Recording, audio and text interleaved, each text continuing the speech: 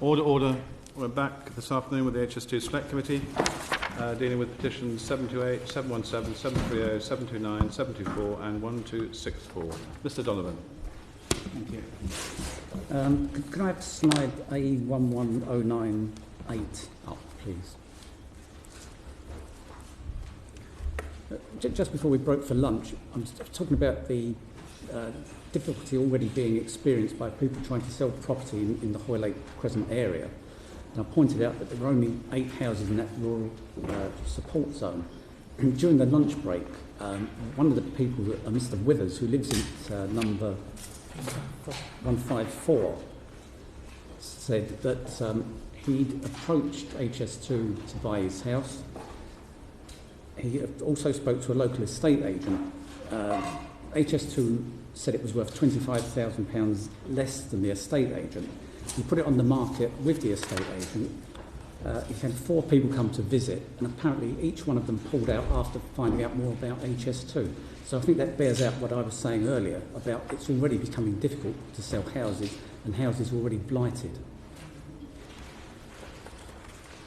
If we could go... I think I've almost come to the end of what I wanted to say. I just wanted to go back on that point and make sure it was clear to everybody that it's an increasing problem for people who want to move from Hoylake Crescent. On the promoters' response, one of the things they said to me was that my property in Hoylake Crescent is unlikely to cause any. The work is unlikely to cause any adverse noise during construction, and is unlikely to cause a significant adverse noise effect during operation. Well, I think they're kind of slightly weasel words, really. Unlikely can mean that it's possible, so it could cause adverse and significant effects. And it's hardly reassuring, and I think brushes away any concerns that people have. Going back slightly, a couple of years when Philip Hammond was Secretary of State for Transport, he said, where a project that is in the national interest imposes significant financial loss on individuals, I believe it is right and proper that they should be compensated fairly for that loss. And I think it's only right that that's honoured, and that what should happen in practice. Just a very quick word on the community forums. These were held to inform and answer questions from local people, but they were often unable to do either of those two things. And at the end of the very last community forum meeting, we were told at the end of it that this was going to be the last one. There was no discussion and no advance warning. After all the meetings that we've had during the last 4 years or so with HS2, I'm not aware of any concessions that they've made to local residents. And I think that's where I'd like to finish. Right. So if I could, who's on next? Sorry. No. If you 3 of you together, you will have your 3 make your presentations, and Mr. Strawn will.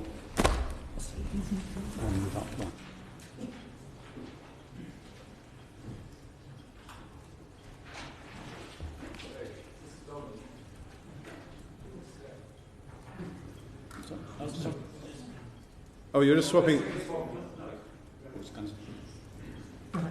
I'm with you. Okay. That's all right. Right.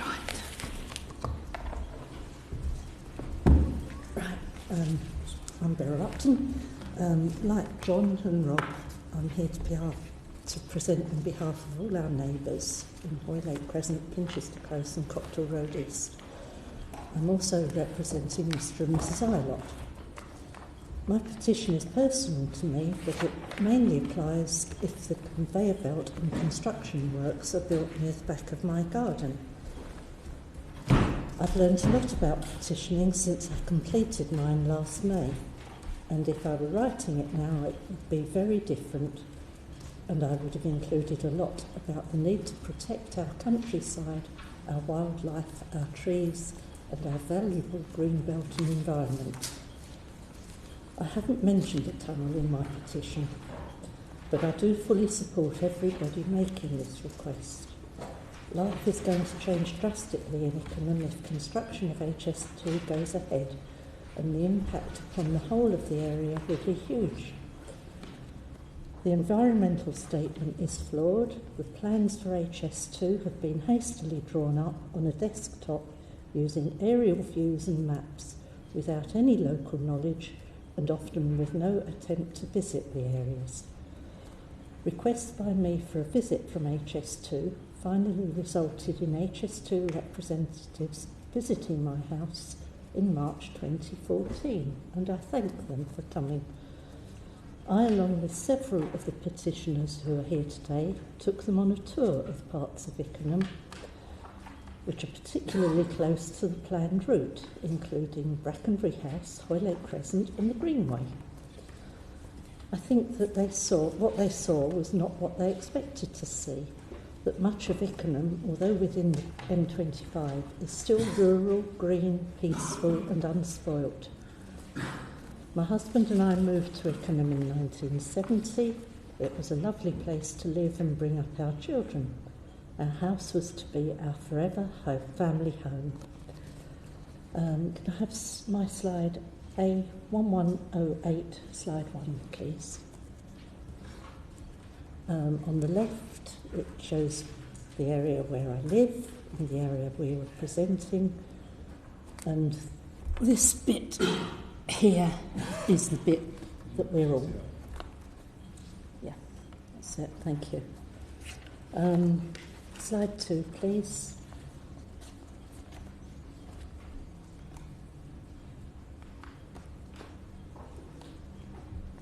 You've seen that map often, but that shows how close the Chiltern line is to my house. Slide 3, please. That shows the noise levels. And slide 4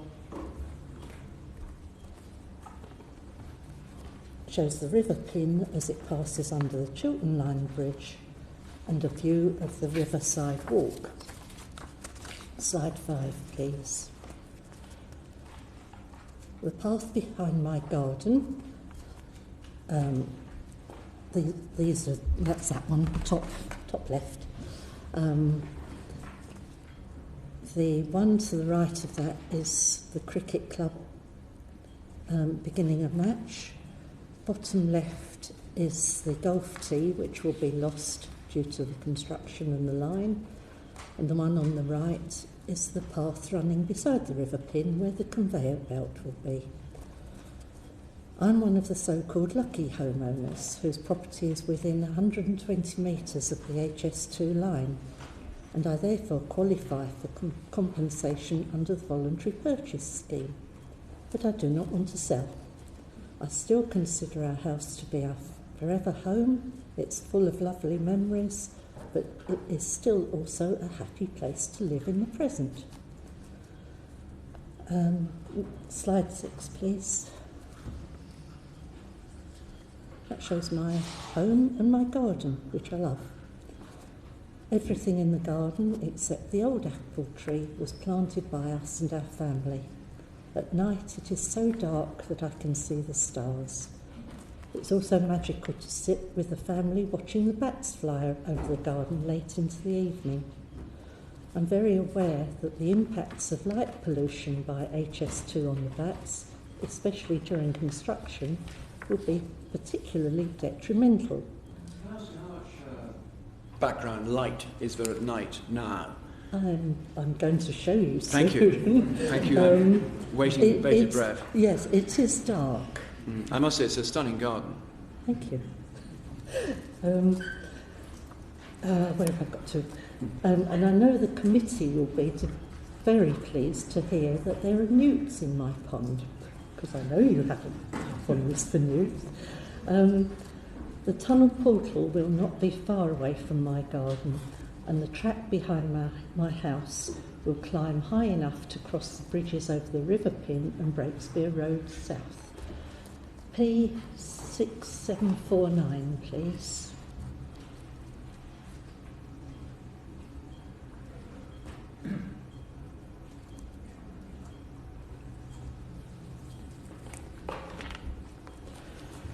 This shows the cross-section of land between Hoylake Crescent and the River Pin. This is the HS2 one. Can I have slide 7 of mine, please? Which is A1108. If you draw a line level with the top of my roof, going horizontally across to HS2, which is, I have actually done, that's that line there, you'll see that the track of HS2 is actually slightly higher than the top of my roof. There, oh, sorry, it's a bit of a long stretch. That one there. How for you to stand on your roof and have a look? Yeah, okay. Quite often, obviously. No, I don't, you know, in the garden, I'll be looking up at that angle.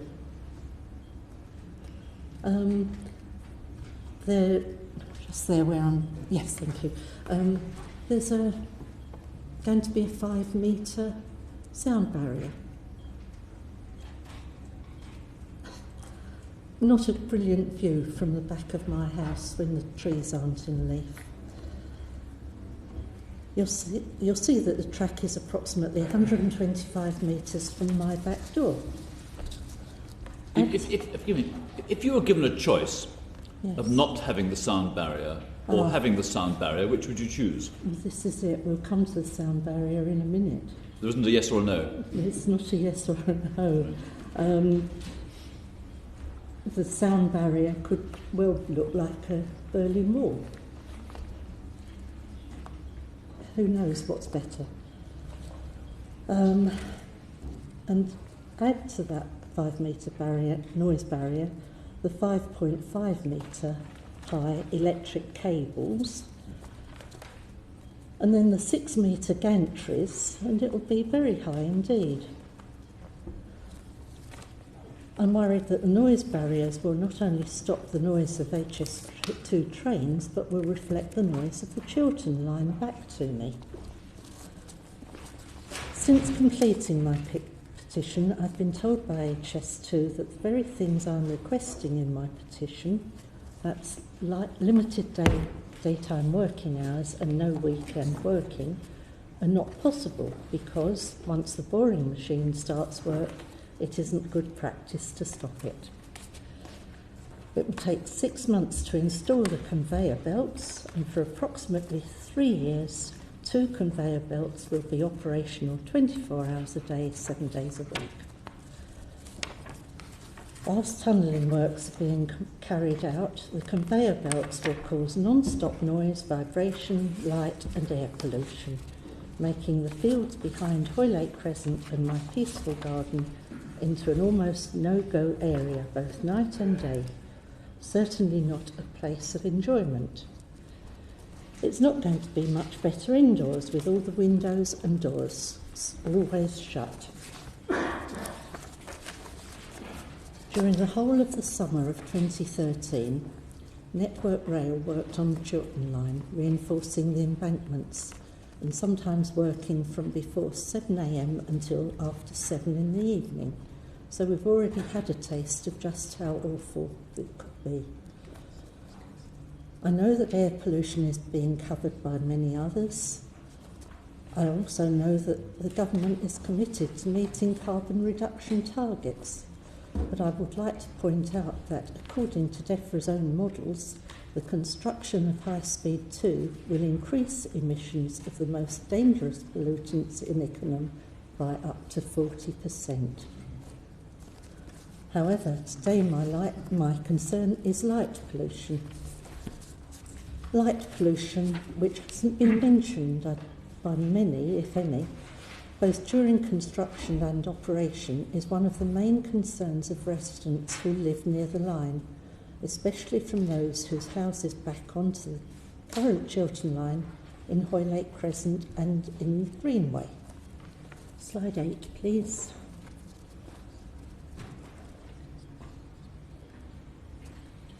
Right, Mr. Bellingham. This. Yes. These views were used to explain to HS2 that it really is dark behind my house.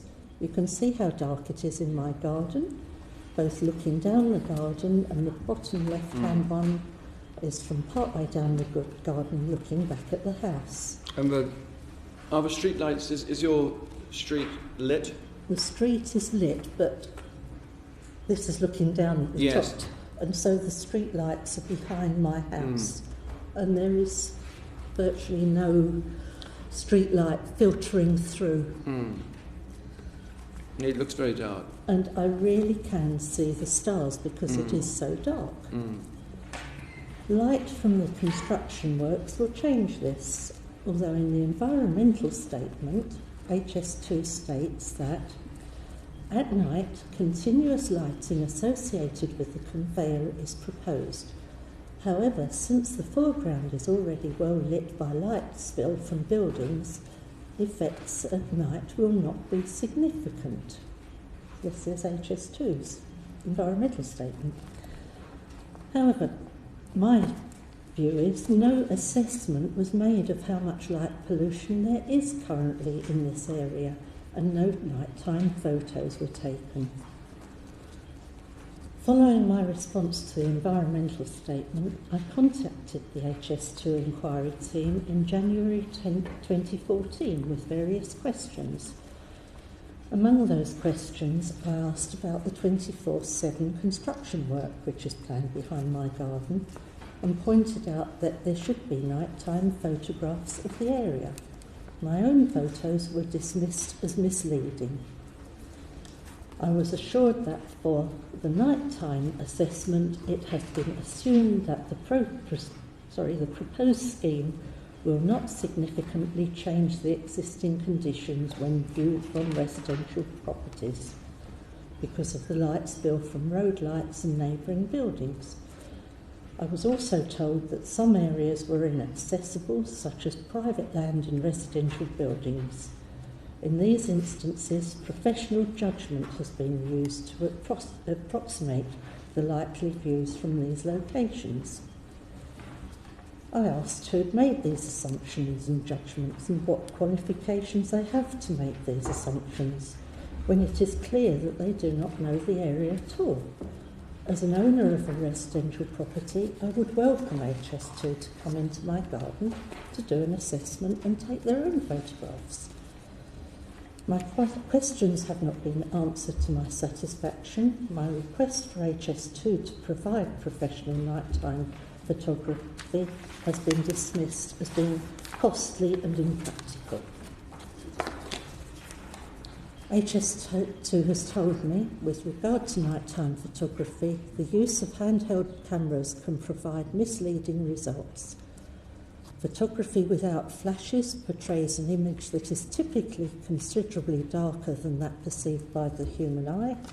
The use of camera flash gives further false portrayal of foreground illumination and produces darker backgrounds. This is still HS2. Capturing accurate nighttime photography using professional equipment and specialist photographers would have been costly and impractical to achieve along the length of the route and in all locations.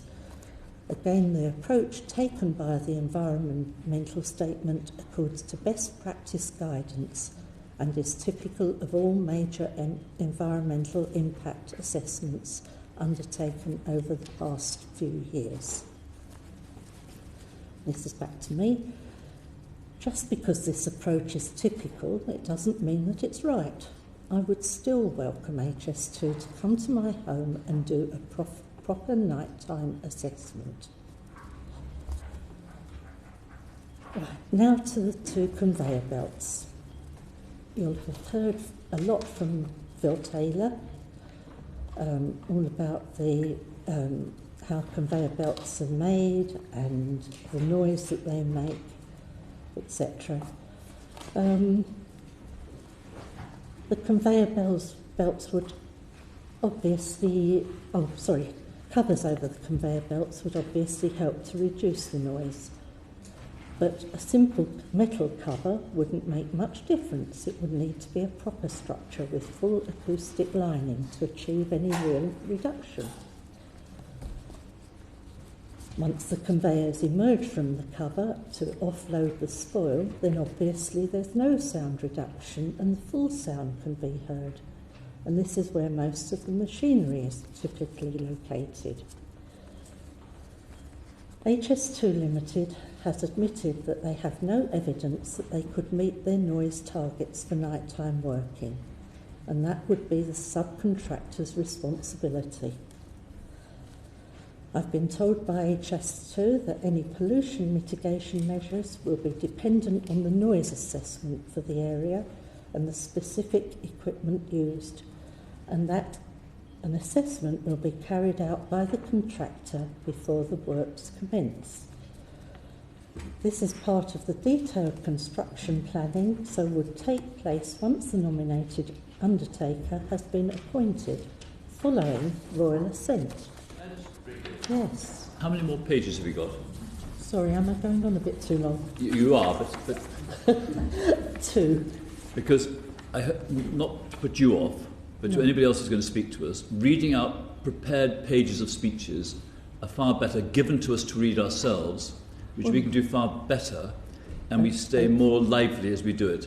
So if you can get through the last 2 pages, but for others behind you, not just today but other days, please don't come with long pages of prepared speeches. It's not the best way of us understanding what you're saying. Right, I'm not used to speaking I know, in public, and this is the easiest way for me to remember what I need to say. Indeed, but for future witnesses, please give us your speeches and talk to them rather than read them all out. Right, okay. Right, well basically I'm asking for the conveyor belts to be put in acoustic linings in order to stop the noise, light and dirt. Okay? And I'm also asking for a noise-proof building to enclose the end of the conveyors where the spoil will be offloaded and transferred to train trucks. There's been lots of talk about the Code of Construction practice, and I think that is thrown into conversations by HS2 at every possible place when they're not sure what to tell us. Without these mitigation measures, I feel I should be forced to move. I don't have confidence that HS2 understands the area around our homes or the disastrous consequences of their plans upon us. Possibly the only real solution is to have a tunnel, and this was where I was about to say, and finally. But then I received Then I received HS2's exhibits. They arrived late, which didn't help matters. It made me rather cross, but it gave me other things to think about, and I was also allowed to send a few more exhibits of my own. P6750, please.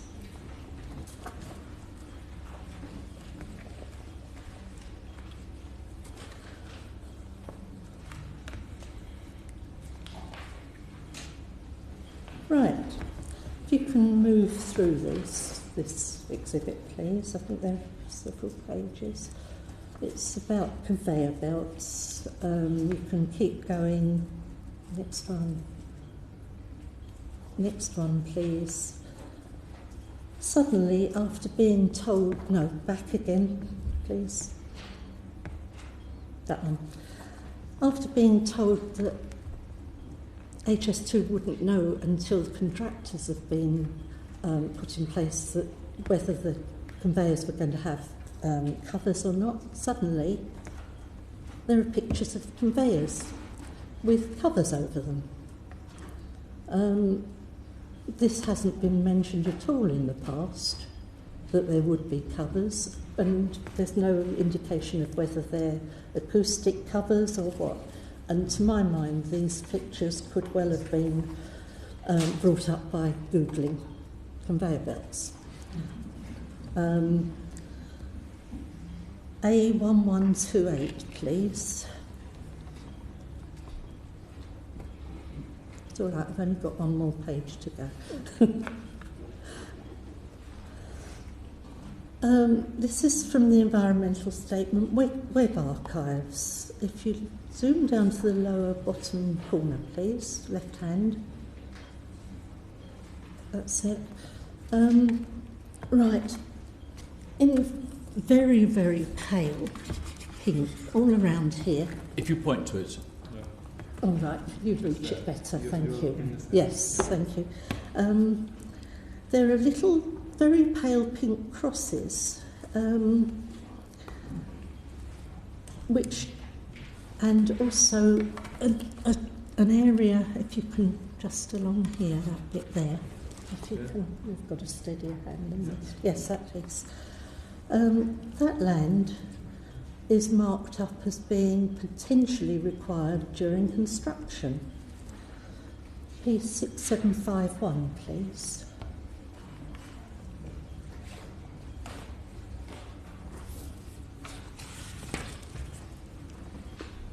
Right, and that's that area again, all along there, thank you. This land is no longer planned potential, but an actually planned construction site. The land is going to be used to divert an electricity cable.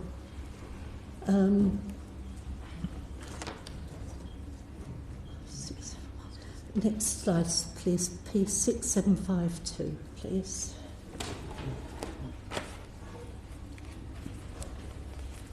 Right, go on to the next page, please. And the next. Right. This, from here, there's the square box and the electricity cable going along to the west, and then it turns right to go under the railway bridge, but also, right, stop just there, perfect. It's indicative of a location of a diverted sewer. Asking around, nobody has any idea about this diverted sewer. Can I just help there, because I've noticed that should refer to diverted electricity line, and it's a mistake on the slide rather than anything. So I apologise for the mistake, but the previous slide that you've seen is describing the utility diversion, yes, which is an electricity line. Yes, I understand that, but I was following well the... spotted. Thank you. I get a star. Thank you. Right, so my next questions were where did this sewer come from and where did it go, but it's not there at all. Right, A11282, please.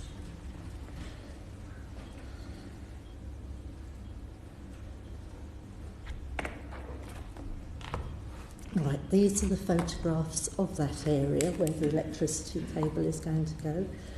Along the path immediately behind my garden, to the top left, there's a fairly large oak tree, and the path, and it's all very pleasant out there, very popular with people walking. A11283, please. And there's the field and the path leading under the railway bridge and the flowers that grow all along there. P6745, please.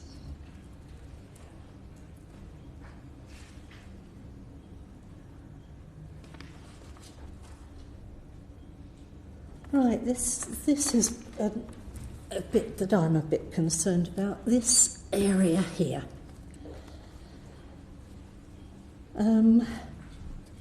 It's an area which has been designated to be a landscape mitigation planting. P6760, please.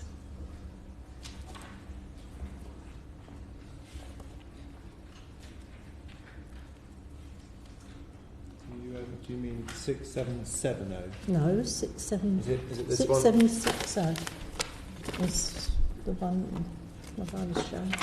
This one here? Oh, I've got it written as 6. Okay. Yeah, Yeah, 6770. Sorry. Sorry?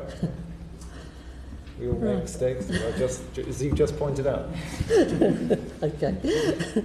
Right, this describes that landscape mitigation planting area. If you'd like to read that.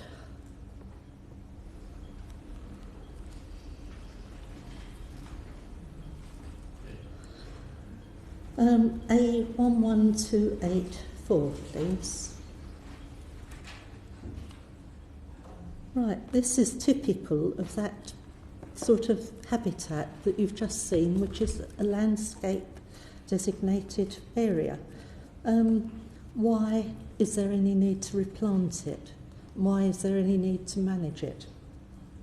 I know that HS2 want to put in mitigation for places they're destroying, but truly this area I don't think needs replanting. A11285, please. And this really is nearly the end. I'd like my grandchildren to have the chance to continue sowing sunflowers in my greenhouse for many years to come. And now, finally, thank you for your time and your patience, and thanks to all the other petitioners and residents who've been so supportive. I really don't want to leave my home, and slide A11089, please.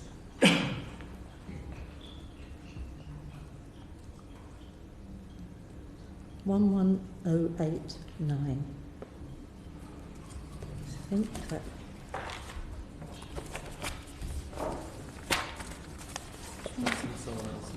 (11089). Oh, that's it. Yeah. 1117. 1117. Okay. So, never mind. Okay.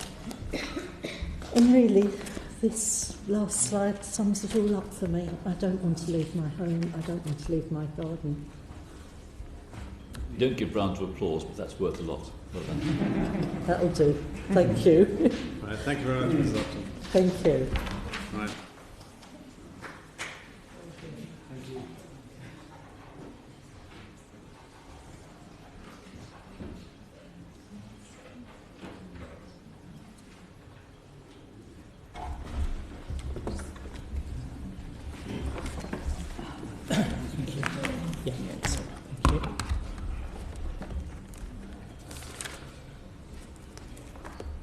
Good afternoon. Good afternoon. My name is Robert Jones-Owen, and along with 30 neighbours, I signed petition number 717. I live in Pinchester Close, which is just a small road of 21 houses off Hoylake Crescent. I moved to Ickenham with my parents in 1960. I spent my teenage years in Copthall Road East, not far away. In my 30s, I returned to Ickenham with my wife and 2 small children, and my wife and I have now lived in the area for 34 years. Just to be clear where Kirsty is. Yeah. It's P6722. I was going to come to that, but yes, that's fine. Yeah, Put it on 661. Oh, okay, It's the same. Fine. that's the one. Yeah. Thank you. My children grew up in a community with excellent schools, many voluntary activities going on, and open spaces for them to enjoy. Now my wife and I are both retired, and we continue to enjoy the facilities that our village, and it may be an affectation, but we still call it our village, offers. We have no desire to move. The community is strong and vibrant. And now we have the time to enjoy those many walks in the open spaces around the village. And all of us wish to preserve what is good about Ickenham, and we are appalled at the plans that HS2 has for our community. Now, the population of Pinchester Close is a mixed one of retired and working families, and I'm here to represent the views of my neighbours who signed the petition and to convey their real concerns. As Beryl and John from Hoylake Crescent have explained, we have worked together as we share a number of concerns about the construction and running of HS2. Therefore, as they've already covered many of the concerns we highlighted in our petition, I shall be concentrating on just one issue: traffic. Can I have A1114 bracket 2, please?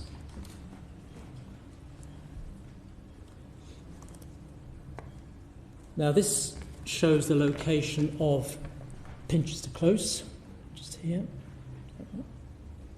and Hoylake Crescent, Breakspear School. Hoylake Crescent leads into Wallasey Crescent and into Copthall Road East, both of which lead on to Swakeleys Road. And I think everybody accepts that that is going to be very busy during the construction period, particularly in that peak period that we hear a lot about. Can I have it, A1114 bracket 3, please? Now, I accept that this is probably out of date, but the numbers change quite frequently. This is the one I was using in preparation for my presentation. The area which many people are concerned about, particularly, is this stretch of Swakeleys Road, which originally we thought in the peak period had 93 HGVs an hour added to it, but now it appears it's more like 50 or 55, I'm not too sure. But we still contend that during peak periods of traffic movement, traffic will not just build up there, but back up along here and into the village, causing a great deal of congestion for people trying to get through Ickenham. And maybe I could be permitted to make an observation here, as I have driven along this road on a number of occasions. I don't think the problem is the junction with the A40. When you drive along that bit of road, as you get to within about 50 metres of the junction, it opens up into 3 lanes and the traffic moves quite freely. The problem is the sheer weight of traffic before there. It's got nothing to do with the functioning of the junction. So you could perhaps save a bit of money there in not having that junction looked at. But I'm pleased that the other junctions are being looked at, and that is a positive move. Can I have slide A114 bracket 4, please? Now this slide, I hope, gives the wider context. On a weekday morning, traffic moves primarily, as I think everybody is now aware, from north to south through Ickenham. There are many queues. 3 times a week I drive north, thankfully, and I pass queues in this area here of Ruislip as they try to get onto Ickenham High Road, and that's at 7:10 in the morning. So we contend that the HS2's idea that the rush hour for Ickenham is just 1 hour between 8 and 9 is quite wrong. As the morning wears on, traffic builds up because there are junctions and traffic control lights along this stretch of road before it gets to the junction with Swakeleys Road here. And we think it's going to be made worse, again, not perhaps through the whole of the 10-year period, but certainly a significant period when traffic is trying to enter the Northolt Tunnel portal site here at West Ruislip, as heavy good vehicles try to get in and try and get out. I assume there'll be some sort of traffic control mechanism. The traffic is going to build up in this area. We're also very sceptical about HS2's claim that as congestion builds up, people will find alternative routes. I can only go on personal anecdote, but my son drives from Eastcote, up here, through Ickenham to do what thousands of other people do, try to get to work via the A40 and the M25. He leaves at 6:50 in the morning and still doesn't entirely avoid the queues. If he could find an alternative route, I'm sure he would. Where are these alternatives? Surely commuters would be using them now to avoid the congestion in Ickenham, which we hear is already, some of those roads are above capacity. Some commuters may be tempted to try and get to the A40 down West End Road or Victoria Road and get onto the A40 that way, but they are going to be stymied by the Victoria Vent that has to be constructed, Victoria Road Vent, and also by possible service realignments on West End Road. Now, we understand from the literature published so far and from our recent PRD meeting that it would be not necessary to close Breakspear Road South, which is one of the feeder roads. There it is. As it crosses the Chiltern line there and the new bridge is put in. We were reassured at our PRD meeting it would be no longer necessary to close the road, although that had featured as a possibility in the draft environmental statement. Can I have P6621, please?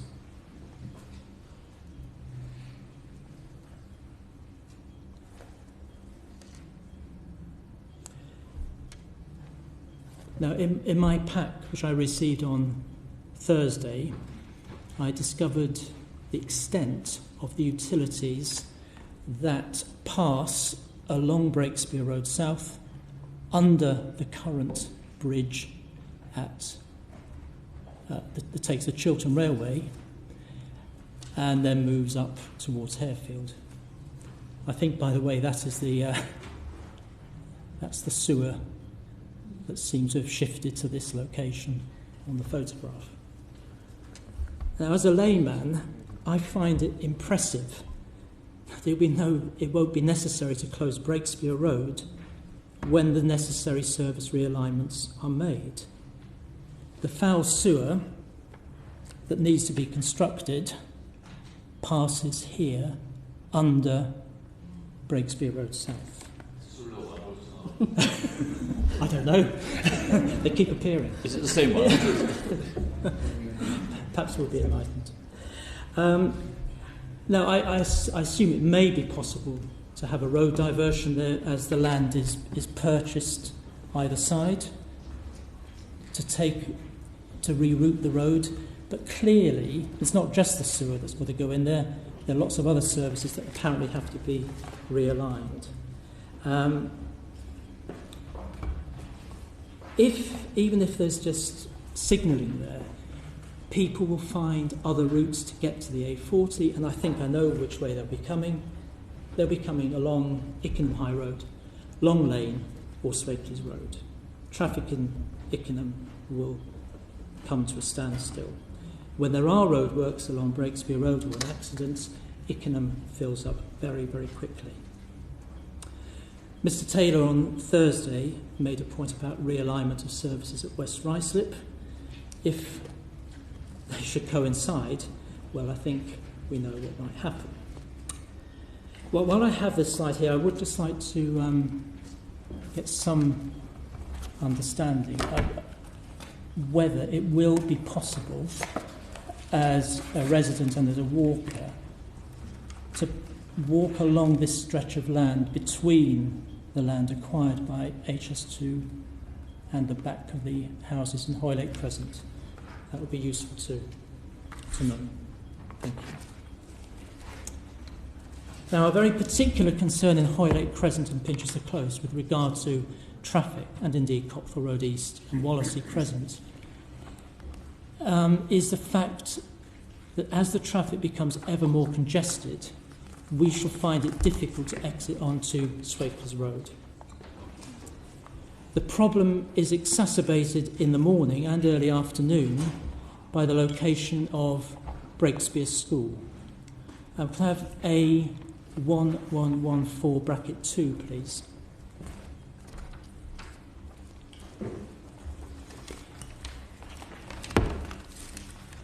Breakspear School is located here.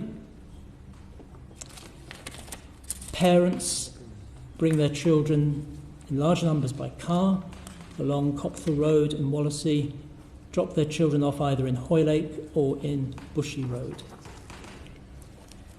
I need to reinforce, I think, Mrs Hobday's evidence that she gave to you on Thursday. She's the chairwoman of the governors at Breakspear, when she expressed real concern about pupils and teachers getting to school on time. Busy parents drive many of the children to school. They find it then difficult to exit Copthall Road East, here, or Wallasey Crescent, here.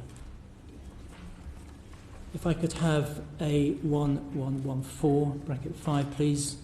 Just a couple of photographs of traffic, which we all like so much. The first one shows the view down Hoylake Crescent south. This is taken at about 20 past 3 in the afternoon as parents come to pick up their children. The second photograph is the intersection of Copthall Road East, looking forward, Wallasey to the right, Hoylake Crescent to the left.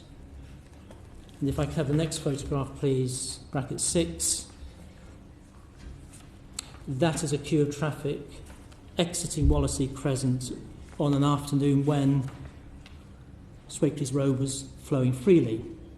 With added traffic on Swakeleys Road, the queues waiting to exit Wallasey and Copthall Road East will be much longer. Another traffic concern we have concerns buses, in particular the U1, and that's a particular concern to some of our elderly residents. At the moment, it's a journey that should take about 30 minutes from Ruislip to Uxbridge. It's a 5-mile journey, often takes 45 minutes. In the rush hour, it can take an hour. And we're fearful that such journey times will be even longer once hundreds of HS2s, HGVs hit our roads. Now, the PRD stated that with regard to local buses, when we raised this issue, in a few cases there may be permanent changes to bus routes. And here, the nominated undertaker will work with local authorities and transport operators to develop suitable alternative arrangements. Now, if one lives in Ickenham and has to travel to Uxbridge or Ruislip, where will the alternative bus routes run? There really aren't any, and that is a very great concern. And another major transport concern is the accessibility of emergency services. Could I have a 1114, bracket 4, please?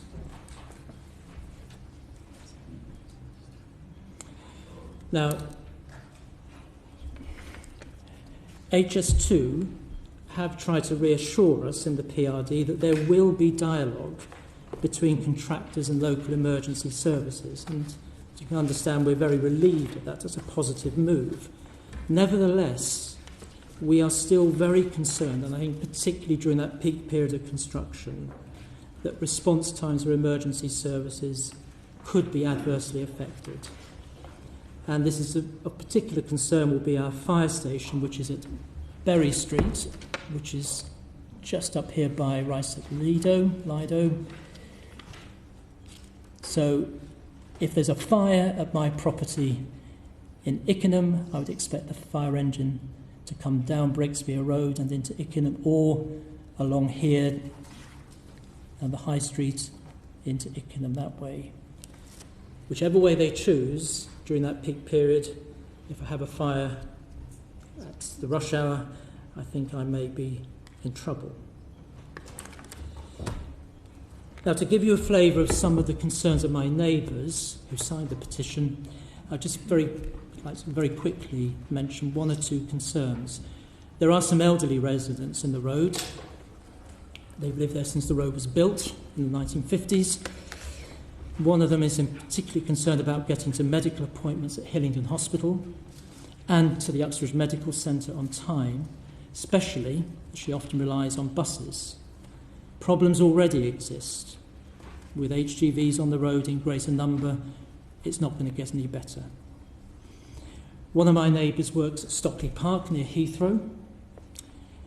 It takes her longer to drive to the A40 than to get from the A40 to Stockley Park. It's a very difficult journey during the rush hour. A number of our neighbours have children who attend Vyners school at the other side of Ickenham.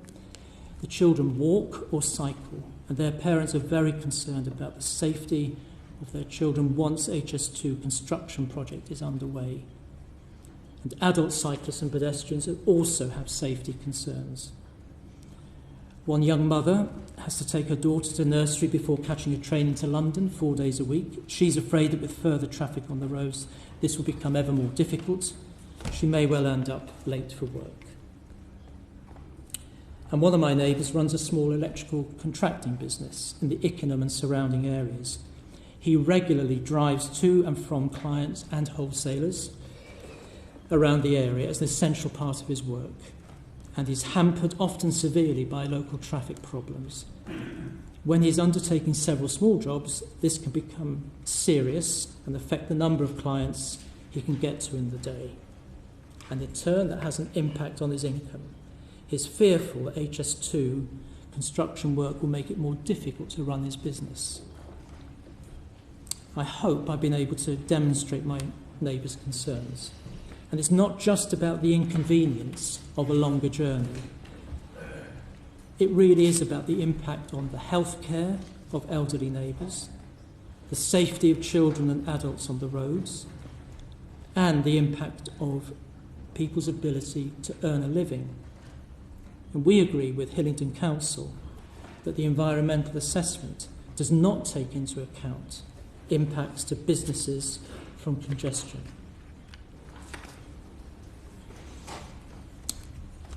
Mitigation.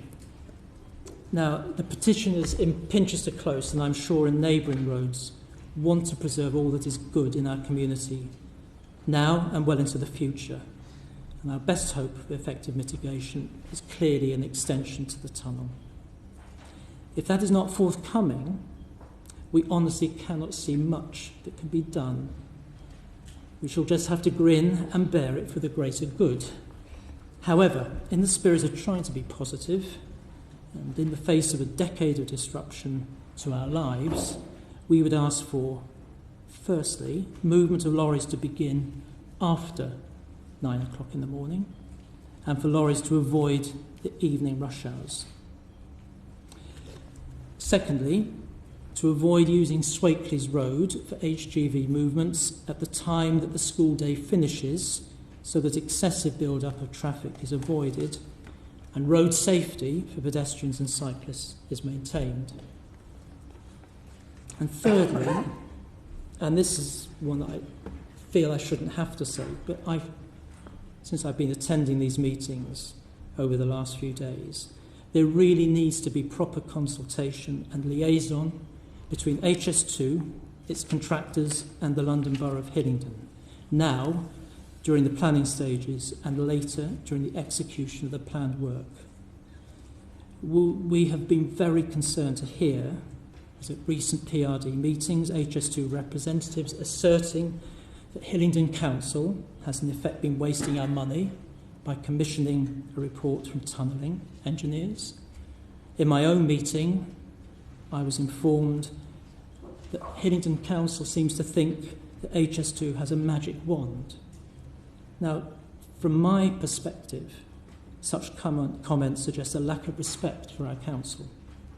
And if there are to be meaningful discussions, that has to change. We hear a lot about traffic management plans.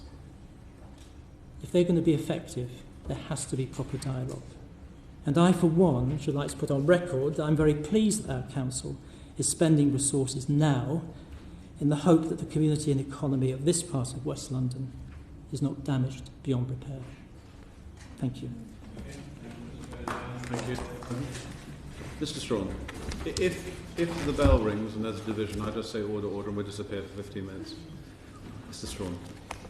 Could I, you've heard from a number of petitioners in the area. Can I just give you the context again? I'm going to show P6742 first, just to locate ourselves in relation to Mrs. Upton's property, which is shown in red. And the other, Pinchester Close, as you just said, is just below. And then Mr. Donovan is in a property in this location on Hoylake Crescent, and of course there are a number of Hoylake Crescent residents affected.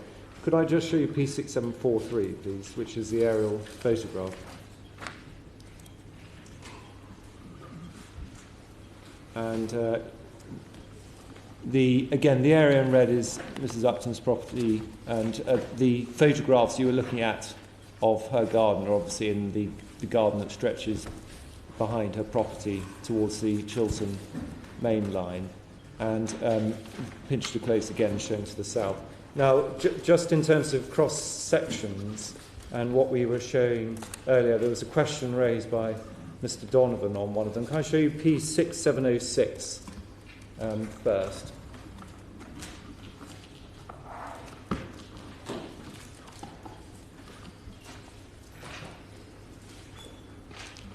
And as the committee will appreciate, depending on which petitioner has raised an issue, we try to provide representative cross sections. This in fact I think is more Mr. Donovan's property. We've got similar ones for Mrs. Upton. But if you could go to P6707, that shows the effect of the cross section from Mr. Donovan's property. And this is during construction, and we're seeking just to give an illustration of the locations of the traffic route and the excavated material conveyor during construction and its relationship with Hoylake Crescent. And if I could do I think the question that arose is on P6617, if you just go to that briefly.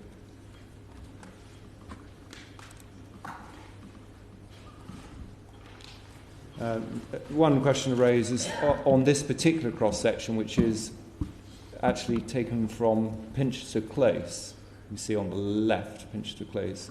And at this stage, if you go right over to the other side, there are two 2.4 metre fences in the cross-section. And those are simply marking, if we go back one slide, P6616, those are marking within the site areas of working. If you just look at the annotation 1B on the other side of the railway, in that location there's the Ickenham Stream Canal feeder diversion. So all that's showing is site hoardings within the working site, separating site boundaries. I think that an explanation was asked for about that. And then if I could just show you the operational position, P6619.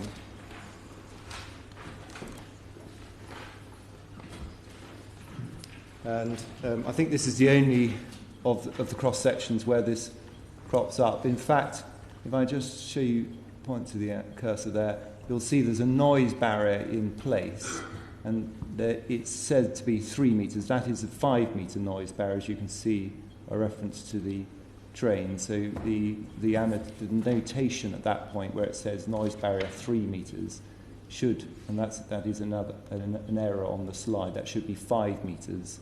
And you can see that when we go to the noise barrier, the noise effects.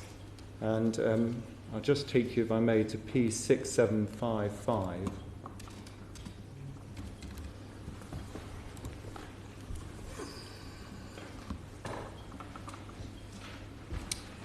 In the environmental statement, these maps will be familiar to me. These are showing the noise contours.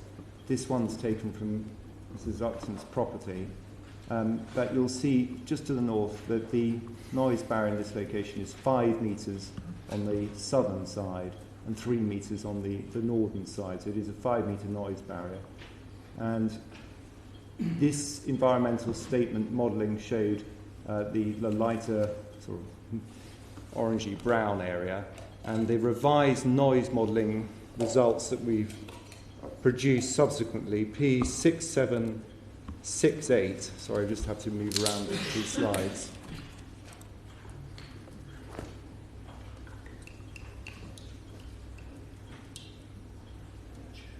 Sorry, that's the explanation of the 5 metre noise barrier being modelled. P6769, which follows on from this.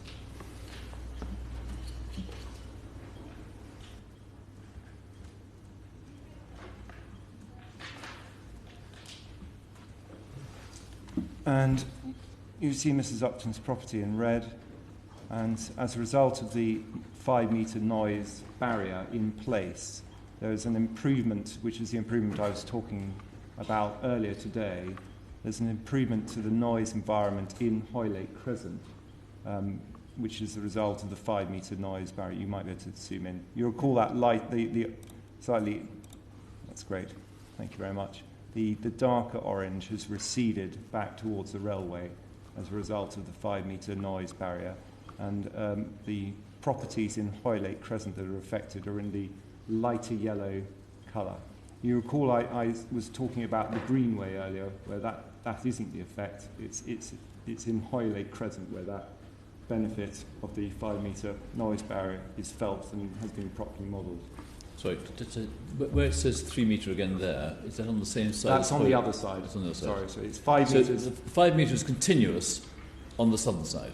5 metres continuous on the southern side, and that hadn't been put into the noise modelling. 3 metres on the other side. Just in case, just the avoidance of doubt, when I referred to the Greenway, it doesn't change it for I think, if anything, the darker orange comes slightly further south, so that, if anything, the Greenway is slightly more affected, simply because the line is sinking down and the noise barrier is going with it. So, and that's the revised modelling shown. But it's not materially different, I hope. I've explained that. And so that's the overall position. And in relation to Hoylake Crescent, both during construction and operation. Now, a number of questions have been asked about the conveyors. We just finished the noise barrier. Mrs. Upton raised the issue of whether it would look sightly, unsightly, well designed, and do we have any more information on that?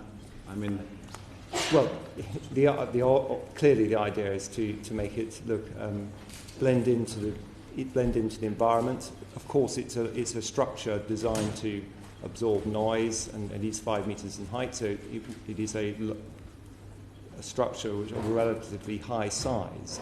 But the detailed design of that is intended to address the visual effects of it. And if it is, I think it may be helpful just to remind one of the effect on Mrs. Upton's property, because you recall we looked at the photographs of her property with a very attractive garden and planting that she's put in. In terms of the cross-section, it's not, it shouldn't, I'll just give you the cross-section from her garden. P6749.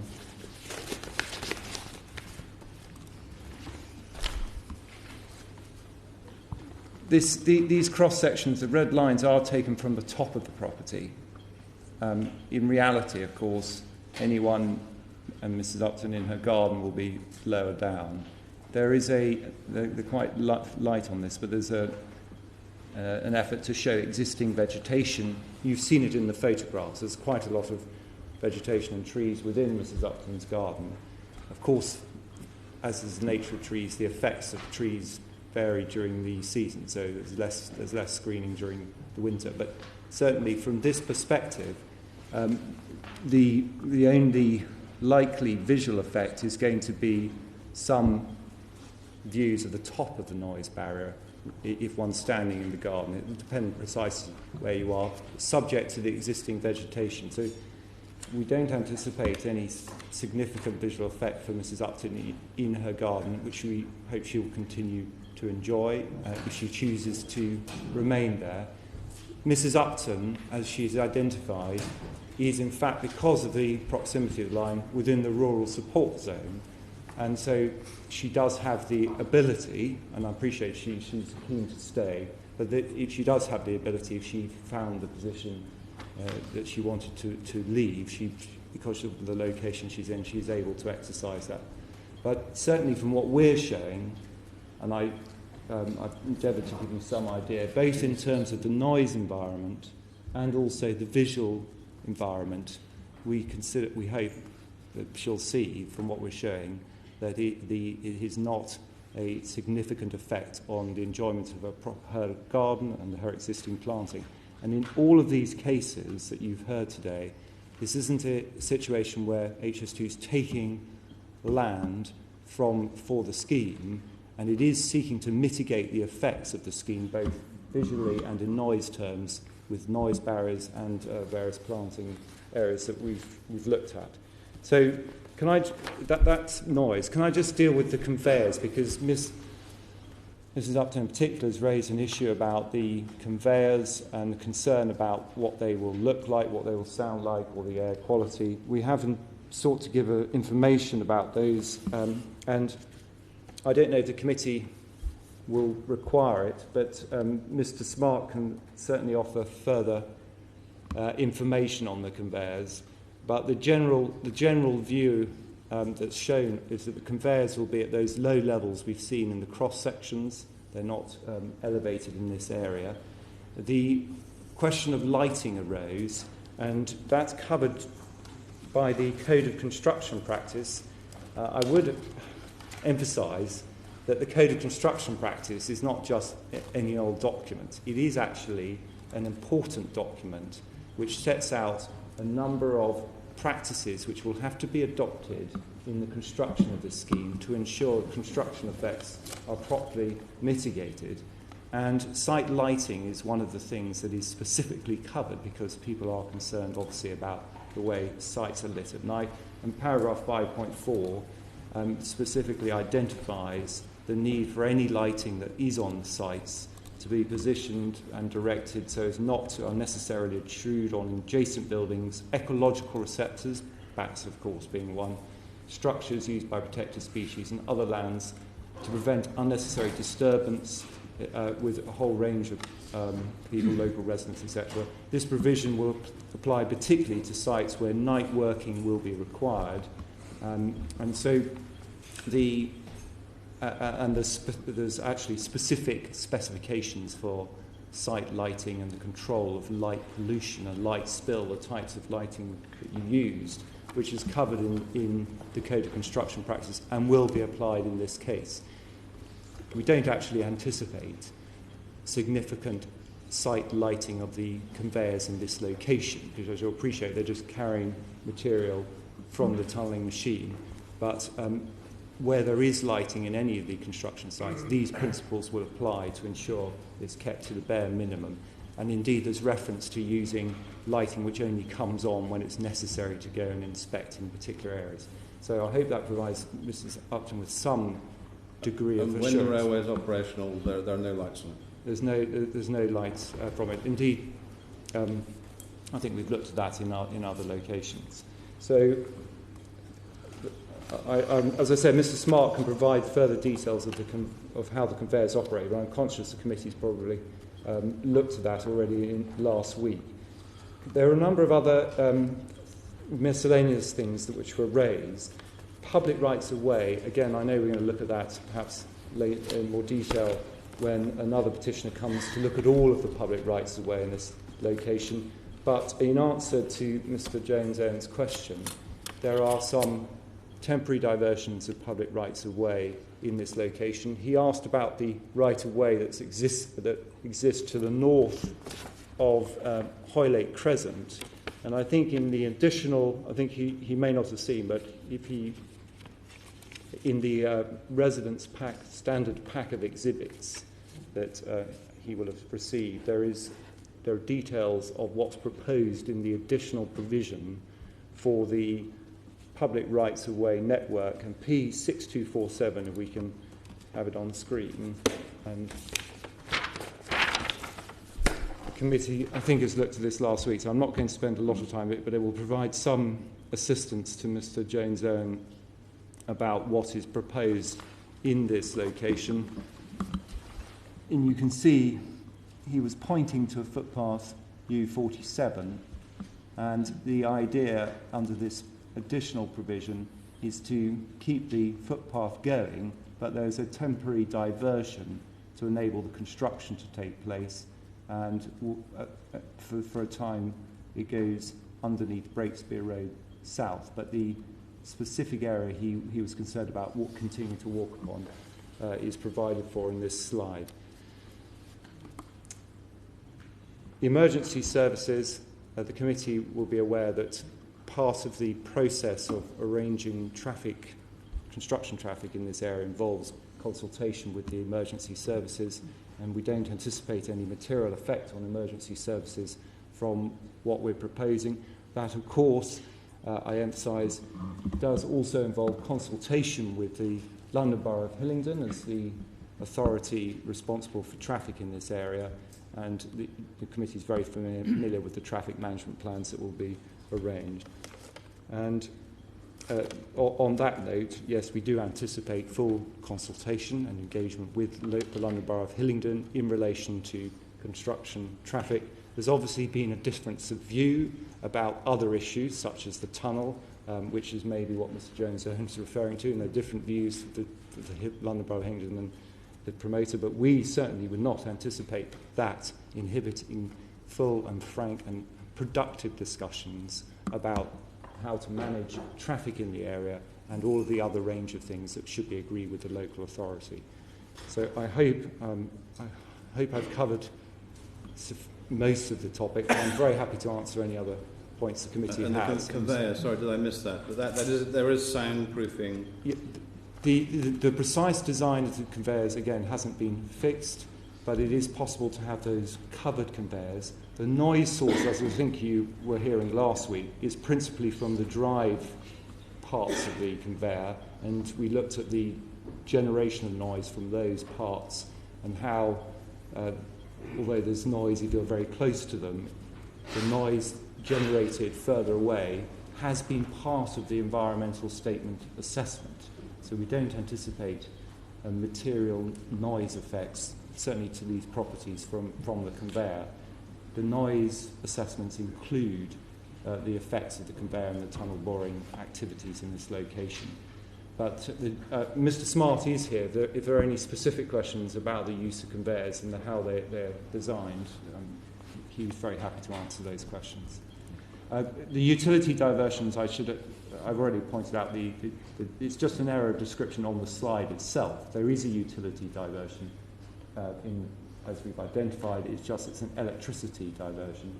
And you've heard about utility diversions more generally, and there's a set of slides which explain how, as happens frequently throughout any urban area, utility works do occur, but the idea is to minimise the effects on any diversions by regulating traffic, by allowing traffic to continue to flow, albeit subject to some restrictions. But these are, generally speaking, short-term utility-type diversions of this type you see in streets from day to day.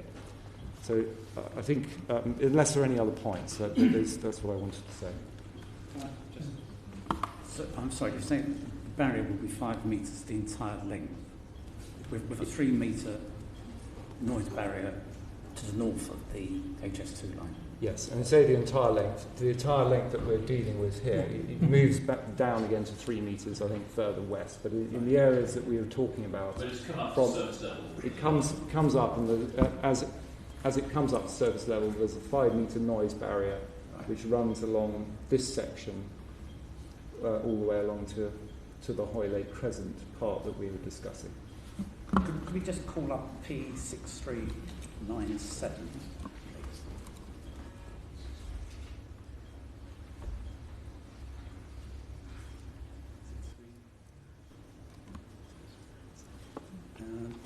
Is that 6397? Yeah. Sorry, the second bullet point down says a review of the proposals has shown that the 5 metre barrier was modelled inaccurately, which resulted in the predicted noise attenuation being lower than it should be. The third bullet point says the noise assessment has been remodelled with the barrier at the correct height, but it doesn't say what the correct height is. 5 metres. Right. So if you then go down to bullet point 4, although this is still identified as a significant community noise effect, around 100 homes will no longer be adversely affected, including, for example, those in Copthall Road West. Well, if you call up A11093, I think you'll see that Copthall Road West is quite some distance away from the line anyway. I think this is a discussion about noise contours, which we went through earlier. Okay. And I think if there's a remaining issue, perhaps you could talk with someone in the corridor outside who can take you through it. All right. Please. Take the point. Okay. The Barriers cost hundreds of thousands of pounds and will add to the maintenance on the line. But it seems that if it's the correct height, this barrier is doing its job, then it's taken out about half the houses which are affected by noise. So hopefully that's a good improvement. Right. But nevertheless, it will still be noise that isn't there will be noise at the moment. Yeah. Okay, thank you. The other point Mrs. Upton made was would the barrier reflect sound from the Chiltern line back? It may do or may not do. Or It won't do, and there are two reasons for that. One is it can be noise absorptive on both sides, and the other, of course, is that a train passing in front of or alongside the barrier itself acts as a barrier. some bits self-reflecting. So it's not noise propagating out to any material degree. But it is a point that Mrs. Upton raised, and we did check, and the noise assessments that we're showing are ones which recognise the presence of the barrier in that location with the Chiltern main line there. So I suspect, Mrs. Upton, you'll hear the Chiltern line more than you'll hear the machinery in the background. Can I say a few, have you finished? Yes. Pretty Can I final say comment? a few more words? Sir Peter asked about whether I prefer a noise barrier or the noise. When we had our PRD meeting with HS2 people a few weeks ago, it was suggested that the noise barrier is still to be designed, and it was suggested that it could even be transparent or translucent. I don't know if you know about transparent noise barriers, but if it's possible to have a transparent noise barrier, then that would be preferable to a Berlin Wall. But I'm a bit concerned that bats and birds would go crashing into them. Okay. So, we you can't, it's a no-win situation, really. We have in the past, Mrs. Upton, had some slides on noise barriers. The technology is moving on. They can be designed to be the most suitable type for a particular location. Right. And I think all they were trying to point out is that as technology moves on, you'll get the appropriate noise barrier, and hopefully with some screening as well. Okay, and the other thing was the lighting. I'm still not 100% convinced that the works aren't going, if they're 24 hours a day, I'm not convinced that there isn't going to be some lighting effect. Well, there may be some lighting, Yeah. but the effect of the lighting is going to be carefully controlled under the Code of Construction Practice. you're going to get some light, Mrs. Upton, I'm afraid, but hopefully not for long And periods. it was disappointing to be dismissed as my photographs were. No, they're lovely photographs. Mr. Jones-Owen, any final points? Yes, about the utility diversion. The environmental statement talks about the National Grid gas main west of Breakspear Road South Bridge, 2 Thames water sewerage sewers in Breakspear Road South, SSE Lem kilowatt volt overhead and buried lines, BT Openreach overhead and underground lines, National Grid gas mains buried in Breakspear Road South. Additionally, protection of an Affinity Water cast iron water main in the vicinity of the pharmaceutical facility. This is more than just occasional roadworks and diversions. I admire your confidence that it can be done with a limited amount of time. Final comment on that, Mr. Strawn? There is a mixture of works that are required. Some of what's been referred to is a monitoring of existing utilities. Some are diversions. They have all been taken into account in the material that's been produced. They're recognised that they're there, and the works have been planned accordingly and identified in the environmental statement as part of the construction programme. So this is stuff which those behind me are well aware of, and are well aware of how to deal with them in the time frames that have been identified in the environmental statement. Could I just ask a supplementary question? Will they occur before that peak period of construction has been identified? Nodding going on. Yes. It doesn't. Yep. Thank you. I'll take it as a yes. Yes. Okay, well, Yes. I think it's useful to raise these issues because clearly these knotty issues of works and that are going to have a big impact on the community. Thank you to all three of you. Just for your information, Mrs. Upton, the Berlin Wall was only 3.6 metres high across most of its length, but And the electric fence on the top. Right, we now move on to petition 715, Kirsty, Gibbs and others.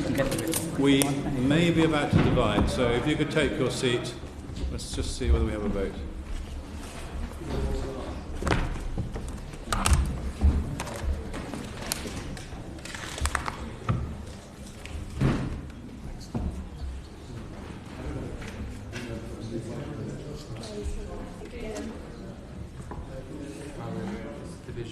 Okay.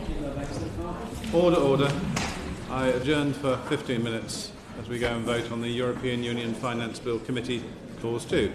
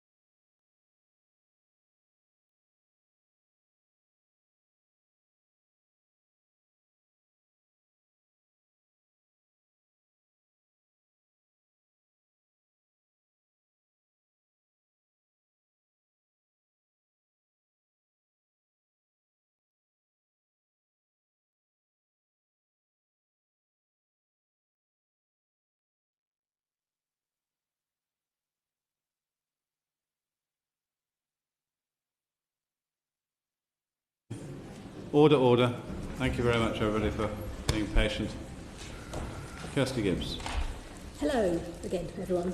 I want to thank the members of the committee for your time today and the many, many, many other days you've devoted to hearing so much information about the impact of HS2 on various communities along the proposed route.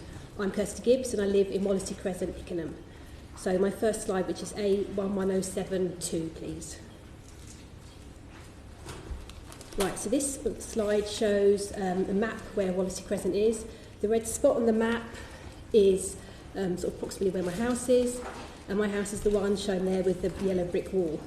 I'm showing you this map to highlight the fact that our road, as its name suggests, is part of a larger crescent. In Ickenham, you either live on a rat run or some kind of cul-de-sac. Because of the river and the open spaces, so many roads in Ickenham don't really go anywhere. Most people have to use either Swakeleys Road, I know you've heard this before, but it's the map B467, Breakspear Road South, Harbour Road or Ickenham Hyde Road to drive to any destination. Today I don't plan to be speaking for very long, I'm sure you're pleased to hear that, and I will not be using any technical language, as many people much more informed than myself have already done that. The promoter had very, very recently changed the information which I haven't been able to reflect very much in my presentation. I was too busy this last weekend celebrating my son's 5th birthday party with 45 children. 45? 45. Well, this is nothing compared with that. In my garden, yeah. I'm going to speed through some things which I realise have already been mentioned many times to save you having to hear it all again. Therefore, this is a very personal presentation, but for the record, I fully support London Borough of Hillingdon's tunnel plan, and I urge you to not dismiss it without further investigation, please. So the next slide, number 3. As already mentioned, I live in Wallasey Crescent, Ickenham. This shows the day we moved in July 2010, all looking very happy, small children. We'd previously lived in Harefield, which we do love, as it's a very tranquil and beautiful place, currently. We only moved from Harefield to Ickenham, as so many of our friends reside in Ickenham. At the time we moved in 2010, we had no idea about HS2. It certainly wasn't mentioned in any surveys or reports that are part of the house buying and selling process. I first became aware of HS2 in late 2010, early 2011. I assumed it wouldn't have any impact on our lives. I thought it couldn't be that close to Ickenham, as I would have been informed at the time we bought the house. So, just out of really mild curiosity, I went along to HS2's roadshow presentation at Winston Churchill Hall in Ruislip in March 2011. At this point, the reality of the future started to become a little clearer, although I did find that any questions I asked of HS2 staff would often be answered with, "We'll have to come back to you on that one," or "Obviously the finer details of the design need to be worked on." This is a theme which has come sadly very familiar. Next slide, number 4, please. Right, so this sort of set of photographs shows one of the many reasons why our family and so many other families love Ickenham. These pictures are from Ickenham Festival last year. It's a wonderful event that happens every other year where the whole village comes together. There is a whole week crammed with activities such as open gardens, teddy bear picnics, fun sports on the fields, etc. It all ends with a grand festival weekend, a giant old-style village fair, music night with fireworks and a duck race. Just want to clarify that, like many photo montages you would have been seeing relating to the different communities along the line, I do understand that I'm showing the really the best view of Ickenham. This is its nicest look. But apart from a very wide-angled camera lens on the river shot, there is no artist's impressions or manipulation in any of these images. So next slide, please. Right, I'm sorry to mention this, and I will be as brief as possible, but traffic. Another map, lots of red dots. Wallasey Crescent and our house is one red dot. I think we've already seen where that is. The other dots are to indicate places that we go very, very regularly. The children's current school, the Breakspear School, is the dot off Bushy Road. Thank you. The school has entrances from both Hoylake Crescent and Bushy Road. Just want to say that I was here last Thursday when you heard very briefly from one of the governors, Mrs Hobday. It's a shame she didn't have a little bit more time to discuss the school and how we feel HS2 will actually affect it. it's quite obvious that during the busiest construction phase, pupils and teachers will be battling to get to school through the construction traffic.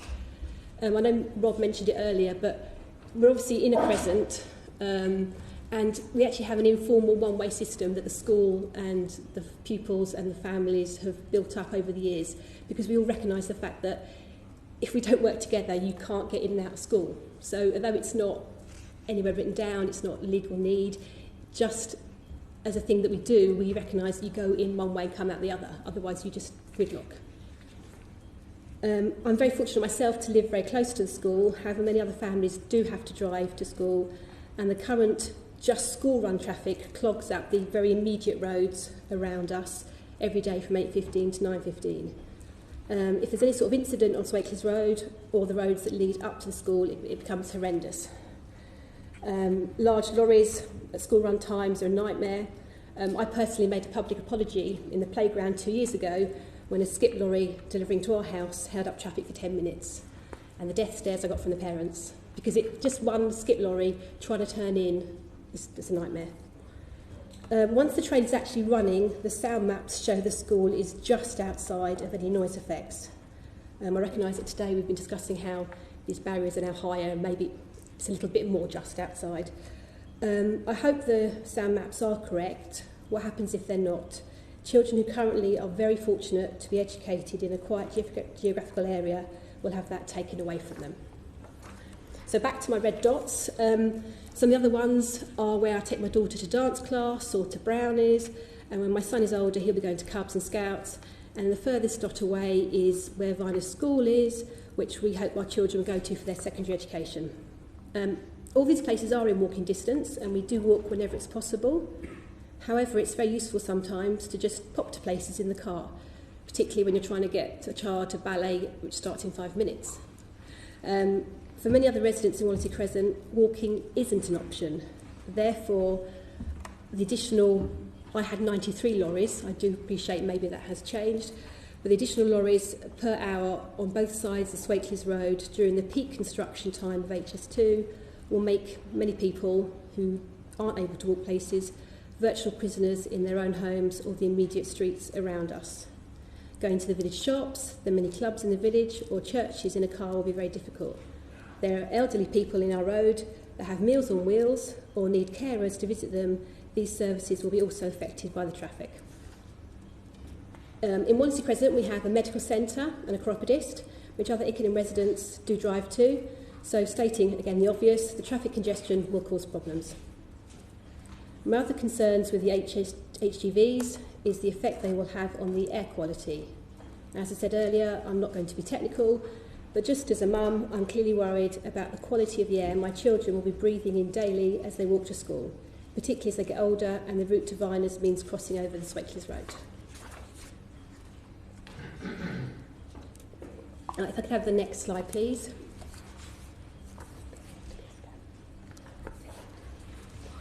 Right, so this picture might seem to have sort of suddenly come out of where, why am I suddenly showing the crematorium?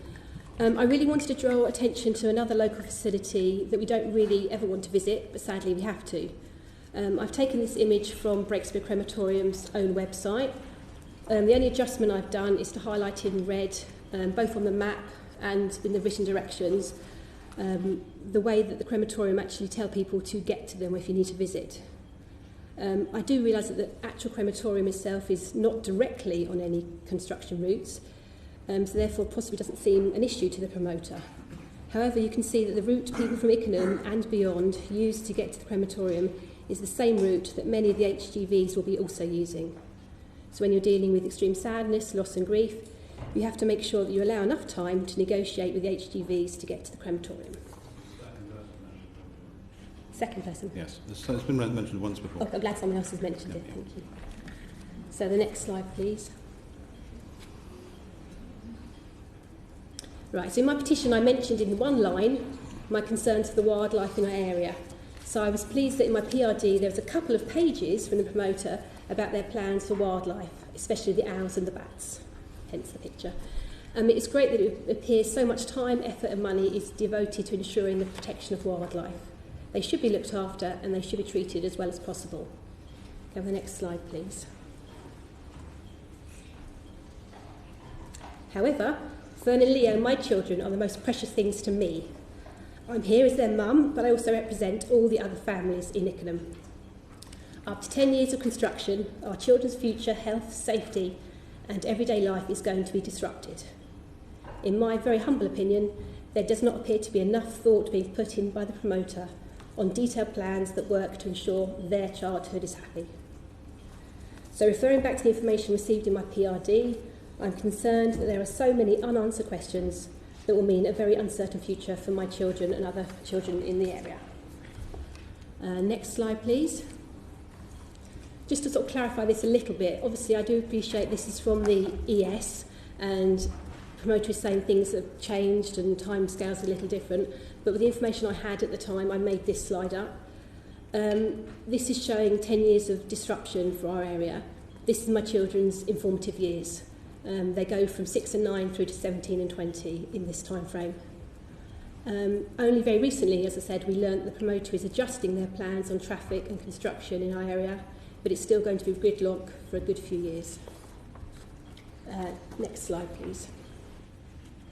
Right, so I haven't shown pictures of real cars in any sort of traffic jams or real trains, but I'm here today as Fern and Leo's mummy.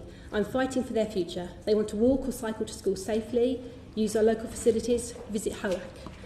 Sadly, the promoter's current plan makes their everyday lives and those of their friends very difficult very different to what we had planned when we moved to Ickenham. As very scary as this whole process is, I really wanted to show you that it's not just the retired community who are concerned about HS2. The younger families are as well. They don't all have the time needed to get so directly involved. I was fortunate enough to be able to come today. So we are all very grateful to the older generation that have put so many hours into looking at the detail to help us understand it. Now, my darling children here. As a mum of these two children, I very often have to referee their heated disagreements. I realise that just because the older one is more eloquent in her arguments, it's not fair that she should always get her way every time. As a committee, I know you're having to scrutinise every inch of the line, and I appreciate many other areas are also asking for tunnels. The promoter has been very eloquent in suggesting that the London Borough of Hillingdon's tunnel option isn't viable financially, and it won't be the magic wand to fix the traffic problems. I'm clearly not qualified to argue that it will be the right solution, but please, can the tunnel option really be looked into and not just dismissed? Thank you. Okay, very good presentation. Well done. Yeah. Mr. Strawn? All I was going you to... can't match that, can you? Come on. I'm not going to try. So I wasn't going to spend any time looking at slides. I just wanted to, because the issue of traffic and the effect of the traffic in terms of duration has been raised again, I just wanted to refer Ms. Gibbs back to the phasing slides that I put up and showed earlier on today. It is important, I think, to understand that although there's a 10-year construction programme for HS2 itself, there's 7 years that I identified where there is no traffic, no HGV traffic travelling along the roads of most concern to Ms. Gibbs. And I don't put the slides back up on the screen. We have sought to identify the peak period of activities. There is peak period of activities, but it's principally on the Swakeleys Road up to Harville Road, which we've done our best to minimise.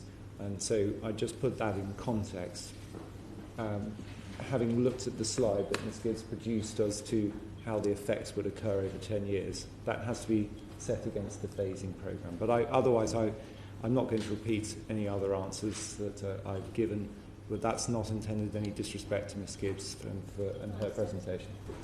The school you mentioned, I sort of closed down the chairman of governors the other day. He's actually coming back in the guise of Chamber of Commerce soon, but clearly there are traffic problems around the school. Yes.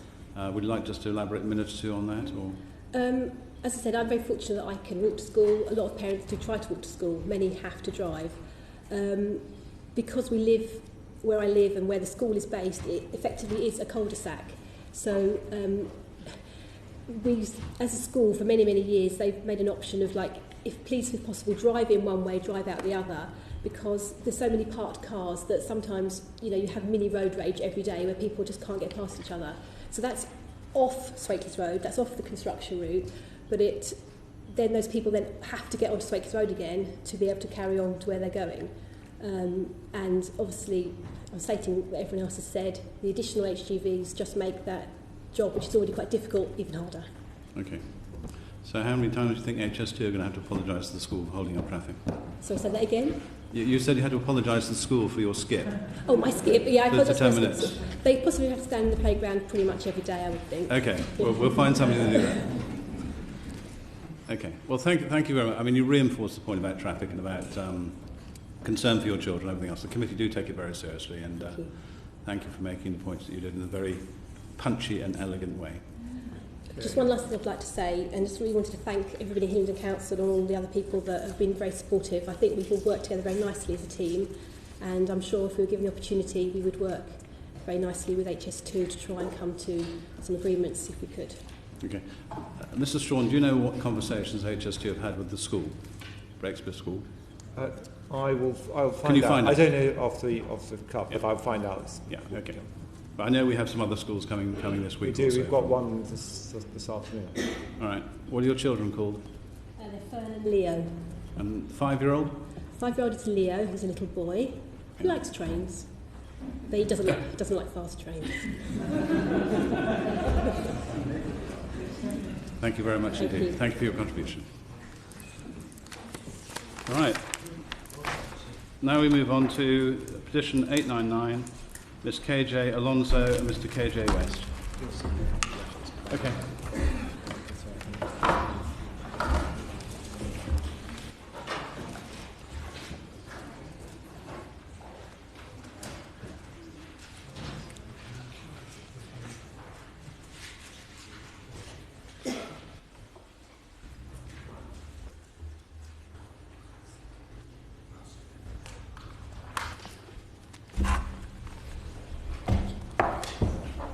Thank you very much, both of you. I saw you here first thing this morning, so clearly you followed the proceedings. Yeah. Are you going to kick off, Mr. West? Or? Thank you. Good afternoon, Select Committee. I'm Kevin West, and this is my wife, Juanita. Thank you for taking time to listen to our personal petition. We live in Hoylake Crescent, and Beryl and the team have covered quite a lot of what we wanted to say, so we'll make ours brief. Our petition today will include a brief history of our life in Ickenham, why we are petitioning, and hopefully what yourselves and HS2 may be able to do to provide us with some assistance. Good afternoon. Good afternoon. It's going to be very, very short. Most of the things that we wanted to discuss have been discussed already. Kevin and I, we made the decision to move from central London. It took us a number of years to decide to move, and finally in 2010 we plucked up the courage, sold our flat, and chose Ickenham, mainly because the connections into London were fantastic. Kevin doesn't drive because he's epileptic, and our two older children still attend secondary school in central London. And also it had a country feel, although it was still, very central to everything. So we moved in August 2010, after apparently the proposal had been sort of made public. We went through Gibbs Gillespie and our estate agents, and nothing ever was brought up in the searches. So we moved in very happily, chose a lovely house in Hoylake Crescent, lovely quiet crescent, wonderful garden for the children and the dogs, and 2 weeks after moving in, we got the Gazette through the door and read about the HS2 running along the end of the garden. So we were pretty horrified, really, because we'd moved from central London with all the noises you get with the city out to Ickenham. Although we knew about the children line, it's not as frequent as the HS2 will be, and we didn't find it was that bad a noise. I spoke to the solicitor. He went through all our files. Nothing had been sort of highlighted in the search, and apparently when the search guys spoke to the council, they'd been told that notes had not been put on at that point. That was June 2010, after the March 2010 cut-off, which HS2 say you can be entitled to compensation. We've got a letter from the solicitor, but I won't bother showing it, we'll just crack on. So, to be honest, since the second week we moved in, it's been quite negative, really, on and off, because sometimes you think about it and think, oh my God, how awful, and then you try and dismiss it and think it won't happen, but it will happen. And basically, it sort of made living this new beginning that we were sort of hoping to have, made it quite awful, really. We're really involved in the community. It's a lovely community. We, as I say, we came from central London, have been lived there all our lives, and Ickenham, within a short space of time, was much more of a community. They're very welcoming. Both our sons play for Ickenham Youth. Our youngest boy's at the Ickenham Cricket Club. He attends Breakspear School. And we really don't want to move, but when you listen to how many trains, the small amount of noise, or a lot of noise that you might get, and the construction, it makes you want to move. Although Ickenham is an amazing it's an amazing place, and it's a shame to have to sort of upset the community with such sort of negativity through construction, down to the noise that we'll be getting every day, with the amount of trains that are coming along. They were, at the moment, I think the Chiltern line stops about 11, and then starts again about 6, and it's one train. They're just not that frequent at all. And the HS2, it's going to be continuous noise with or without sound barriers. It will still be continuous noise, and then to try and enjoy your garden with that noise, and just all the slides that you've seen, the open spaces, all these wonderful walkways, they'll be completely changed.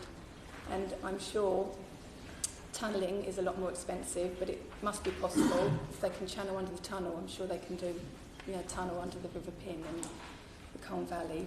But that's really what our petition is about, to try and extend the tunnel or have a fairer compensation. In the slides previously, there was the rural zone. I think there's 5 or 6 crosses you may have seen, with the one next to the final cross to the left-hand side. So we'll still have the same noise, blight, visual blight, but unfortunately we don't qualify, as do a lot of other people further down Hoylake, left and right, for the sort of 6 or 7 crosses.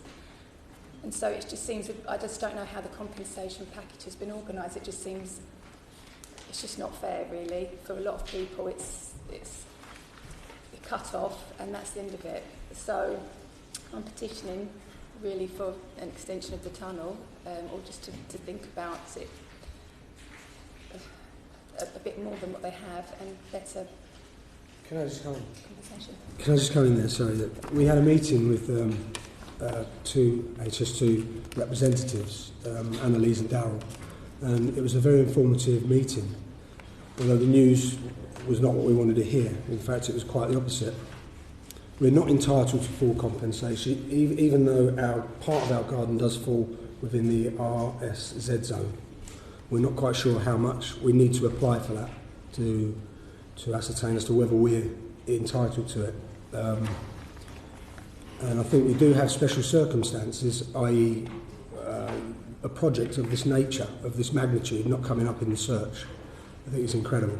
Can't quite understand it. We did not choose to live on what will be a 24-hour construction site with light pollution, with a conveyor belt with noise, diesel pollution, HGV and traffic jams, banned access to country walks, which we love, and of course the frequency of the trains.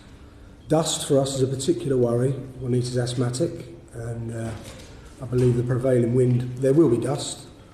If you could put up a picture of our back garden, it's picture 5, I think. Please.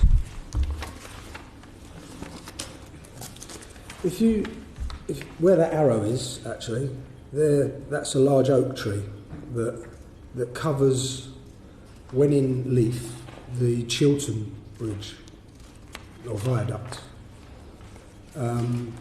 If you go to the next picture, picture 6, in the winter, there is no vegetation whatsoever.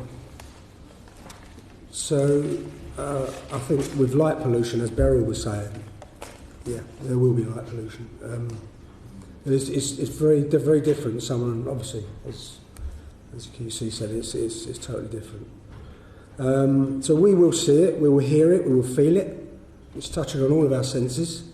And as we explained to Annalise and Daryl, the £22,000 compensation does not help. I don't think, personally, that you can measure how we feel with a stick. The difference between our neighbour receiving full compensation is, I think we have another picture of 7, please, yeah. That's the difference between whether you receive full compensation or not. We're on the left, that house is on the right. We will see the same as what that neighbour will probably sell up and move along. It's not fair. It's not a fair system. Lisa? Just finally, our 2 older children, we've got a 19-year-old and a 16-year-old. Since we moved there 5 years ago, I've used HOAC regularly. We didn't have that sort of facility in central London, so they were really able to use, experience new things, especially physical, make new friends in the area. Great place. Our youngest son won't be able to do that, and there's thousands of children that use that, and adults. It's an amazing place. It's been there a long, long time. That will be lost, and that is such a shame because it will just affect thousands of children and adults. And I just think surely that must account for something, even if it costs a bit more money. And we're talking about people, and that's it really. Short and sweet. Well, it is, but just that final point that you wrote. We want to live in our house in peace and enjoy where we live. Therefore, our only acceptable form of mitigation would be full compensation, or ideally for HS2 to be tunnelled through Ickenham, saving misery for the whole village. Okay. And that's it. Thank you very much. Yeah. Thank you. Was it worth sitting there all day to do Short and that? sweet. Oh, Yes, it was actually. Coffee like that now. It was. Okay, well, HOAC and tunnelling we've sort of done, and the compensation position in relation to these couples. Yes. Can I, slightly different instructions as to the nature of the meetings that you've had, that Mr. and Mrs. West have had. But the important thing is just to, if I can turn to 6800, just to understand where Mr. and Mrs. West's property lies in the compensation zones. You'll see their properties marked in red. And the committee will recall there are a number of criteria that apply to the rural support zone, one of which is that you're not aware of HS2 at the time you purchase a property. And I understand that's been the subject of discussions because although the project was publicly known when the purchase occurred, as Mr. and Mrs. West have explained, and they put some material in, they weren't personally aware at the time, and for whatever reason, the searches that they came back with didn't show up the presence of the HS2 scheme. So in making an application, if they want to make an application, those designing the applications will recognise if someone's not aware, be it through the fault of someone else or whatever the reason may be, the focus is on what Mr. and Mrs. West were aware of at the time. The second relevant criteria in which there's been discussion about is where not all of your properties are within the zone. The general approach is 25% must be within the zone. At the moment, it's very close in terms of the percentage, and certainly what I was told, but I'll reiterate it today, if there's been any mixed or misunderstandings of the messages, that if Mr. and Mrs. West do want to apply, they should make the application, because at the moment it's so close that it is likely to be a question of small measurements as to whether it went into 24 or 25%. And as you'll appreciate, these schemes are not rigid in the sense of strict rules. They're policy schemes where we can look at the circumstances that you just described. So I can't determine the application myself, but we have encouraged, and if it's not clear, we have encouraged Mr. and Mrs. West to apply, given what they've told us, if they want to take advantage of the scheme.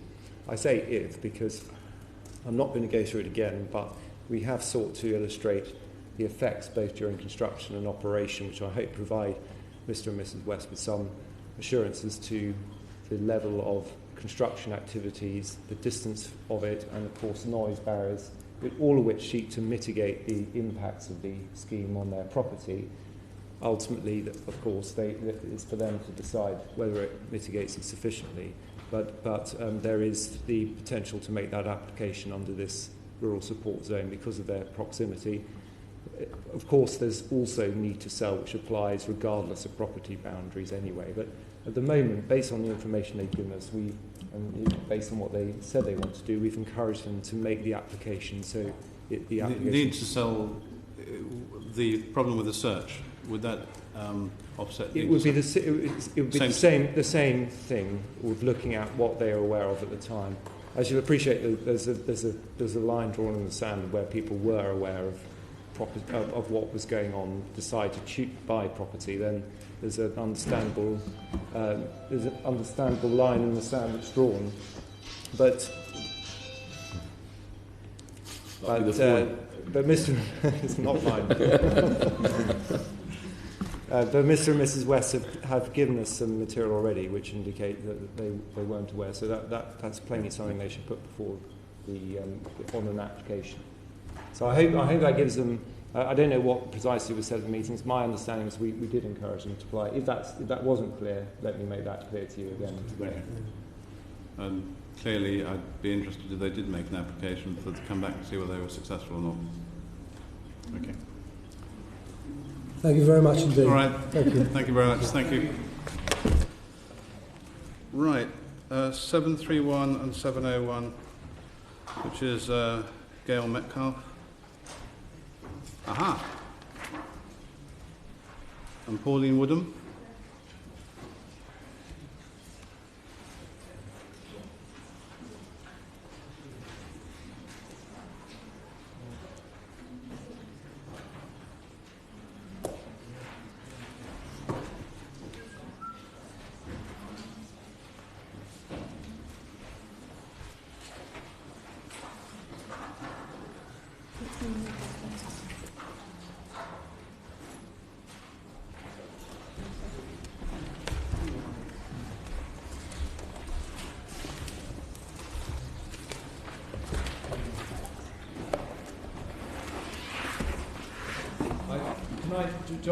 Is it convenient just to update you on you asked the question about discussions with Breakspear School.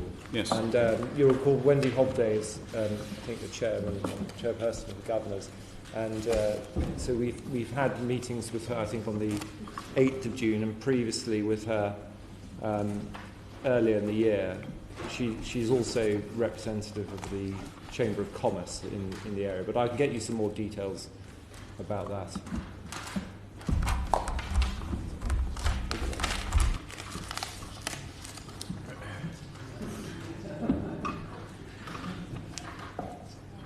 They took your name thing out, put it in the bin, and had to pull it out of the bin, straighten it out, and put it back.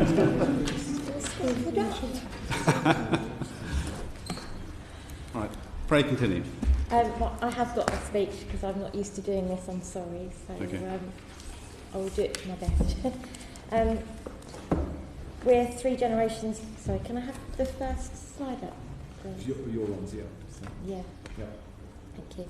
So I'm covering 2 petitions, myself and my neighbour Pauline, or my mother's neighbour.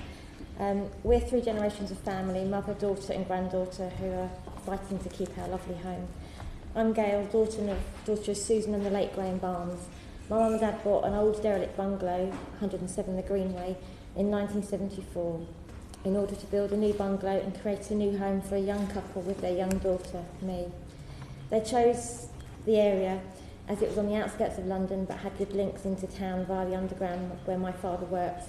My late father, who sadly passed away in August 2012, worked hard on the house, spending all his spare time when not working in London, the great Universal stores where he looked after their property empire.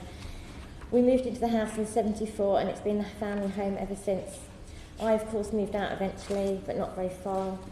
I love my family home and area, so I bought a house just 4 doors away from my parents to be near them and to enable my daughter, Caitlin, to get into the same schools as I did as a child. This was in 2001, long before we heard the dreaded phrase High Speed 2. So we've been living peacefully in the Greenway since 1974. Pauline's just going to say a few words now. Yes, this is very brief, you'll be pleased to hear. My parents moved into the Greenway in 1971, and we very quickly realised what a lovely area Ickenham is. Also had the added advantage, as far as we were concerned, of the easy access to London, where my husband worked. So we were thrilled in 1976 when we heard that the property opposite was for sale, which we eventually purchased and moved into. We're really fortunate to have such lovely neighbours, of course, with Gayle here, but no, seriously, they are absolutely lovely. It's such a wonderful feeling, the whole of the Greenway, with all the people that live there. It took us ages to get the property and the garden as we wanted. It really was a labour of love, but we eventually did achieve that and got it just as we wanted it to be. I can't say it. Unfortunately, Pauline's husband then passed away 20 years ago. She's also got her elderly parents across the road who are in their 90s. They live directly opposite Pauline. And now HS2 have given her the devastating news that they want to take 50 square metres of her land where her garage is required for utility works for the proposed line. Sorry. HS2 has affected all our lives quite drastically over the last 5 years and 3 months since it was announced. It has meant these years have been spent worrying over what will happen to our homes, when it will happen, what we will be doing when it happens. It has made life very difficult to plan, not knowing anything, and still this far into the proposal we know nothing. We have all been stuck in limbo land for this period of time, not knowing if our homes or gardens will need to be demolished for it. And as you will see from what I'm about to show you, really we are still living in limbo land, although we now do fall into the compensation zone. Now that even isn't a worry or concern. Our petitions were, as you are well aware, very similar to the majority of the petitions from the village. Today, though, we aren't going to go through any of the concerns that are echoed in most people's petitions, as Brian and the Ickenham Residents Association and Council have already addressed those much more thoroughly than we could ever hope to. We would, however, like to point out that we agree with all that has been brought to you, and we would like to say that we fully support and request that you, the Select Committee, take into consideration the numerous requests that have been made for the extension of the North Holt Tunnel. I did hear mentioned a few days ago in here that when the train comes up the tunnel it will enhance the passengers' experience, and I felt extremely sad hearing that, as not having the tunnel will severely diminish the local area, which is loved and enjoyed by so many residents and visitors. For us living where we do, we can take our 2 black Labradors and all our previous dogs that live with us for long walks without having to touch a road. We've been in the fortunate position of being able to walk straight out of our house and down the side alley to the golf course. This alley will be closed off if the tunnel isn't there, and the beautiful countryside of the golf course will be gone forever. We are also worried about how the construction site for the West Ruislip portal will have an effect on our lives, with the haul roads conveyors working 24 hours a day. But again, this has already been brought to you, so we won't go into any more detail now. The Greenway is a lovely quiet road, a very family-orientated road where you'll find several sets of families that live in different houses, but just to be close to each other. It's also a road with quite a large number of elderly residents, several of whom are in their mid to late 90s. Okay. Can I have the next slide, please? Just to say again, this is Pauline and I in 1976. We've known each other a long, long time. And this is my late father, who was a property lawyer. He fought until the end and lost the fight, unfortunately. Next slide, please. It's just a map showing where we are in the Greenway, and then a little bit to tell us, point out exactly where we are of each property. Next one, please. This is my mum's house, again, and where it is on the Greenway. As I've mentioned, they bought it in 74, and my father built the bungalow himself. We moved in 74. In 76, my parents decided to put a 15,000-gallon swimming pool in the back garden, much to my delight at 4 years old. In 77, they then extended the house, doubling the size of the lounge and replacing the single garage with the triple garage to look as it is today. We were threatened that that garage would be removed in 2013. I'll go on to that in a minute. Next slide, please. This is Pauline's home. Again, she bought it with her husband back in 1976. Pauline has requested that there is, in the petition, that there's no construction of any kind. And she's received an insurance in writing. It says whether the plot is actually likely to be required. So we still do not know if that is needed to be required. Is she going to lose 20% of her garden? So how long have you lived there, Mrs. Woodham, in that particular house? Sorry. 39 years. 39 years. You composed? Sorry? Sorry, carry on. We are amazed with this statement, as we are being led to believe that HS2 are now saying they're not even sure if they require the garden, which equates to 20%. It's totally unacceptable to treat people in this way and leave them not knowing if their land is required. Your neighbour was told it would be needed. No, I'll go on to it further, but we were originally, or my mother at 107 was originally told that her house was needed and half of her house and garage would be demolished. They then changed their minds and said, no, it wasn't us. For Mrs. Woodham, yes, you were told originally part of your garden would be needed, or not? No, my mother at 107. Not you. 107, and then it changed. And then it moved across. I see. It's all very confusing. But still, in the assurances, it now says whether required. So we still don't know if, and they can't tell us when. Have the next slide, please. This is my home on the Greenway, just 4 doors away from my mother's. It's not as affected because it hasn't got the threat of the garden next door.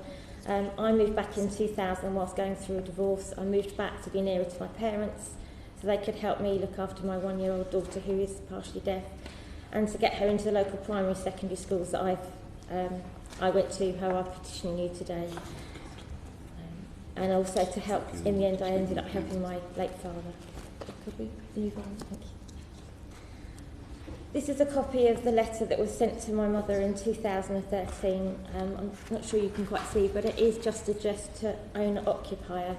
My mum had only just 9 months previously lost to my father of 48 years of marriage. I opened the letter because at that point I was opening all correspondence that was either from High Speed 2 or not addressed to my mum while I was dealing with my father's probate. As you can see, I do feel that HS2 could have at least had the common decency to have found the names of who they were writing to with such horrendous news. I called the number on the letter to get more information and no one was able to help me. I was told that I would have to wait to request an information pack when it became available at the end of the next week, and they kept referring to it as it's just a garage. As you can see in the letter, it does say, sorry, I can't read it there, it's too far. We can zoom it in. Which bit did you want? Oh, thank you. Trying to find it now, so I'm so nervous. Yeah, leave it there and I'll find it. Okay. I wanted to let you know that unfortunately, according to these latest assessments, your property would need to be demolished in order for the railway to be built. When I found HS2, the line, it seems that the maps that they were using didn't show the full extent of my parents' property at the time and showed a small house on one side and a garage on the other, and they just kept referring it to as a garage. It's not just a garage, it's a triple garage that holds the electrics to the house, the electrics to the pool. It's got lots of equipment for the house in it.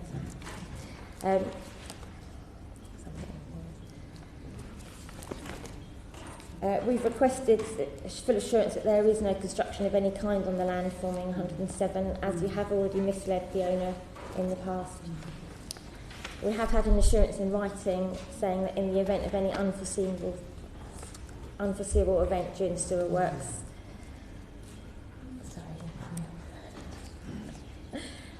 then they won't. But the sewer actually goes directly under the house, so we are still worried that they will come back to us. Just to show the 2 houses next to each other there. And again, please. It's an aerial shot of the house taken back in the 80s that we had, just to show the side. Is the swimming pool still there? It is, yep. And was just refurbished, literally finished refurbishment 2 weeks prior to that letter arriving in 2013.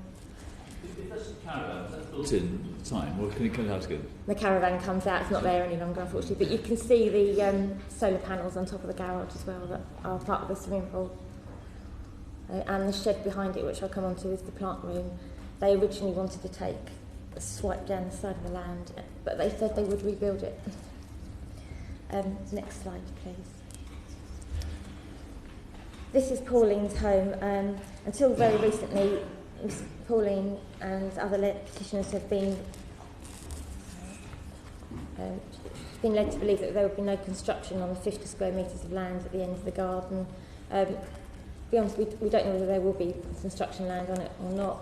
They're talking about a 6 by 4 metre manhole, but they can't tell us where that manhole will be. Next slide, please. It just shows where the sewer is that they want to move. Next slide, please. This is now an outdated version. It's been updated since this was originally given to us, but it shows in red the 50 square metres that they want to take from Pauline's garden and how they want to go up to use the alley next to the house for construction works. Next slide, please. This is the back of Pauline's garden that they want to demolish. You can see the fence panel to the left of the garage. They want to take from there directly straight across the whole of that land, destroying the garage. Next slide, please. Just showing the garden again. Once that's gone, the fence will be a lot nearer, and you've got to somehow find space for a garage in the garden. Pauline would like to know who will pay for the new garage, who will apply for planning permission. Obviously, previously her husband did all this for her, and she did think that everything was there for life now. Next slide, please. This is pictures from the rear of our garden, just showing that we can see Pauline's garage from our garden, therefore we will see the construction zone that they want to put in there. Next slide, please.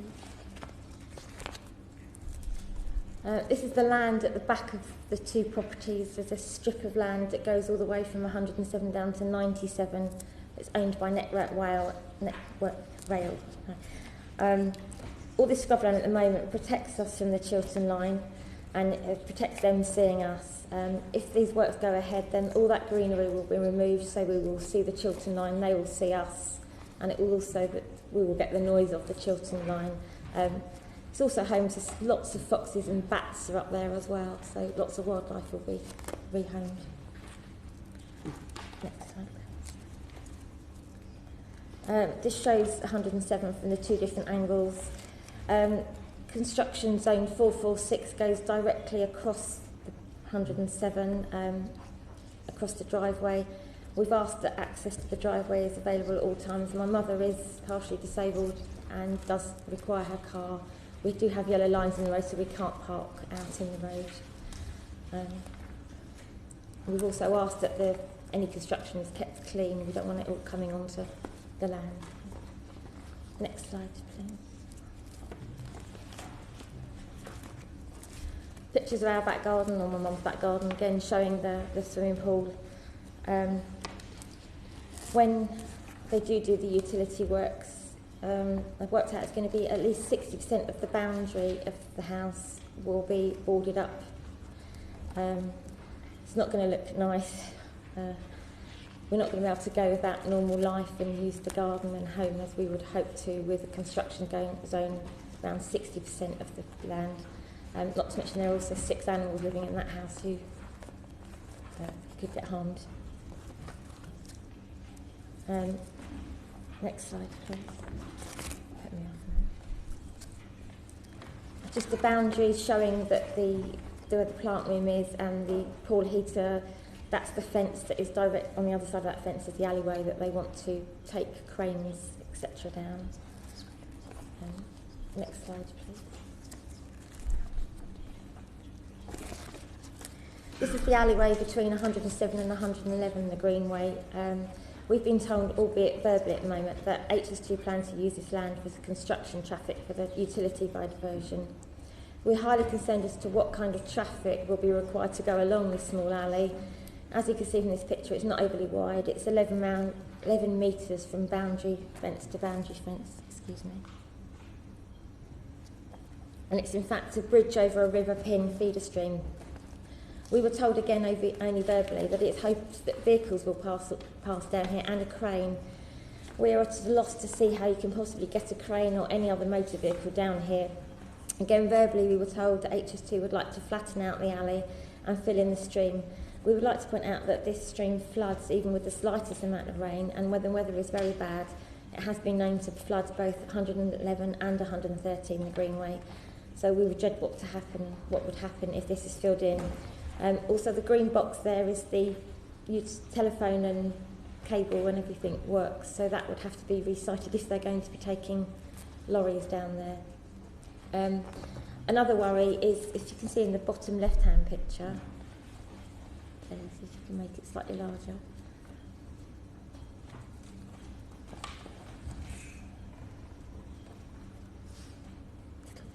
It's actually a weak bridge, 7.5 tonnes. Worry of bringing cranes down. I've spoken to Baldwins, who told me that their smallest crane comes in at 100 tonnes. And they want to bring that over the small River Pin bridge and take it down the alleyway. Next slide, please. This is a picture of the alleyway and the actual size that it is usable at the moment. The top-hand picture shows the fence and the side of my mother's garage, and you can see briefly the shed that's in the garage, the garden that holds the plant room for the pool. Again, it's just so narrow, we just don't see how they can take anything down there to do the construction work for the utility diversion. Next slide, please. It's just more pictures of the tunnel at the end. You came to visit us and you saw the alley at the side. This is the land at the end of our garden. They're proposing to take a crane down to here to be able to pull the equipment out. As you can see, it's not very wide, and there was a wall there actually that appears to be holding up the Chiltern line. So we would worry about what will happen to that if you take the crane down there.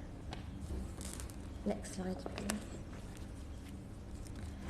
This is just the front views taken from the top left is from Mrs. Woodham's parents' house. The pictures show that the Chiltern line is completely invisible to residents on the south of the Greenway. Yet when HS2 is built, we've been told that there will be a sound barrier that will be 5 metres high, and according to plans given to us recently, these barriers from the drawings that we've been given show that the ground level will be level with the roof of the top of 107 and extending up by 5 metres, so will be visible to the whole road, spoiling everyone's view and creating possible bounce-back noise from the Chiltern line. Next slide, please. Again, this is my home. There will be a sound barrier behind that, I believe 3 metres behind there, because it's still coming out of the tunnel, but it will still be visible from people on the south side of the Greenway. I'd like to bring up the subject of compensation. I know it's already been mentioned today, but the Greenway now does fall into the rural support zone, and the majority of the road is now able to claim some compensation with regards to the route. I would like, however, to bring to the Select Committee's attention how unfair we as residents still feel this new compensation scheme. One example that's come up literally in the last few days is a beautiful house at the end of our road. They've lived there for 30 years. They got an offer on Friday for their 4-bedroom detached bungalow. They received 2 separate valuations, and because they were so far apart, were asked to go out for a third valuation. The difference between the first 2 valuations was £175,000. The next valuation that came in at just £30,000 higher than the lowest valuation. They've been offered £635,000 for a house that has been valued by local estate agents as £900,000 and £925,000. That £909.25 is the affected value, and the £635,000 from High Speed 2 is the unaffected value. So we really feel that this compensation scheme isn't fair, the prices that are being given on the homes, and we're not getting a choice. We're getting a list of who we can get to value, but we're not getting to choose ourselves. They're instructed by High Speed 2. I'd also like to add that the homes that are affected by the utility works aren't able to claim any more compensation despite being severely inconvenienced, and feel that that should also be looked into. I've gone back to this, sorry, this was a map that was given to when we were told back in May 2013 that my mother's house, 107, would have to be part demolished. They came up with this map very quickly a few days later, so we might be able to reroute it. I noticed that they're actually using the same map 2 years later, having moved on to this demolition of property from 107 now to 105, but yet they still can't tell us where this manhole cover is going to go. So we really are living in limbo land over this.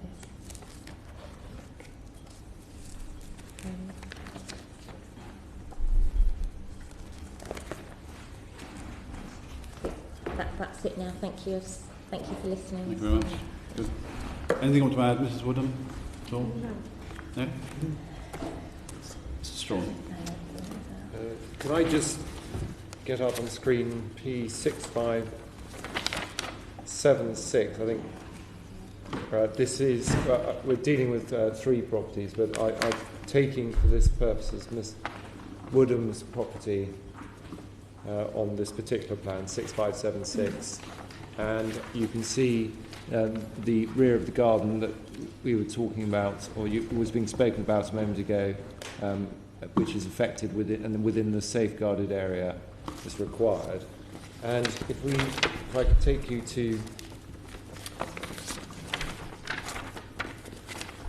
in the same section 6580.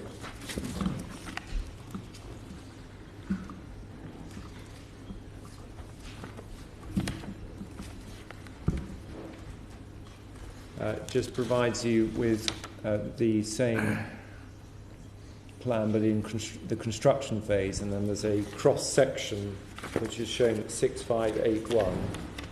And this is just to show at this stage the location of the railway at this point behind the Greenway, as I've indicated previously.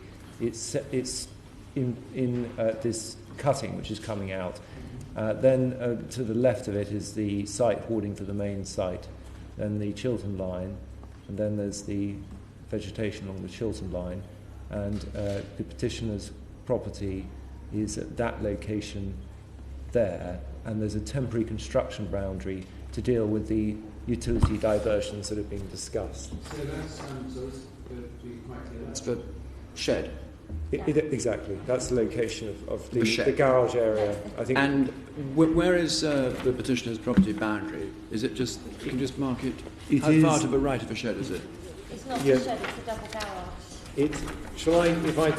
I think I've got a better plan to help in terms of the utilities. If I could show you P6585.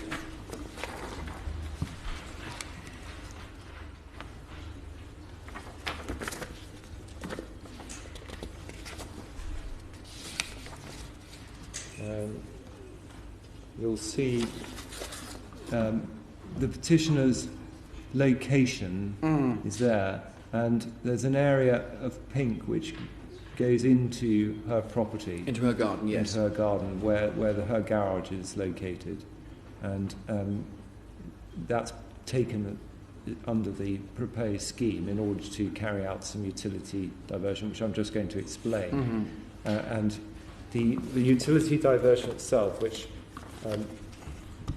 Ms. Metcalfe was explaining, you can see on this the nature of the diversion that's required. There's an existing Thames Water sewer which runs across here and diagonally across the line of route, and the diversion moves it along this line and then directly across the line of route to join back up with the existing sewer. Can I just explain that, as you would have heard, even in relation to tunnel options, there is a need where sewers are potentially affected to divert, or at least precautionary assume diversion of sewers. So, in fact, this form of work would be shown even on a tunnelled scheme as a potential measure that would be required. This isn't a form of work which is dependent upon the particular line of route. We are aware that regardless if we would love a tunnel, but we are aware that this would still be affected. So can I then just provide some further clarification of what's proposed? We have given some details of it.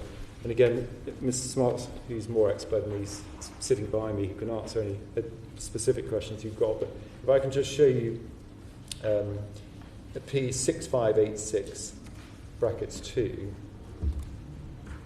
I'm sure the committee will be aware that whilst one has plans of sewers in areas, the actual precise location of sewers is not necessarily known as a result of mapping of the sewers and when they were originally put in. So we are working with the best information we've got as to the location of the sewers. Unfortunately, it means one cannot be precise as to where the manhole covers that are necessarily going to be put in will be until we do the works. But that's why we take we need to take the locations. It's not that's the reason why there's a degree of uncertainty, but that occurs with any type of sewer diversion of this kind. And you'll see we've sought to describe the area of work. It's a 50 square metre area of land that's required, and because it's quite a deep sewer, in order to create a diversion, one has to sink, I think it's 9 metres down into the ground and then work across to relocate the diverted sewer. So that is why, and that's the reference to reception pits, because there's pushing through a lining under the route to arrive at the other side where there's another area of working. So you want the back of the garden on the assumption that the sewer may be at that point, or the probability it is, and then you put the sewer in, and then presumably you can get the land back? Yeah, that's the precise location of the manhole covers, and whether they be on this side or the other side is what we don't know until we see precisely where the sewer is. We know the sewer is in that broad location, hence the requirement for the land. I think Ms Metcalfe and Ms Woodham were concerned that we can't say at this stage the precise location of the manhole cover, and we can't. What we have offered is an assurance, and I apologise if this has caused any confusion, but again, it is expressed in the sort of language which assurances are expressed in. It's not always, there are, I might get it up on screen just so you can have it, 6940, but what we have offered is a form of assurance that if we can take the land on a temporary basis, we will do so, and it's on the next page, because we obviously are happy for the land to go back once the work's been done. And presumably the double garage or shed or whatever could then be replaced. Yes, so the caveat is that, and this is we can't give any more degree of comfort at this stage, is it will depend upon the precise location of the manhole cover, because of course you'll appreciate that Thames Water will need to have access in order to ensure the sewer runs. So if there is a manhole cover in this location, what we've identified in paragraph 2 is the ability to take the land temporarily, do the work, which is expected to last no more than 6 months in duration, do the work. If the manhole cover, if it's necessary to go in there, goes into that location, the land can go back subject to restrictive covenants which allow access for Thames Water for the sewer in the future. So that's what we're envisaging. We haven't got a specific need to keep the land permanently. And how much compensation would you pay? The compensation will depend on which option is chosen, but we will pay full compensation for the taking of the land and any injurious affection that happens to the property as a result of taking that garage on that land. The alternative mechanism is for temporary possession, where we would then pay the agreed compensation for the temporary land and how it's transferred. Has that been worked out? What the temporary compensation? It hasn't been worked out yet, but we'd be very happy to enter into that discussion with Ms Woodham. I'm certainly puzzled why this hasn't been done before, Mr. Strong, to be honest. Well, sorry, why it hasn't been worked out before. Yes. Well, I think the answer to that is that it obviously requires Ms Woodham to decision as to whether she would want the land back rather than to have full compensation. But there's no difficulty in having that discussion with her. There is, she has a number of other choices, and this will partly explain why it's not for us necessarily to dictate to her what she wants to do. All of these properties you've seen are in the rural support zone. Indeed. I saw so that. Another option to her, if she it's entirely a matter of her, but another option to her is if she didn't feel she wanted to stay during these works, would then to exercise her rights under the rural support zone to require us to purchase the property. Yes. So we're very happy to have discussions with her. We obviously don't want to pressure her into making the decision which is really for her. So can I just put it in that way? So if she would like to have further discussions with us to work through those things. And of course, she can take her own legal advice about the compensation from compulsory acquisition, which then forms part of the claim as well. So I just wanted to explain, in terms of the other parts of the language, we have sought to give assurances as to what land we won't construct or carry out construction on. There was a lot of discussion about the form of the works. We've tried to describe them in more detail in the pack, so that Ms Metcalfe and Ms Woodham are aware of what would happen. We don't anticipate, for example, taking a 100-ton crane down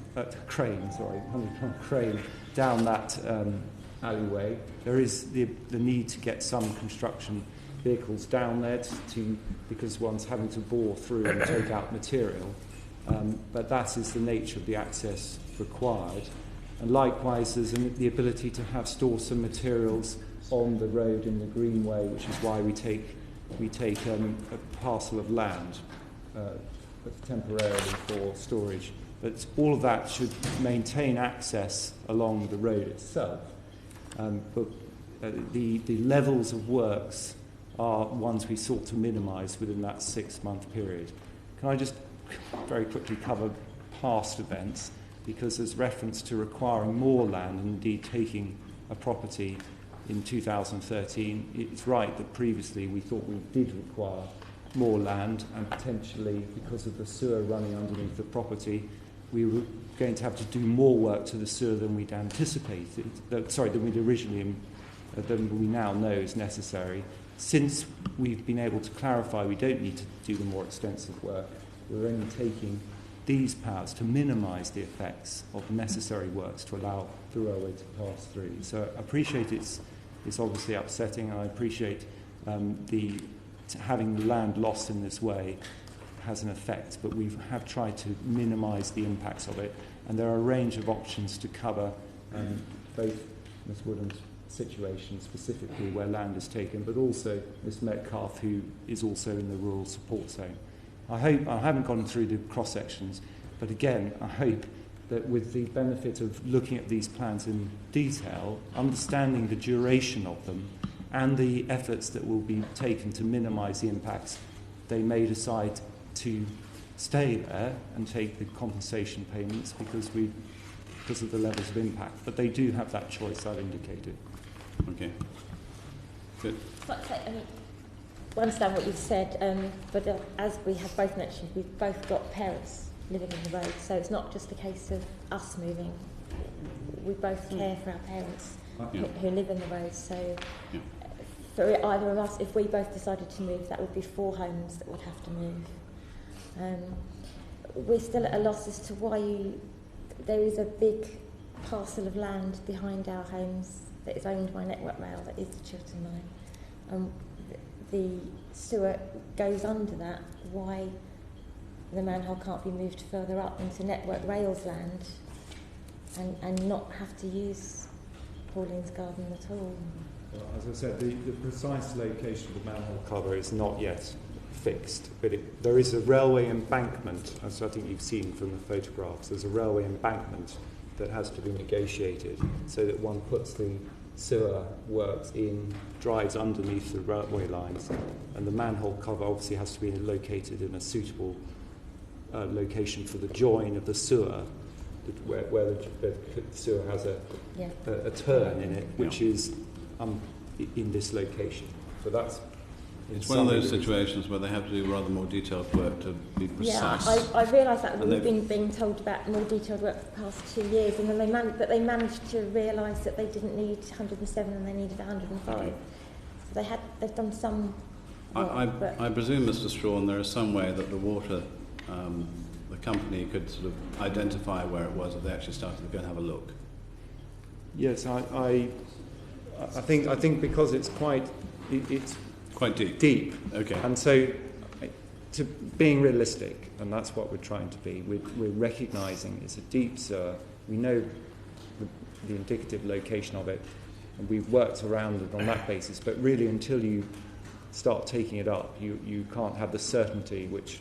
I think the truth is, until they start digging, they're not going to know quite where it is, and that's part of the problem. But see, we were led to believe that they needed to come round the alleyway and behind 107 with a crane, because we were also led to believe that the 50 square metres of land wasn't for the actual manhole cover. It was in fact to be able to bring the machinery out that had made the tunnel.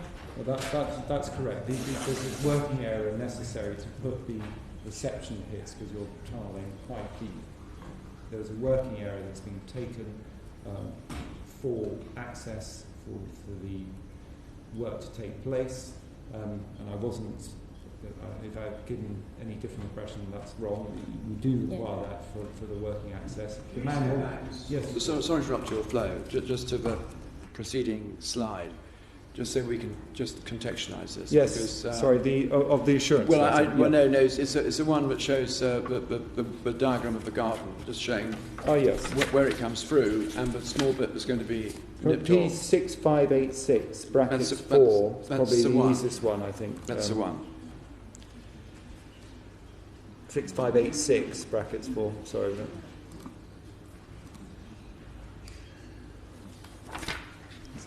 I don't know if that helps. So the garden, I haven't got the garden boundaries shown, but the location of the reception pit, that's for boring underneath the line, is the red, and then there's a working area required around it, and the blue is the access along the alleyway to get access into the working area. Yes.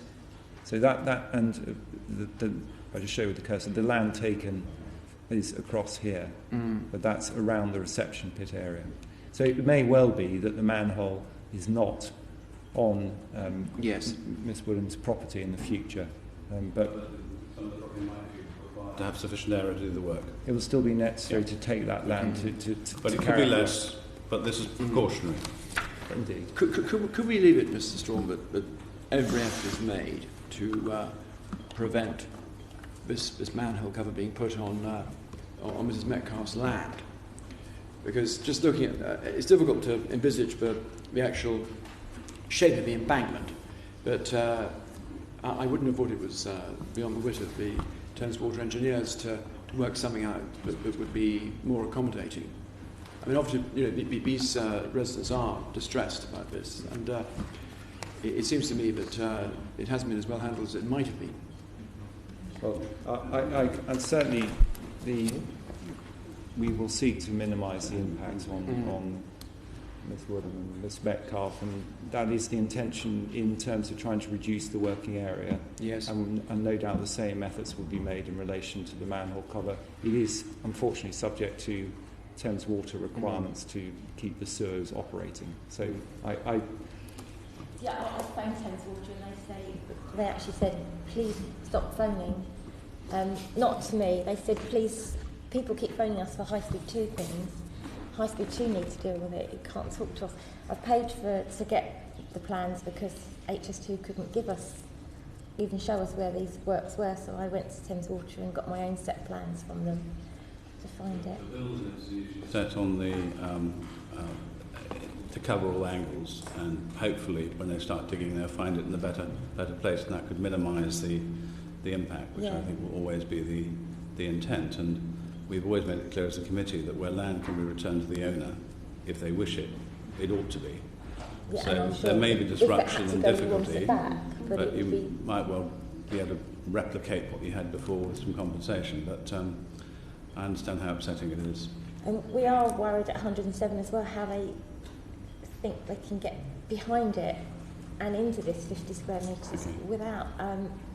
There was a slide there that showed the trees at the end of the garden. I didn't actually say everything I wanted to say, but there's 40 conifer trees that I don't know how tall they are now, but they are massively tall, that provide a screening for us at 107. And if they take anything down there, they have said that they may have to take the back of all the trees off. If they can't get through into that area, then the trees will go as well, and that's our complete privacy gone. Well, the fact that you've eloquently raised the issue before the committee and the engineers are listening, know that will be logged, and they will try and do their best.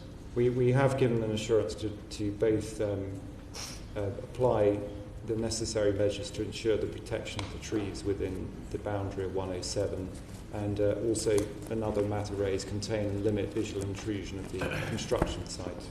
So I hope. It wasn't it could be noted that we would like HS2 to liaise with Thames Water and also the Thames Water officers to deal directly with residents in a way that is understanding and sensitive. Yes, I know that, and we will certainly be liaising with Thames Water. I can't obviously speak for Thames Water, but I can't see any reason why they won't be cooperative.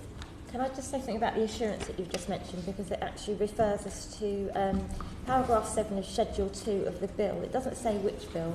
I had to ask which bill it was in. It's the hybrid bill, which you can't Google the hybrid bill, because when you look into it, it's actually called 15004.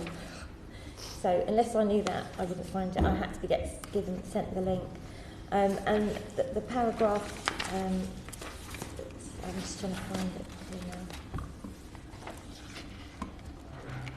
If the nominated undertaker tops or lops a tree or cuts back to the roots, so it's, although they're saying they're not going to touch it, they've also got that undertaking there that they can cut it, lop it, or take it back to its roots. So it's not really an assurance to us.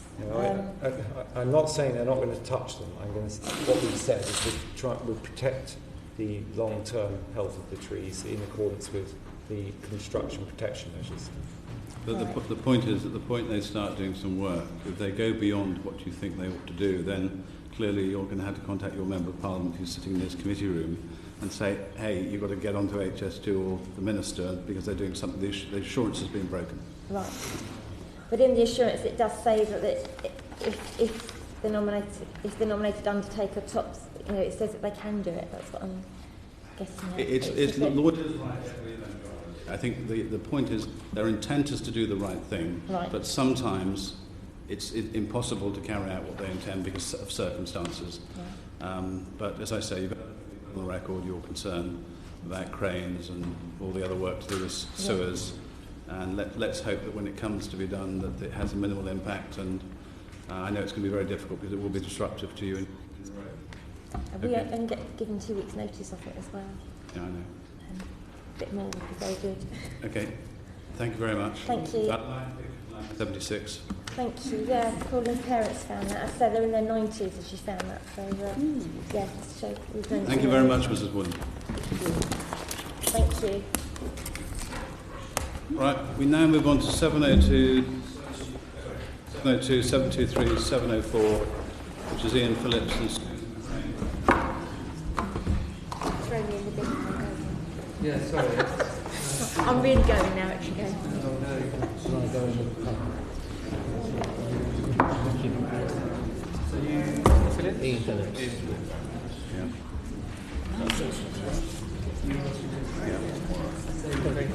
That's right. I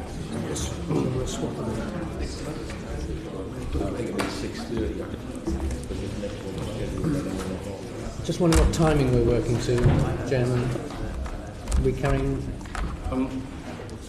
I'm not sure about votes because they're now on high-speed rail London West Midlands instruction number 3, which is, as you know, a little controversial on occasions. It's to do with the additional provisions and a number of people affected, and MPs affected, are talking on it. How long do you think you need to make your case? Well, I'm probably going to be for half an hour or slightly somewhat longer, and between us we're likely to be a half an hour. Okay, well, quicker the better. I can be 20. We could be slightly. I mean, it's better to be punchy because we start to get worn down after a while. I'll give you a high-speed presentation. That's wonderful. Thank you very much. Whereabouts are you representing a particular community? We have. Yeah, sorry. I'll get. 86 petitioners and 58 households. Yeah. Correct. Good afternoon, everybody. I'm Ian Phillips. As the slide shows, I represent 86 petitioners, 58 households, and if we have the next slide, you can see where we live. Sorry. Next slide. 2. The blue is where we live, and as you can see, the black arrows, I'm sure you're very familiar with all of this, but here's Western Avenue, here's Swakeleys Road, here's Harville Road coming in, Breakspear Road coming in, High Road Ickenham coming in, and Long Lane. So we're basically here and here. We're technically outside the bill limits, but nonetheless we believe, like many people that you've heard today, we're in for a torrid time, a disaster of titanic proportions, some might say. We have a lot of concerns, but I'm going to be brief. I'm going to concentrate on that dreaded traffic again. If you can bear with me on that subject. As you can see from this slide, we're pretty well hemmed in by the main construction routes and Long Lane, which is very, very busy. You probably know the area as well as most residents do now from the various discussions that have gone on. But if I just move on to the next summary slide, traffic overview. The blue triangle is where I'm going to speak about mainly. That's Thornhill Road. I live there, and that's where the weight of the people is. We're going to be two main concerns. One is the ease of access throughout Swakeleys Road, and the second thing is the impact of rat running or diversions, reassignment, whatever you want to call it. So I'm going to focus on that. But you know this is a community. You know that the roads are not designed for current levels of traffic. It's very easy to see the problems. We have 11,000 people living here who go about their daily business. On top of that, we have very substantial commuter flows north and south. We have on the far right-hand side, you'll see ringed in orange, 3 commuter-based railway stations, substantial traffic flows related to that. And you'll see the blue stars, which are the schools that have been talked about. They introduce their own particular traffic flows. So what we have to do is we have to negotiate the various pinch points, as they're called, along this route. They're shown by the red stars as you go round.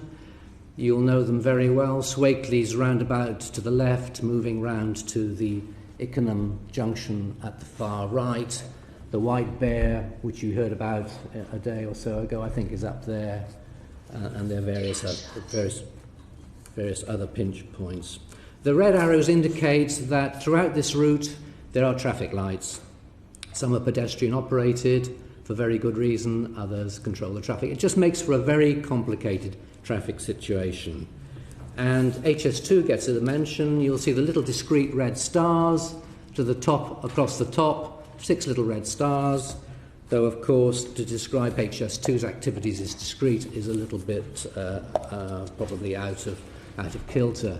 So all their traffic funnels through this infrastructure. People will say all the damage that they're going to do is focused on this particular area. And our particular concern, if I can move to the next slide please, slide 4, is congestion. Now, congestion means lots of things to lots of people. We all suffer it in different ways. This gives an idea of what people suffer from. So HS2, as we know, it's going to be a vast construction operation, lots of people moving lots of stuff around, producing lots of traffic, mainly HGVs, and HGVs are 2, 3, maybe 4 times the size of a car.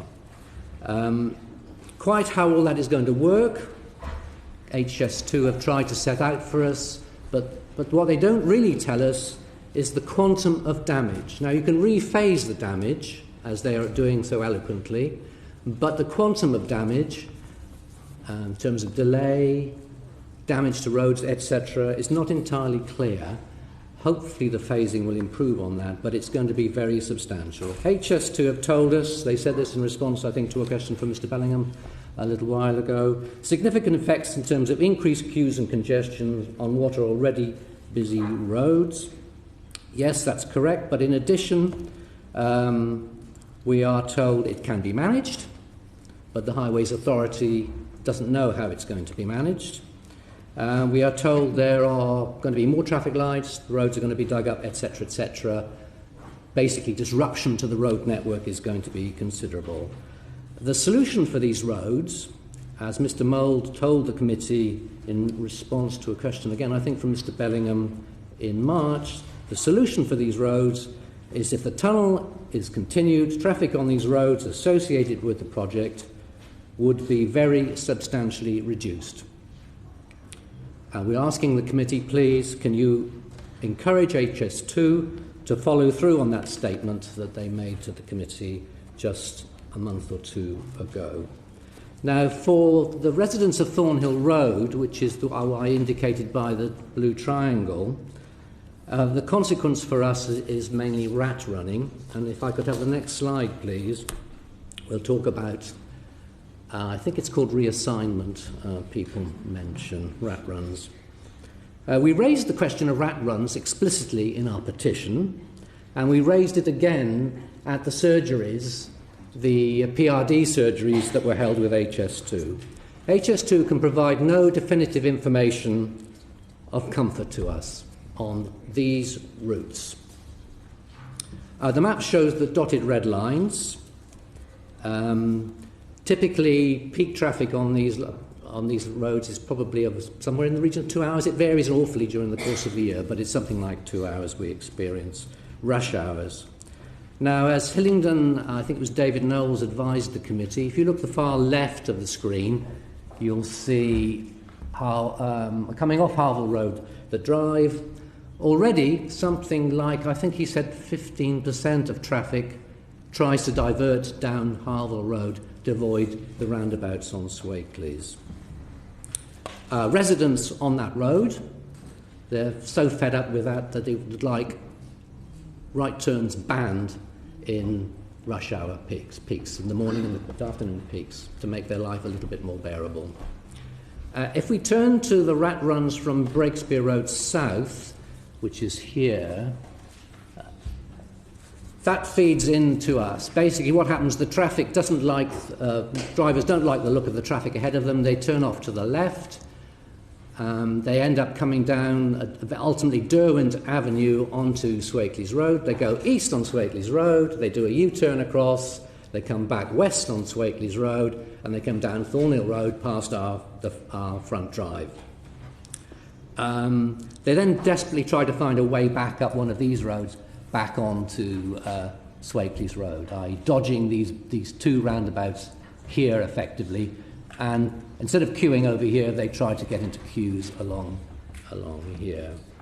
So in that peak period, if I'm sitting looking out the window, I can probably count a car going past every 5 or 6 seconds, something like 600 cars per hour going down what is essentially a residential road. HS2 are unable to tell us what the impact of their proposals on us is. So perhaps I can just divert from the volume of rat running and the queries that we have, and just I can illustrate the fragility of traffic in our area here. We had a fire on Thornhill Road, and the emergency services closed the road for just a morning. Result of that little incident, gridlock in Ickenham. The traffic backs up Thornhill Road onto Swakeleys. The traffic that tries to do a U-turn across into Swakeleys backs up to the west. You've got it backing up to the east. Ickenham, I'm amazed, but Ickenham ground to a halt for that period. And I use that just as an illustration of it doesn't take much. We had stories of people with, I think, skips digging up roads, etc. It doesn't take much, and what is possibly a slightly tricky tricky trip becomes very difficult. We were advised by HS2 to look at the traffic assessments to get comfort from that. They did that both in the PRD and also the PRD meetings. And that's what I'd like to spend a little bit of time on, if I may, please, which is the next slide, traffic assessments. One back, I think, please. Traffic assessments. Now, as I mentioned, we're very interested in the functioning of those road junctions, and we're also very interested in the diversions that may or may not take place from those road junctions and the traffic management that is going to be put in place to make that situation manageable. Firstly, if you look, it's a bit of a battle to get to grips with these things, but I have endeavoured to do that. And the first thing they tell us is that the growth projections, i.e. the change in traffic in this area, is likely to be very small. Absolute flow changes are typically relatively small for this area. In fact, for Swakeleys Road at certain points, they actually say, for this baseline case, the traffic is going to decline. Not much, but negative as opposed to positive. Well, our figures, the data studies that we've done show that actually on Swakeleys Road over the last 4 or 5 years, traffic has increased by about 20%. A crude amateur estimate, I will concede, but we have seen significant traffic growth, and I just find it unrealistic that HS2 are saying there's going to be no growth, or virtually no growth, in background traffic, the baseline case that they present. The green arrow that's going up should actually be going across, or maybe it should even be going down. If we can just turn now, please, to the junction performance. Standard appraisal technologies approach tells you that you do a base case and you then impress the results of the major changes that HS2 are planning to do onto those to see the difference. They've done that. As we know, the base case shows these roads are what Hillingdon referred to as supersaturated. Traffic supersaturated, I think the expression was. Now, often, sometimes, particularly during the middle of the day, they function smoothly. But HS2 has confirmed that on quite a lot of these junctions, they actually try to operate at or above capacity, particularly in the peak periods. Strangely, they produce some queue data for these junctions. They show what they call the mean maximum queue length, which is an indication of how long or how many car traffic you might be expected to wait. Most of these junctions, the figure quoted is 0. On some occasions, it's a 4 or an 8 car equivalence. Now, I'm not a traffic expert, but I find it very difficult to equate that sort of level of numbers of vehicles with the queues that we see. I mean, it's easy on Long Lane to see a queue of 40 or 50 vehicles in the peak period. At the junction there, which is with Long Lane and High Road Ickenham. H2 quote a figure, I think it was about 8. Now, when I raised that with HS2, they conceded that actually that was probably not a very good way of looking at traffic congestion. They said delay was. And I asked, why haven't you looked at delay? After all, delay is time, time is money to the residents, time is money to HS2. Apparently it's too difficult. They found that too difficult. But actually, that is a standard part of standard methodology. If you look at the TfL guidance for what you should do, you are not obliged, but it's recommended you look at delays. So, delays information is not available, but we experience long queues on these junctions. Well, you then ask the question, what happens when you add HS2 to these junctions? You try to put the HS2 traffic through these junctions. And what we're told is the impact on junctions are relatively small. And in fact, if you look at the maximum Q figures, they're virtually the same. So HS2 is saying their effect on these roundabouts, these junctions, is going to be virtually nil. The impact on these junctions with HS2, effect of peak construction flows, are relatively small. I just find that difficult to believe, personally speaking. I'm happy to be corrected, if that's possible, please. So, HS2 have produced some more recent data, and I've looked at that. It's a little bit difficult, but I've tried to look at that. And if we take the Swateley's Road, for example, this is with AP2, I think it is called, the revised traffic projections in. And we look at Swateley's Road. Swateley's Road carries, they say, about 1,400 vehicles in a peak hour. They then add in the HS2 traffic, and that commuter traffic, the 1,400 I've just mentioned, becomes 900 odd. So what is happening? HS2 are adding their 70, 80, how many HGVs it is, and a third of the existing traffic at the peak time, trying to get through Swateley's Road to the south, is being required to divert. Some 460 vehicles out of 1,450 odd, whatever it is. The numbers obviously vary a bit. And I raise two questions. Is it reasonable and practicable to expect that volume of commuter traffic to go elsewhere? And if it is reasonable to expect it to go elsewhere, where is it going to go? I've just described the rat runs to you and how chocker they are. Where is this traffic going to go? I did ask HS2 for that information, but again, as I say, they cannot tell us what that position is. Now, again, Transport for London provides guidance for modelling, and as well as saying that you should look at delays, it says that you should also look at the traffic impacts for locally congested areas. I think that's an accurate description of Ickenham, where there is difficulty in accommodating additional traffic. Again, an accurate area description. What you should set out in the facts supporting in your argument is you should displace what is happening in terms of the displaced traffic. You should set out what is happening to where that traffic goes. HS2 do not do that. So there's no satisfactory explanation as to regards, as far as I can find, I'm happy to be corrected, as to where diverted traffic goes on that scale. So I say that the analysis that we've seen so far fails on the grounds of reasonable, and if you apply a rationality check to it, it doesn't work.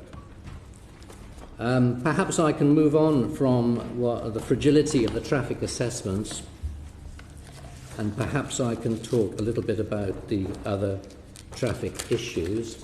I'll skip over this very quickly because you've had more than enough of this already in the current day.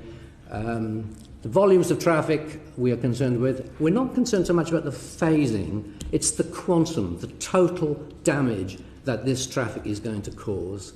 The volume of pollution, the volume of disturbance, the impact on emergencies, the damage to the highways, etc. It's the total quantum that these vehicles are going to create, no matter how you spread it. Similarly, safety. Safety is a major concern. But perhaps I can just develop the safety point, if I may, please. It's not just HGVs. HGVs cause diversions onto other roads. Particularly, they are causing diversion onto the roads near Breakspear School. That is causing difficulty with the children that are going to and from Breakspear School. And the Metropolitan Police have been asked by the Mayor to monitor the situation as regards traffic displacing because of the road safety issues that they generate. So HGVs are a problem, obviously, in their own right, but they also generate a problem with the traffic that they force elsewhere. Mitigation, please, which is the next slide.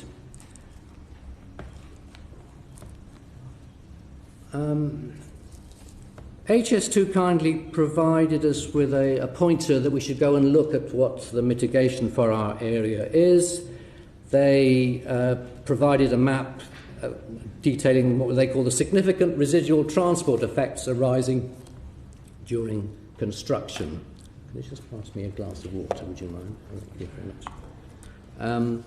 The term residual is used because it's after mitigation. It's after the application of the Code of Construction Practice. It's after other mitigation steps that are identified in a long list in that document. What it doesn't include on that map is the effects of AP2.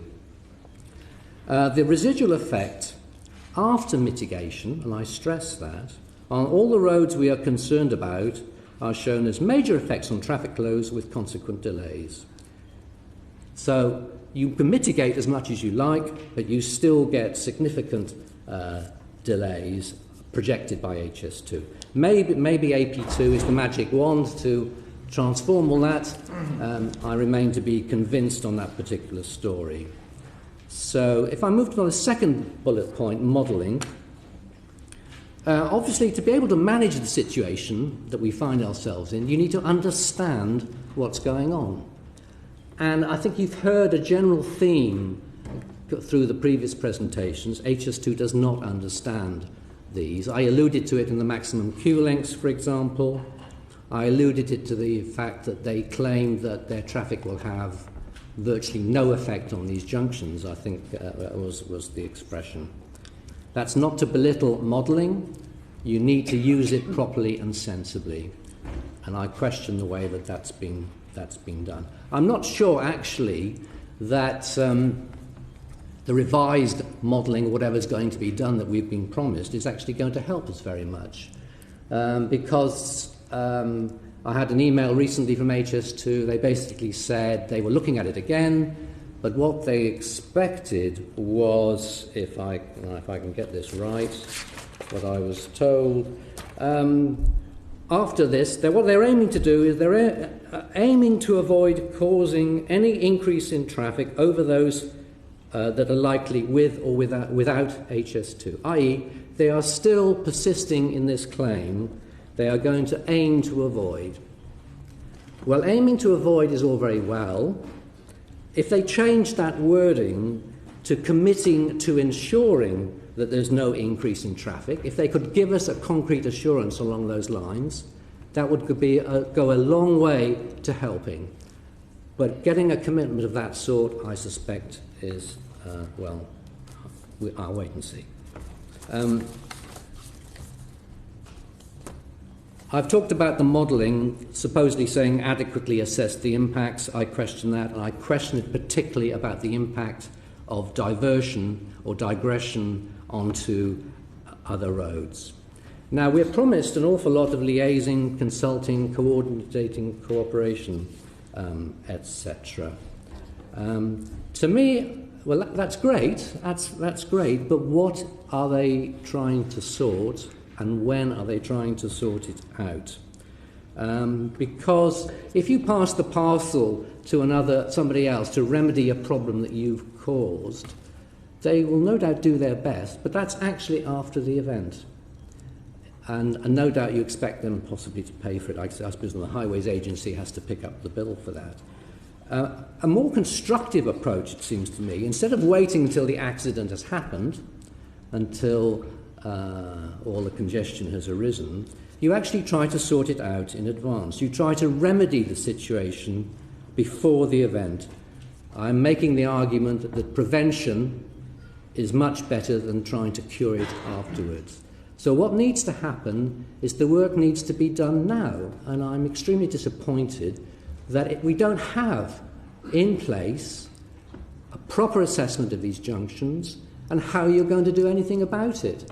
Because, yes, you can look again, but you can look as much as you like. The local authority has told us, unless there isn't a magic wand you can wave. If HS2 can devise one, that would be brilliant. I wait to be convinced that we can see a demonstration of that. If I move on to the fourth bullet point, HS2 makes reference to undertakers. I must say I found that a slightly ominous description. But I guess in the case of Ickenham, it could turn out to be sadly accurate. I mean, the easiest option for HS2 is to bury Ickenham in HGVs and to bury us in spoil. What we hope, of course, I'm a bit being over-dramatic there, of course, but I mean, what we hope, of course, is that the committee will encourage the undertaker to actually to bury HS2 in a tunnel, please, or at least to give it serious consideration. We feel at the moment that is being dismissed virtually out of hand. Please, can we try and have a slightly more engaged approach to looking that out? The undertaker is subject to various obligations. You can see those. They have to use reasonable endeavours. They're expected to do things, but only if it's reasonably practicable and not if there's cost or delay. So I'm not quite sure what benefit we are going to get from this, given the way that that wording is expressed. Anyway, HS2 tell us, to come to my final point on this slide, that what they're suggesting is the least worst option for Ickenham. I mean, I think that's a very sad expression, but if we just turn to explore a little bit on the next slide, please, what the least worst option is. And I don't mean to be flippant when I use this slide, but and I thought you've probably seen enough pictures of traffic and things like that, but the pace at which a tortoise moves is probably equivalent to how much of Ickenham will move, and West Ruislip and possibly Harefield, parts of Harefield too, at quite significant proportions of the day if this is the proposal comes to pass. Perhaps I can say, if I may, to the committee what I do not believe. I do not believe that the underlying traffic modelling and what is proposed to date is fit for purpose. HS2 have not understood the scale of the issues that we will face, or I'm sure they say they will, but we're not clear that how they will deal with them. I do not believe that the effects that we're going to see on Ickenham, Harefield, Ruislip, etc., which have been so eloquently presented to you, are justified. HS2 states it acts in a balanced, it acts in a proportionate manner. I think that if you look at the treatment of Ickenham, I think the judgment must be that it's wholly disproportionate. I mean, that's all I can say. We ask for something better, please. And also, looking at it from the promoter's perspective, I don't believe it's in their best interest to do this. I mean, just simple self-interest in terms of economics and effective operation. Unless you've bottomed out the problems here, how can you believe that these sort of delays are acceptable, or the likely days are acceptable? You haven't costed the effects. Now, some of you probably recognise the words I've used here. They're taken from a Victor Meldrew.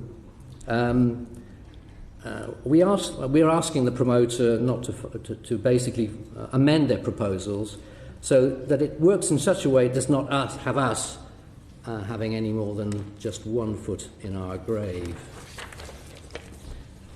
In conclusion, please. As I mentioned, HS2 have previously accepted that a tunnel would make a lot of difference for us, and that's what we are looking for. We believe that if HS2 applied its considerable expertise and resources, a much better outcome is possible. For example, extending the tunnel to the Harville Road depot, for example, which has been, I understand, I've heard that dismissed, I know. Creating and using the West Ruislip depot as the railhead, I believe. Again, I'm not sure about the technology. I believe that's been pretty well dismissed, but perhaps might be reconsidered at the prompting of the committee. Failing that, I struggle to suggest much that's constructive, other than traffic planning for this area and a very rigorous control of HGVs to minimise the problems. I'm not sure actually what can be done from the traffic planning perspective. I've said I think it's unreasonable to expect contractors and agencies to try and sort out matters after the event. I think it's better to try and anticipate these things. But there's some things that HS2 could do. For example, we heard about all this cement that's coming in on the road. Can't that come in by rail? That would make a huge difference if that could be done, for example. The spoil, again, look at phasing that so that more uses of the made of the railheads to get the spoil out rather than dumping it on us. So, as I say, I think traffic planning is the last resort. Our preference is for the tunnel, and I would be grateful for the committee's assistance to assist in at least getting that explored a little bit more. And if I may end there, and if there are any questions, I'm very happy to take them. Right. Who's next? I'll try and push through as fast as I can, Chairman. My name's David Crane, and we all want to thank you for the opportunity to speak to you in the committee. We live on the Rectory Way estate in the heart of Ickenham. So could we have slide 1 on A1095, please? To be precise, you can see the Rectory Way estate is shown in orange above the yellow Swakeleys Road, and our house is precisely there, right in the corner. We've lived in that house for 35 years, and in fact my wife was born in Ickenham. And once again, like most people, we have to preface all remarks by stating just how completely we do endorse the presented views of Hillingdon Borough Council and everything that's come from Ickenham Residents Association and the other petitioners today and on other days. We feel really that we need to highlight with something of a passion just how and why the elderly, infirm and vulnerable residents that we have on our estate are so upset and in some cases very angry. In many cases, from the very elderly, they're very frightened, in fact, of the plans that HS2 has in store for our community. So what we're going to try and do this afternoon is present to you the views of what we would call real people in a real world who are very concerned for their future. And in doing so, we'll try to avoid any exchange of engineering and technical data, except possibly one statistic later on. For as you know, like virtually all statistics, they can be manipulated beautifully to endorse and probably blind us to almost anything that is said by anybody at any time. We all know that. Now, as you can see from the map, that Rectory Way, in fact, it consists of 147 detached houses built in the 1960s. It's in yet another enclave directly off Swakeleys Road in the heart of the village, opposite the Parade of Shops. And as you can see from the satellite picture there, everywhere, including us, is densely populated. With the estate set back from Swakeleys Road and no additional means of exit or entry, of course, Rectory Way and Eleanor Grove shown there are our only means of accessing a really congested highway. Could we have slide 2, please? The estate also includes the Buntings, which is a group of 35 sheltered housing units which can only be accessed by vehicles via Boniface Road on the estate, and a couple of those are shown, pictures of those are shown on the slide for you. Could we have slide 3? And in addition to that, on the estate, there is a business office, which is there, and also a large premises called Little Buntings, oddly enough. And that houses the borough's Careline emergency call and contact offices, and the building also acts as the community centre for the sheltered housing residents. Now, as you probably realise, access is incredibly important for vulnerable people and elderly people. Meals on Wheels, visiting care workers, nurses, etc., age concern representatives, they all visit weekly or even more so.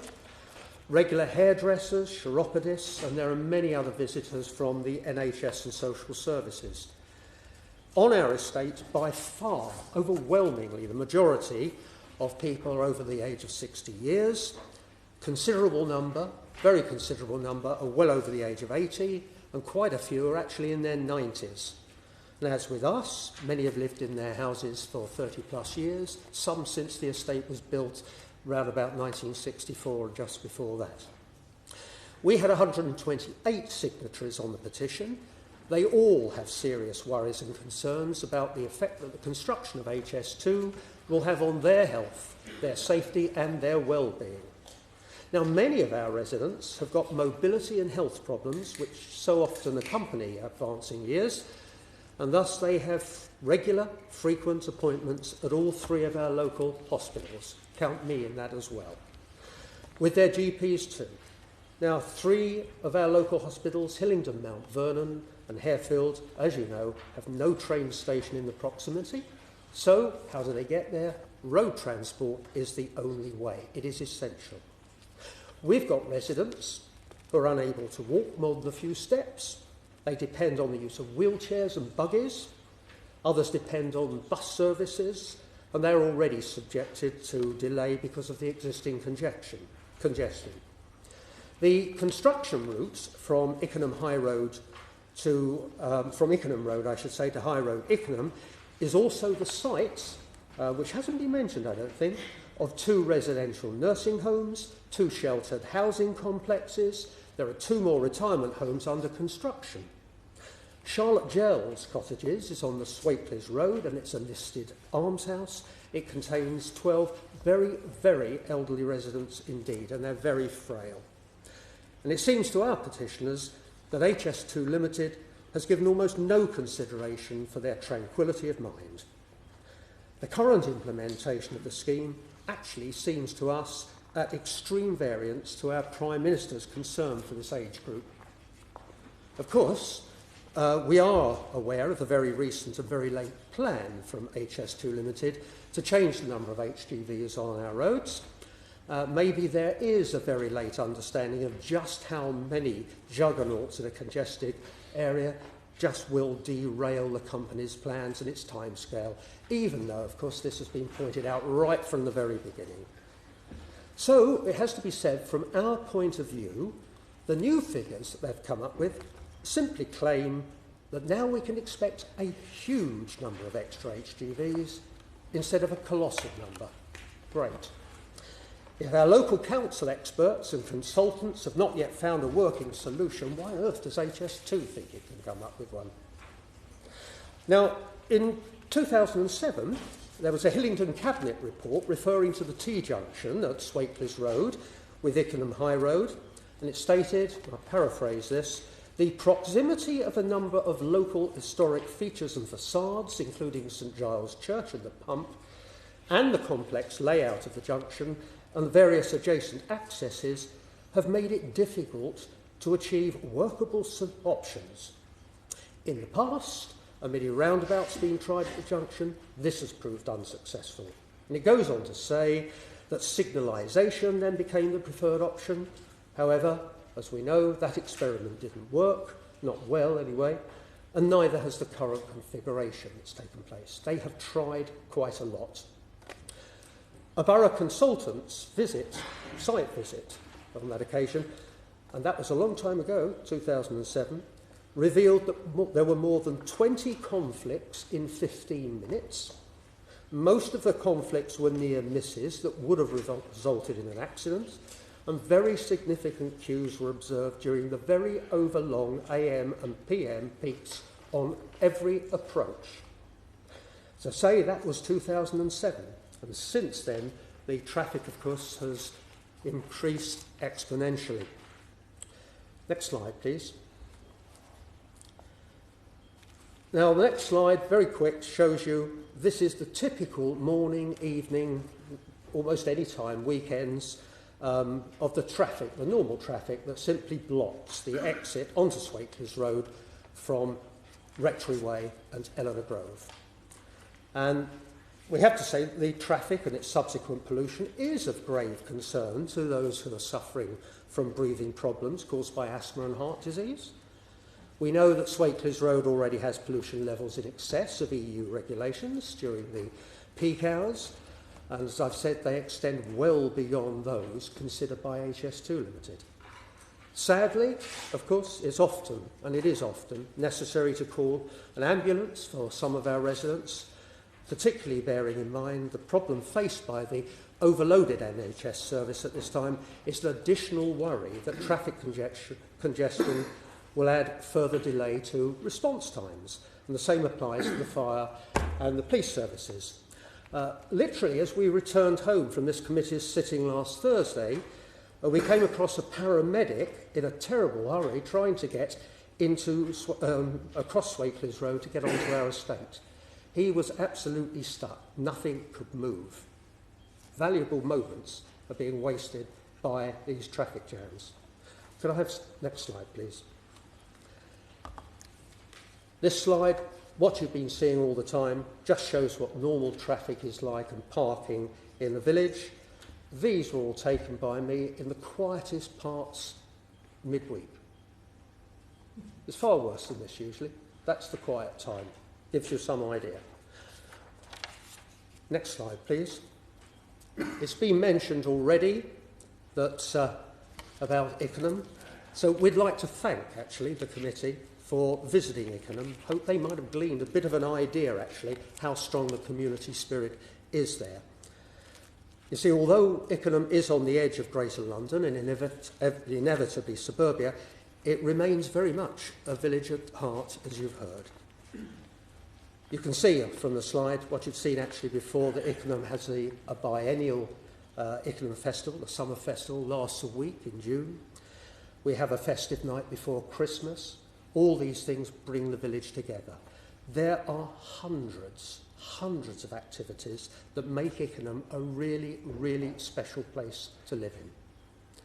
And we feel, all our residents feel, that this lifestyle and strong community support for one another will be absolutely devastated by the construction of HS2 unless really, really serious thought is given to mitigating this chaos that's likely.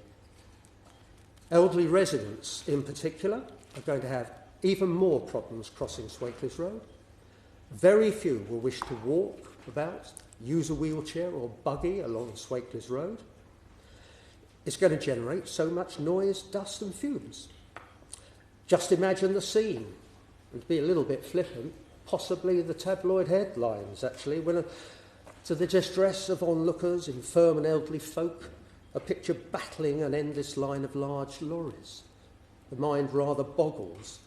I was speculating a little bit and wondered, could we read in the Mail and the Sun headlines, is Ickenham the most dangerous and congested village in Britain?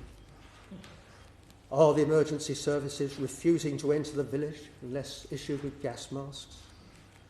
Is there going to be a public inquiry called for by residents? And finally, eventually, come back from HS2. We deny all responsibility, not us, Gov, said a spokesman, blame the contractors. But really seriously, to be serious, it was literally only last Wednesday when one of our neighbours, in her 90s, just home from hospital, been months in hospital, asked me to help her across the road, Swakeleys Road, because she was literally too frightened to do it alone, and she was unable to walk just a short extra distance to the crossing. She had to go one way, cross the crossing, back to get where she needed to go. It was the dentist. She was frightened. Now, our PRD confirms, in fact, that the closest house on Rectory Way Estate, probably ours, is roughly 400 metres south of the proposed line. But we have to tell you that on most days, and especially at night, we've always heard the Chiltern line, always heard those trains. Railway traffic and works noise always seems to travel rather further than the data suggests. And whatever that scientific data might be, I'm sorry, it simply does. The entire HS2 project, we consider, might have been viewed in a different light if HS2 Limited really had a genuine environmental care, vision common sense and imagination for our community, which is going to be affected so dramatically and so much for the worse. It would have helped, of course, if during consultation processes we'd received accurate answers to our inquiries. You've heard about this. Too often, the officials we met were unable to answer our questions. They placed the onus on as yet unknown contractors. Responses were often unreliable. They often differ between officials.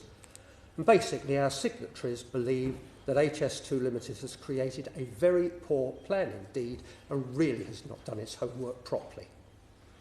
The construction plans for the Olympic Park, Crossrail and the Channel Tunnel, I might say, showed vision and imagination in their early planning and methodology. Why not then for Ickenham? All that's responded to us seems to be based on the citing of existing sites for the project. None of them has to be cited where stated. Alternative sites are known. Now, some examples of the confusion that followed. In the early days of the HS2 concept, we were told quite clearly that tunnelling the 20 feet or so under the River Pin and then onwards towards Hoack was far too complicated and difficult a task because of the geological nature of the area. But at a very recent PRD surgery meeting, we were told by the tunnelling engineer there, and we quoted, we all made sure we wrote it down, boring your tunnel is easy, but it won't have trains running through it, because unless we have the West Ruislip portal, we can't lay down the long sections of expensive high-grade rail lines. And this was followed up by a quote from another member of the same panel, well, even if you have a tunnel, it won't make much difference to the number of HGVs needed on the construction route. So, of course, we asked the question, what difference? Back came the answer, well, maybe 30%, by one statistic. Now we're told it's going to make things worse. So what exactly has changed? And is it any wonder that we're not inclined to believe all that we hear? A further comment suggested by HS2 committee was the usual one that traffic will find an alternative route. And then we were said, for example, the M25. Are they serious? The busiest and most congested motorway in Europe? You see, HS2 knows it, we know it, everybody knows it. There are no alternative routes. None. We all realise, of course, that change is a part of life and we have to adapt, whether we like it or not. However, as far as our signatories are concerned, the proposed plans constitute not just a change to our lives, but literally a devastating disruption for many years to come. So is it any wonder that we are seeking real mitigation for every one of these hazards, losses and disruptions? In the view of our petitioners, and most others except HS2 Limited, it's become obvious that the only viable solution would be an extension to the Northolt Tunnel to run under the Coombe Valley and, to add to it, changing the currently proposed sites for the railheads and portals. We all hear from HS2 in response to our petitions that their answers relate only to the current plan. There are others, and some would say better ones. So I can only say, Chairman and honourable members of this committee, we do call on you to incline to protecting our ancient village by accepting the above form of mitigation as the only possible resolution. And by doing so, we believe that you'll be reducing to a minimum the long-term despoiling of our community. You see, while we have a tunnel vision for Ickenham, that is, boring a tunnel, as the only reasonable solution to an otherwise insoluble problem, unfortunately, HS2 Limited's obsessional tunnel vision relates entirely to a thoroughly despoiling viaduct of an unknown design as part of a purely overground solution and nothing else. The company seems to be lacking in imagination, utterly reluctant to visualise any sensible alternative regardless of its merit, And we do have to ask, is the company simply blind to the alternatives because of the time and money that's been spent already on developing the current scheme? In fact, it occurs to me, as we heard a little bit earlier, if the cutting they propose at the portal is so darn deep and it's going to come up and then it's going to go down, what's the point? Just go straight through. And that does conclude my remarks, and I'll hand you over to my wife, who has a separate petition to take. Well, will you hear me all right if I stay here? You can stay there, just carry on. Carry on. Okay, all right. Be on camera then. Okay. Pardon? Yes? Okay. Okay. Well, I'm speaking on behalf of Mr. Richard Howard, who submitted petition number 704. Richard is a retired gentleman who lives on the Rectory Way estate, just round the corner from David and me, in fact. And he asked if I'd present this petition as he has a severe hearing impediment. Communication can be difficult for him, hence you've got me. I hope that I can convey the strength of feeling which led him to write his own separate petition and to request a tunnel for Ickenham.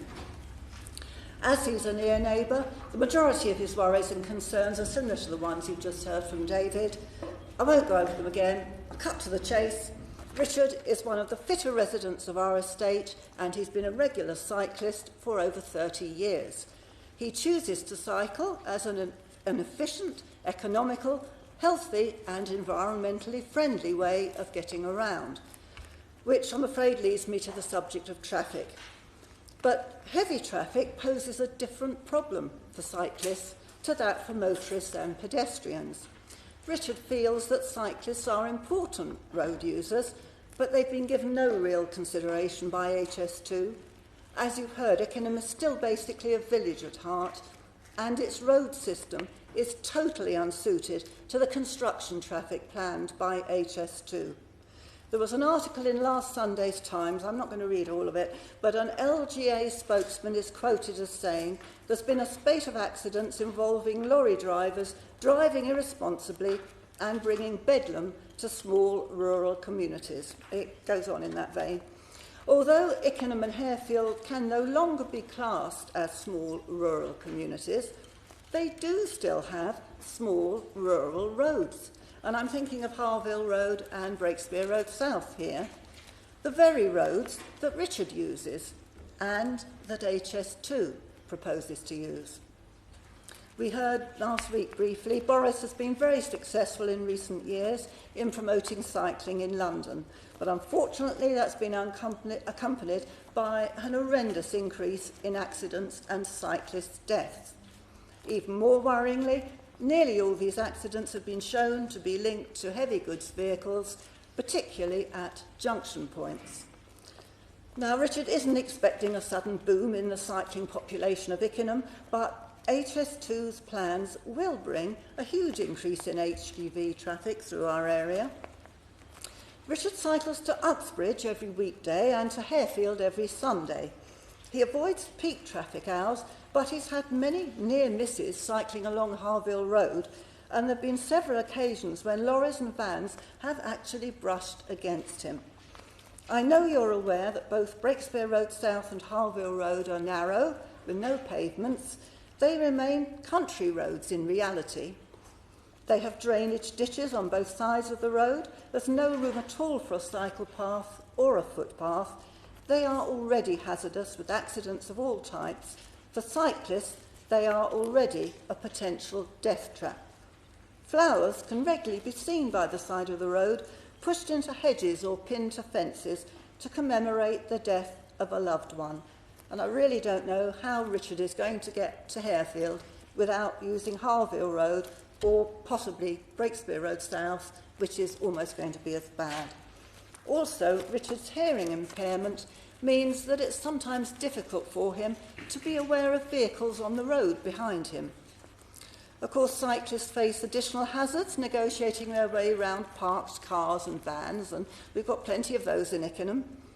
Cyclists are sandwiched between parked vehicles and passing traffic, and they face the possibility of being crushed if a driver or a passenger opens the car door without due care.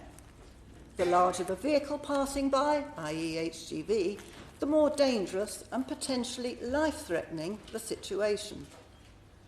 Richard describes the roundabout at the junction of Harville Road and Swakeleys Road as scary. And he also has to negotiate a mini roundabout at the junction of Breakspear Road South and Swakeleys Road. As for the huge Swakeleys roundabout on the A40, well, that's a problem on a different scale altogether, of course. Road surfaces are already bad in places. What are they going to be like when HS2s, HGVs have used them for a while? Once again, this is a more serious problem for cyclists than other road users. Of equal importance is the matter of increased pollution, which is a big worry for Richard. He's keen to keep fit and active, he regularly visits the gym, but the heavier the traffic, the greater the exhaust output. He knows HS2 has stated that it will use low-emission Euro 6 vehicles at all times, but these will still generate a huge increase in fumes and dust. I told Richard that HS2's Environment Director and Route Section Manager, Mr. Peter Miller, was called to speak on the subject of cyclist safety last week. He made many assurances to the committee about mirrors on HGVs, additional driver training, hosing down lorries in the depot and covering their loads to avoid dust dispersal.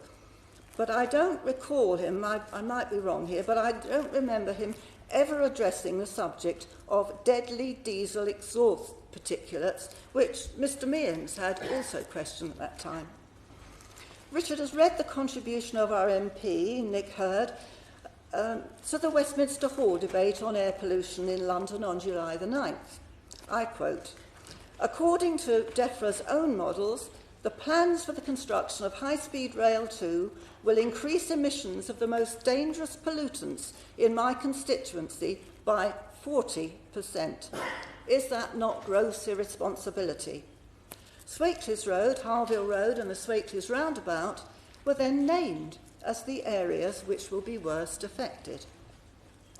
Richard detailed many other concerns in his petition, but I feel these have already been brought before the committee by other petitioners, and they need no further amplification. Although he's raising the cycling issues on a personal basis, he would ask you to consider the health and safety of all cyclists.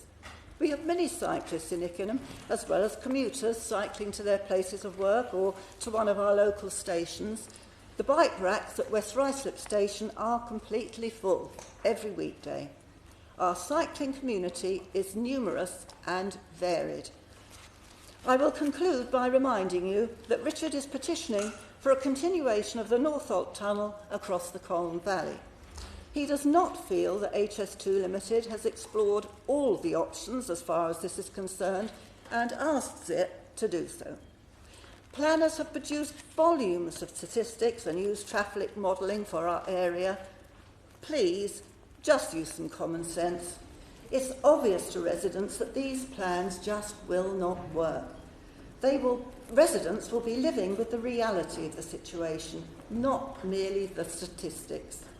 HS2's plans will be disastrous, not only for thousands of people, but for its project as well.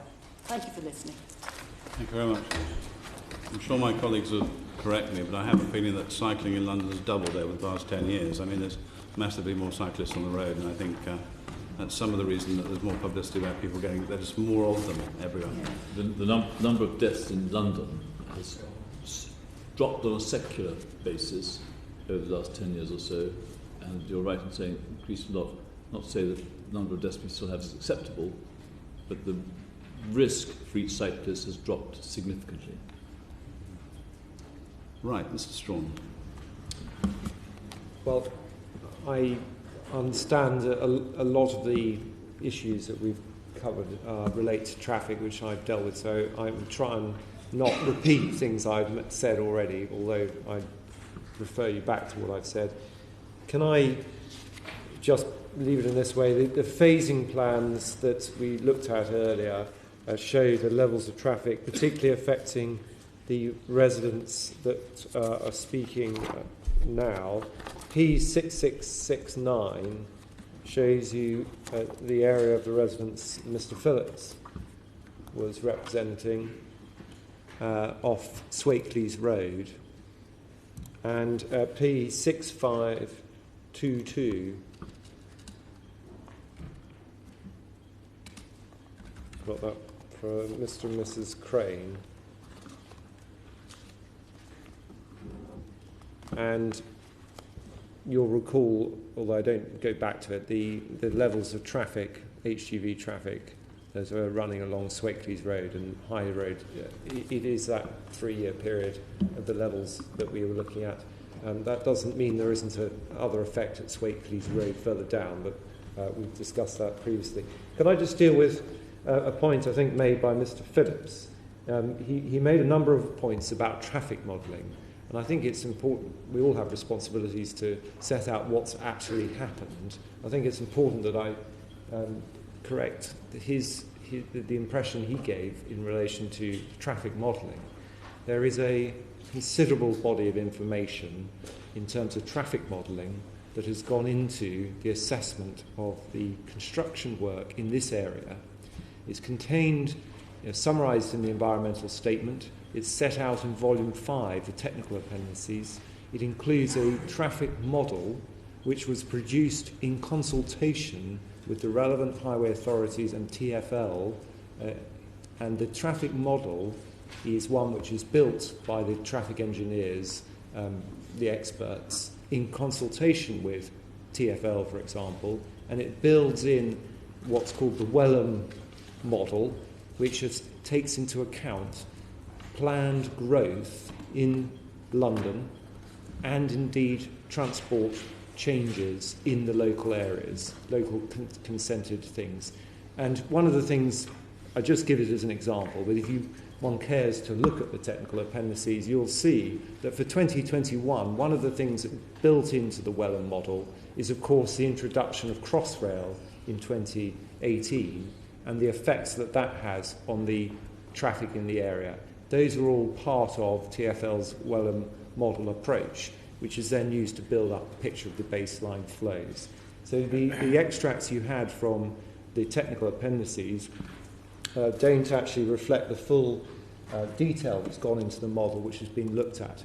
And the project does take very seriously modelling, correct modelling, and anticipating traffic flows. That work has been done, contrary to the impression that was given, and it's a model that's been compiled and developed in the way I've indicated, and it does, for example, demonstrate that there would be a 5% increase in baseline flows in 2021, which is one of the things that was identified in southbound flows on the Swakeleys Road, and it looks at the effect of introducing traffic into that. And the second point, just to note very briefly, is that in the environmental statement that HS2 has produced, it recognises the effects of construction traffic on these junctions. It identifies where there's going to be a significant effect, where it's predicted to have a significant effect, and that's all reflected in the environmental statement. The environmental statement, of course, is a worst-case scenario, and as you have been looking at over the course of time, it makes a series of assumptions about the worst-case construction traffic if it were to all take place at the same time at a peak hour. In the way we've looked at, we've produced the more detailed phasing models which show the more realistic picture. So I hope, I do feel it's important to recognise the work that's gone into the traffic modelling and the care that's gone into it.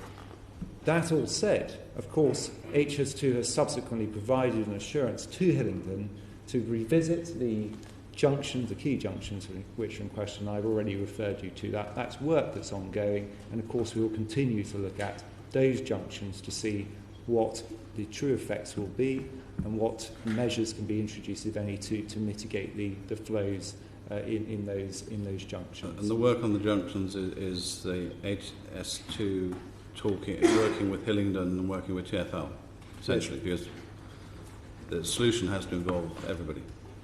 Certainly, the assurance was given to. In fact, the assurance was given to Hillingdon because it's their roads that are particularly the junctions of concern, as opposed to the TfL road, which is the A40, but certainly it's not the modelling and the consultation work takes into account the local authority and TfL.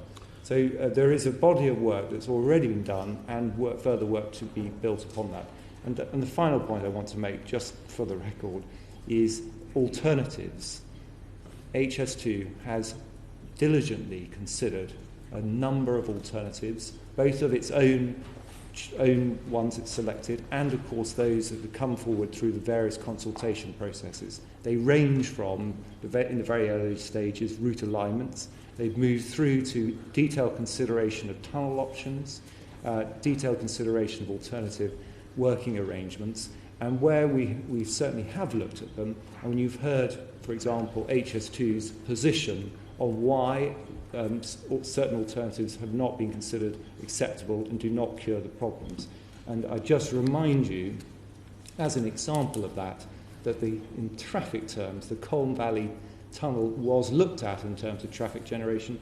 There's a slide we've seen previously which actually analyses the traffic that will be generated, continue to be generated if a tunnel were produced, and that is, of course, because it's traffic to set up the tunnel into Northolt, which is the peak traffic which is generated in this area, and that would have to occur in any event.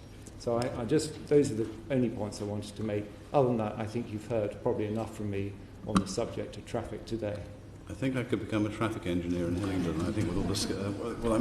Any brief final comments, Mr. Yeah, sorry. Ian. I think the residents groups and individuals who've petitioned us from the Ickenham area, have I think, emphasised the point that, and we've witnessed it, I think, as well, that the traffic can often be static in and around the area, and the modelling that has been done by HS2 and the planning which has been done by HS2 may well be fine if all things remain equal, but it seems to me that the pinch point nature of the traffic routes through Ickenham mean that unforeseen but fairly regular eventualities prevent the traffic flows from flowing, as it were.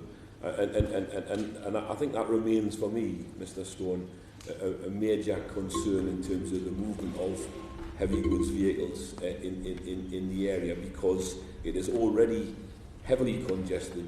As I said, we've witnessed it, and there are so many variables which affect the traffic in the area. It's very, very difficult to plan out all of those different variables.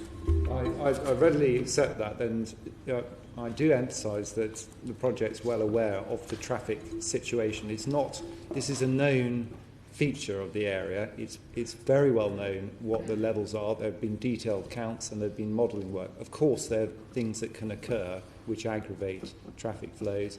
There are also effects which occur in the peak hours as opposed to other parts of the day, and all of those things are factored into the assumptions which HS2 has to work with.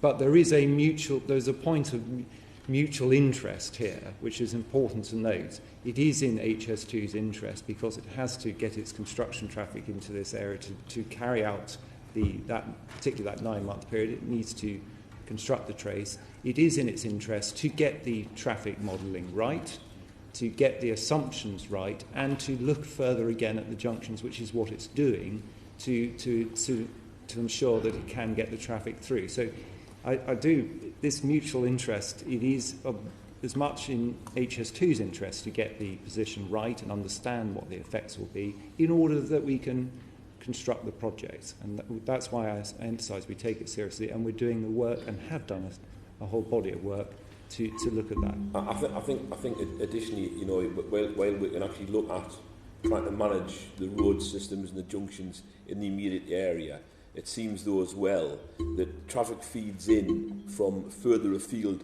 depending on what's happening on the wider road network, the trunk roads in the immediate vicinity, and the M25 even. So, you know, those additional variables go beyond Ickenham itself, as it were. Certainly the case. It does also work the other way in terms of the traffic modelling because, as I indicated earlier, it's a well-established principle that diversionary traffic does occur on a much wider level. So people travelling further afield will divert if there's considered to be an increase or problems in the area. And this is, of course, something of a complicated subject, but that is part of why the Wellham traffic model assumes a degree of diversion on the wider road network, and that's one of the factors that's looked at. So I accept your point, there's rat running and things of that kind, but equally there's diversionary traffic that can result as a consequence of construction projects. But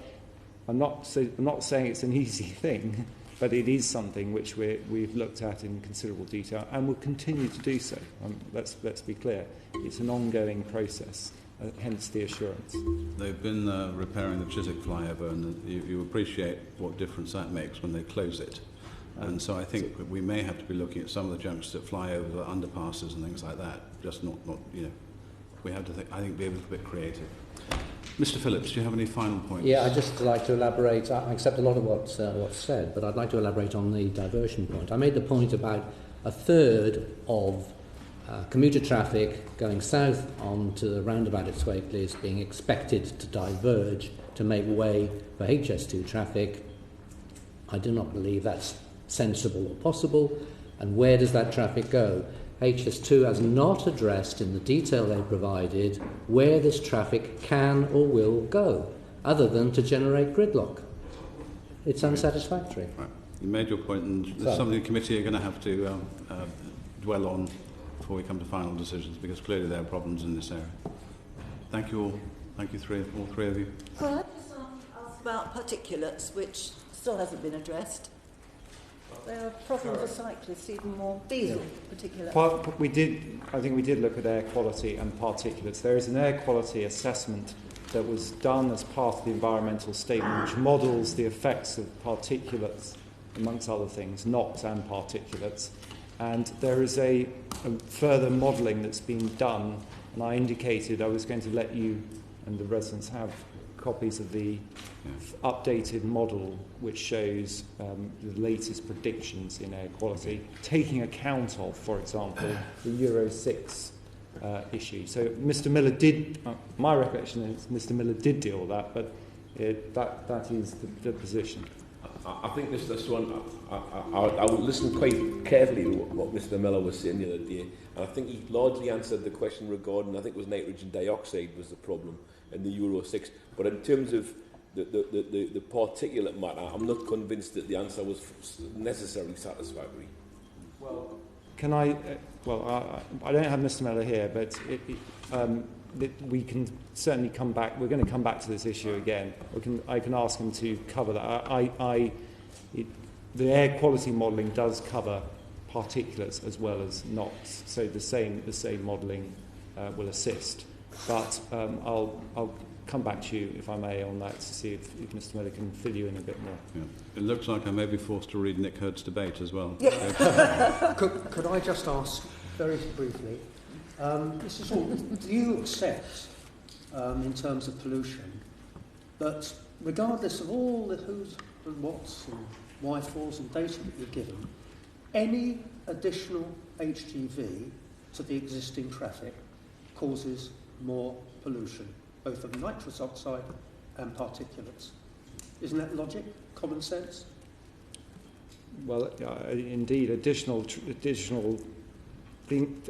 traffic or HGVs create more emissions, undoubtedly.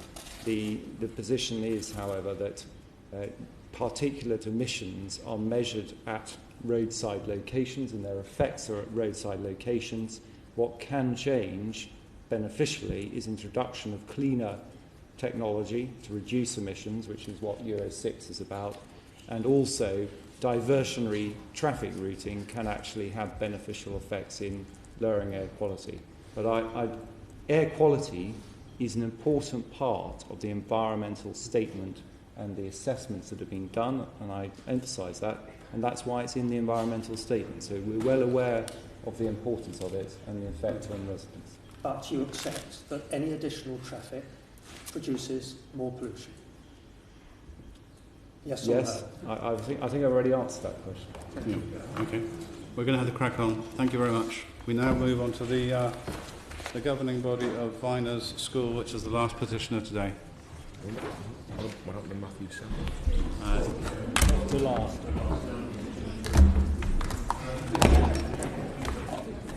A 2-minute break for anybody that needs it. Order.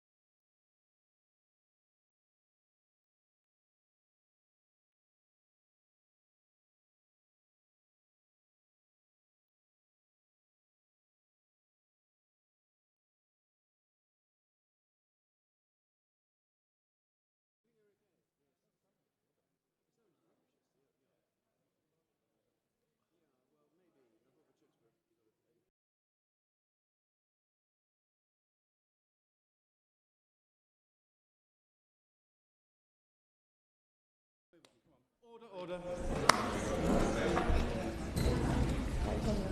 Right, we're now on the Vyners School. Mr. Gardner. Thank you very much, Mr. Summers, Mr. Chairman, members of the committee. Thank you for listening to me. I'll endeavour to get through as quickly as I can, because I'm conscious of the time that you've been sitting here as long as I have today, so there you are. A word about myself, basically.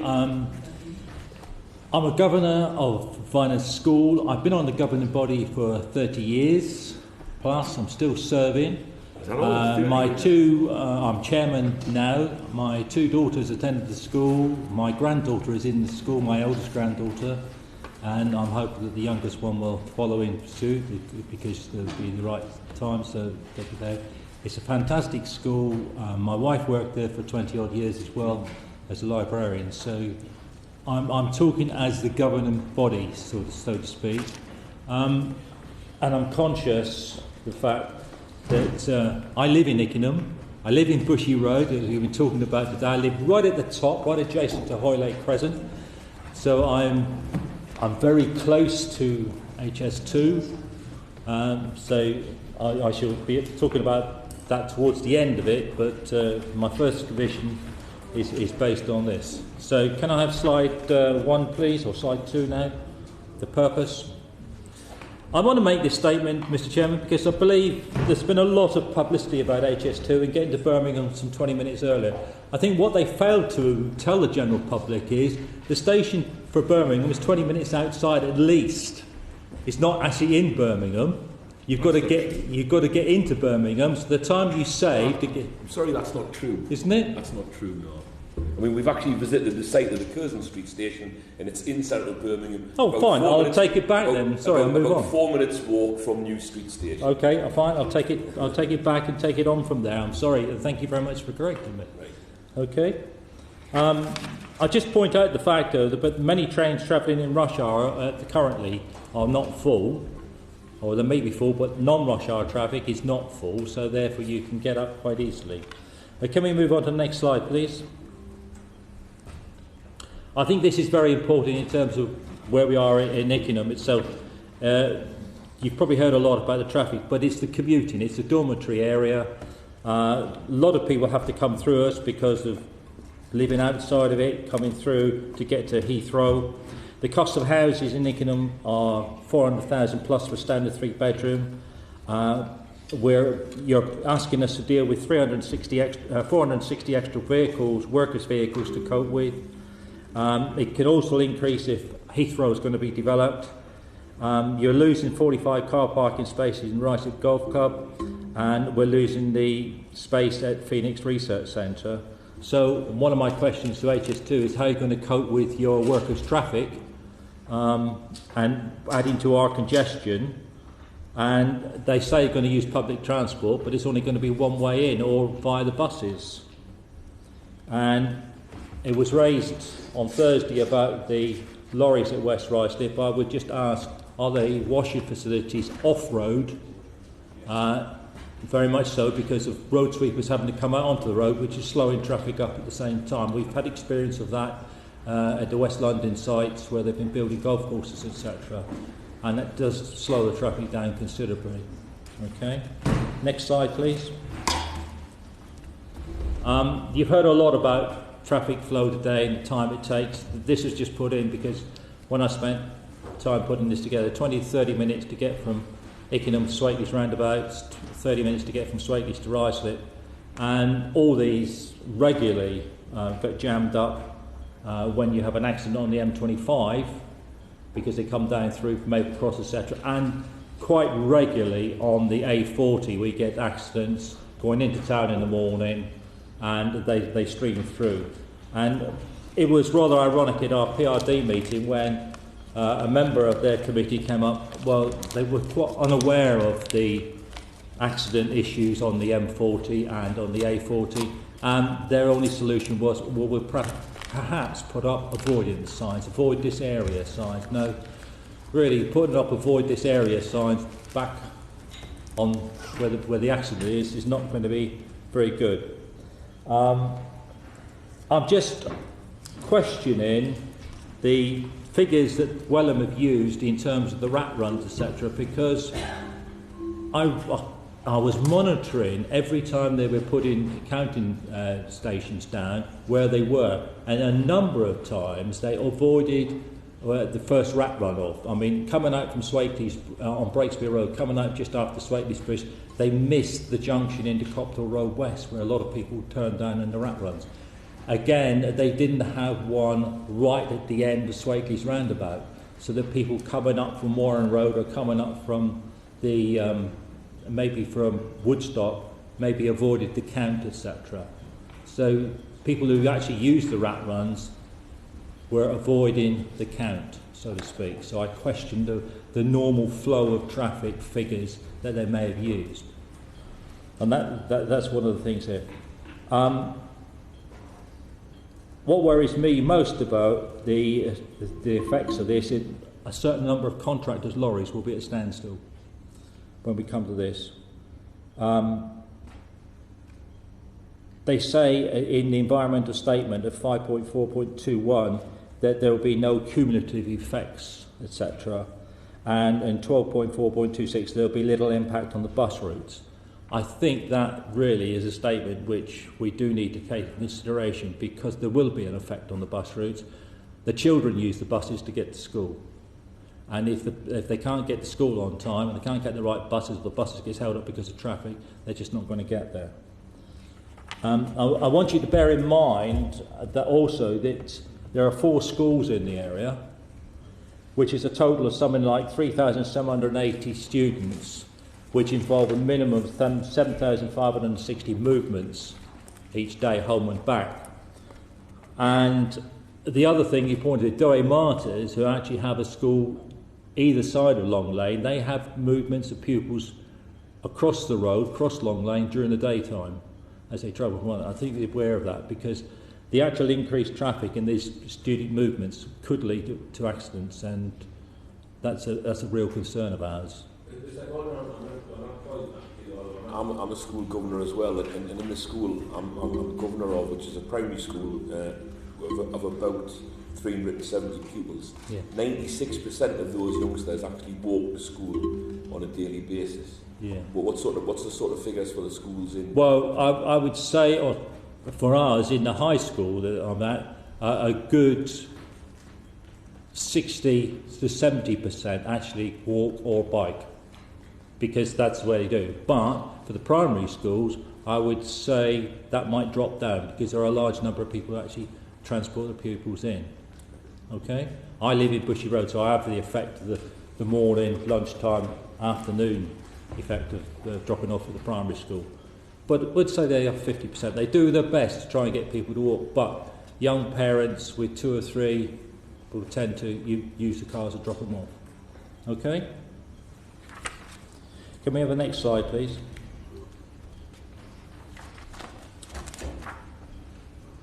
You've got that. You've heard a lot about the major effects of the amenities, the residents. You've heard about Harbour Road, Breakspear Road, South and Swateley. I don't think I need to go. What concerns me is in the environmental statement, they said there will be moderate problems at Woodstock. Now I find that a little bit incomprehensible, that you can have major problems at Harville, you can have major problems at Swateley's, but you can only have moderate in the middle. Right? And they also impact on Vyners. It says in the environmental statement that all receptors would be consulted. HS2 has not even had the courtesy to send a letter to our school, or to the chair of the government body, or to the headmaster regarding consultation. So we have not been consulted one iota on this issue, how it will affect us. Is it, I wonder, because they said no schools are effective in their environmental statement? I just wonder about that. But when we went to Winston Churchill to see the setup there, we couldn't get all the answers to the questions. When we had the PRD talks the other day, they were still passing it back to the Constructors' Code of Practice, and it's too detailed at the moment, it's detailed planning. All I'm saying is that really there needs to have been some consultation with us. it says in their environmental statement that local traffic flows are anticipated to be severe with congestion anticipated. Rising in Ickenham will be one of those such areas, and especially when you start looking at utility works which will appear in West End Road when they close that road for about 6 months, because all of that's going to come back on through Ickenham or somewhere. It's going to have to find its way down through because of the commuting north-south. Okay? Next slide, please. This purely highlights my previous statement about Woodstock. This is in the morning, rush hour, HGV and lorries. You cannot get out because that's a continuous flow, nose to tail, all through the time. Next slide, please. And coming out there, this is the tail end of that slide, which is 3/4 of the way down to Haythrock Drive, which is one of the rat runs, etc. Next slide, please. Right, you see where Vyners School is. Breakspear School is very close to the proposed line, and you've heard information today about where Breakspear School is.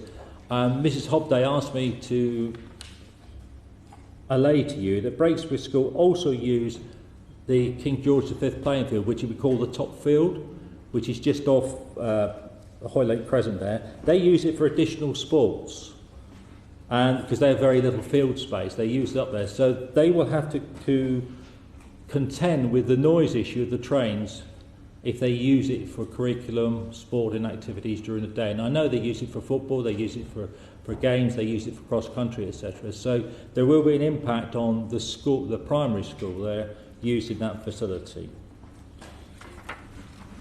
Can I move on to the next slide, please? We're actually talking about Vyners. So we're right in the middle of the throughways for the traffic. I just want to say, how can there be no cumulative effects? There will be a cumulative effects because Woodstock, Warren, Thornhill are all the key routes for children travelling to our academy. They will be affected because of the congestion of traffic which is built up from day-to-day use, because the heavy goods lorries will actually drive the cars off in down to the rat runs. Okay, next one. Thank you. Those three roads are heavily congested between, I say, 8 till 9 and 3 till 4. In actual fact, when I go off some mornings early at 7:15, there is congestion in Thornhill and Warren at that time in the morning. And also, when I come back in the afternoon, there is severe congestion trying to get into Swakey's from the A40. Right? They have long experienced tailbacks delays between 7 and 9 and 4 to 7. You come back on the A40 about 3:30, trying to turn in to Swakey's Road, and you will find you are queuing up the slip road, sometimes from just off the A40, right up the slip road to get into the thing. It can take well over 30 minutes to reach Rice or Uxbridge during these key times from the centre of Ickenham. Again, this emphasises the fact that there will be, it says in the environmental statement, there will be severe and moderate congestion in Harwell and Swakeleys. But why is Woodstock only moderate? I just don't understand that. Next slide, please. Which takes me on to the construction. Now, from my PRD, I was given information about 93 lorries. So I went on the web and looked up the size of these lorries, these muck-away lorries, which are standard, I think is what they would probably be using. They're 9.1 metres long, they're 2.6 metres wide, and they're 3.5 metres high.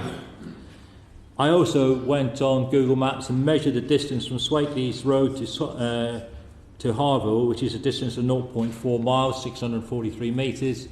Doing my sums right, you can get 77 lorries in there, nose to tailboard. So if you've got 93 going in along that road during the construction period, what's going to happen to the rest of the traffic? Where's it going to go? Where are we going to move? How can we move around? When that sort of thing. How can my children get to school? All right? It will mean one lorry every 39 seconds each way. Sorry? How many, can I just ask Mr. Strawley, just how many vehicles a day do we expect there? This is at Swakeleys Road. I think the 500 and... let me figure Well, it needs to be down. I think it's in the peak period.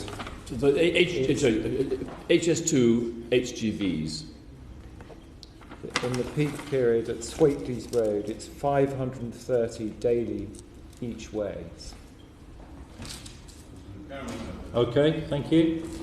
I'm just saying, with that number, just getting to Harbour Road, without the ones that have to come up from West Rochester, without the ones that have to come up from Breakspear, how in the heck are the residents of Ickenham supposed to move around? Right? I just think that they need to be thinking, HS2 do need to think about the problems of traffic, and the contractor, they will seriously have to think about the contractor. Will they employ somebody who's going to have some of these lorries standing still? And that's going to be important as well, because they won't always be able to be on the move.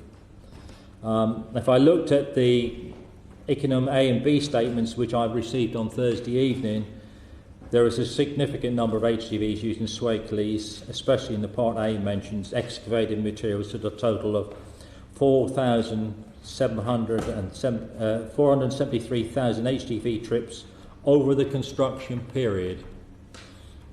Okay?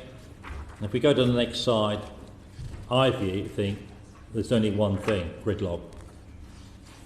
Can we move on? You've probably seen variations of this slide, and you've obviously, all of you heard about the rat runs, etc. That's just in there to look at where traffic displacement goes, etc. I think you've heard enough about that already, in my view. Can we move on to what Vyners is, please? Because now I'm going to talk about the school. This is one of the, as it says, top 3 secondary schools in the authority. It's the only school that participate in Saturday fixtures in the borough. I think that's significant for a school of our size to say we are continuing with Saturday fixtures. We're consistently oversubscribed. We're a great school. We provide education for 1,100 pupils, 200 staff. We have an extensive range of extracurricular activities, and we do use HOAC for rowing and other activities related to educational team building, etc. And I've got a letter from our head of PE where she says, in order to enhance our PE curriculum, we use the facilities at the Hillingdon Outdoor Activity Centre. We are devastated that this facility will no longer be in existence if HS2 goes ahead, and we'll have to travel great distances to be able to continue this important part of our curriculum. It will seriously affect our curricular offer, etc., and we've got to balance the potential loss to our future generations as well as the present. It's not just about the time and the opportunities that have been developed and honed by Hillingdon, by HOAC. Hillingdon, Ealing and Harrow recognise that, and I was listening to the HOAC presentation last week and support very much everything he was saying, Mr. Spear, I think. And in my view, the extra 6.6 kilometres of tunnel is a small cost. And I'll just say to you, as part of Vyners School, we have a swing band which has raised over £500,000 for charity already. It's quite phenomenal. Can I go on to the next slide, please? Because we're commanded by law to provide a quality education. How can we do this if we can't get our staff to commute effectively? Because our staff have to come in and travel. And some of our staff have to leave significantly early in the morning to get to school to be able to set up to do their work. We're starting school next year at 8:30 in the morning. That means staff are normally expecting to arrive around about 7:30. So therefore they'll be leaving homes quite often 6:15 to get to school and able to do the time. And already they're saying to me that it's going to take them extra time with all the congestion so they can't get through the traffic. That's significant to us. How can we challenge our students with the best education providers if we can't get them there? This cannot be achieved if we cannot attract, and we need to attract high quality staff to come to our school. And we pride ourselves in, we have an extensive CPD program where we get the CPD program, coveted by many schools. We have a big continuation programme, and teachers are forced to commute, most of them 40 minutes plus, to get to us. But they like the school. We have a fantastic school, and they want to come and teach there, but it has its repercussions in terms of that. Can I have the next slide, please? Which takes me on to attendance. The law commands the local authority to fine parents for lateness and absence, right? I just wonder if HS2 and the government will pay the fines for the parents if they can't get to school on time, right? If the gridlock there stops them from getting to school because they can't get through, will the government or HS2 pay the fines the parents will have to thing? And this would be exactly the same for Glebe, exactly the same for Breakspear, the two primary schools, and probably the same for Douay Martis, which is the other secondary school within the authority, within our locality. So, I mean, that's another factor that we need to take on board.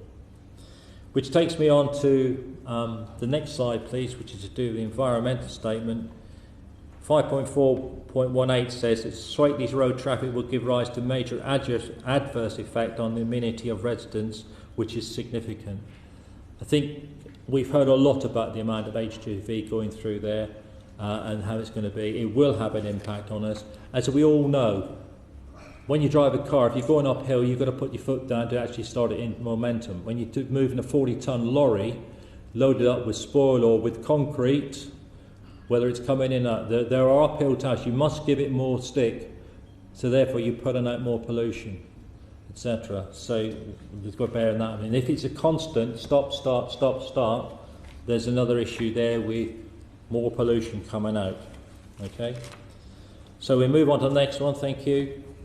Gridlock is going to increase their exposure when they walk to school, of increased levels of emissions. It will also mean that the parents and the children who walk to school with pushchairs, etc., will again face their increased levels. And our cycling students will also face the increased danger of traffic with lorries, etc., and increased pollution. So we've got that issue to take on board at the same time. Can I have the next slide, please?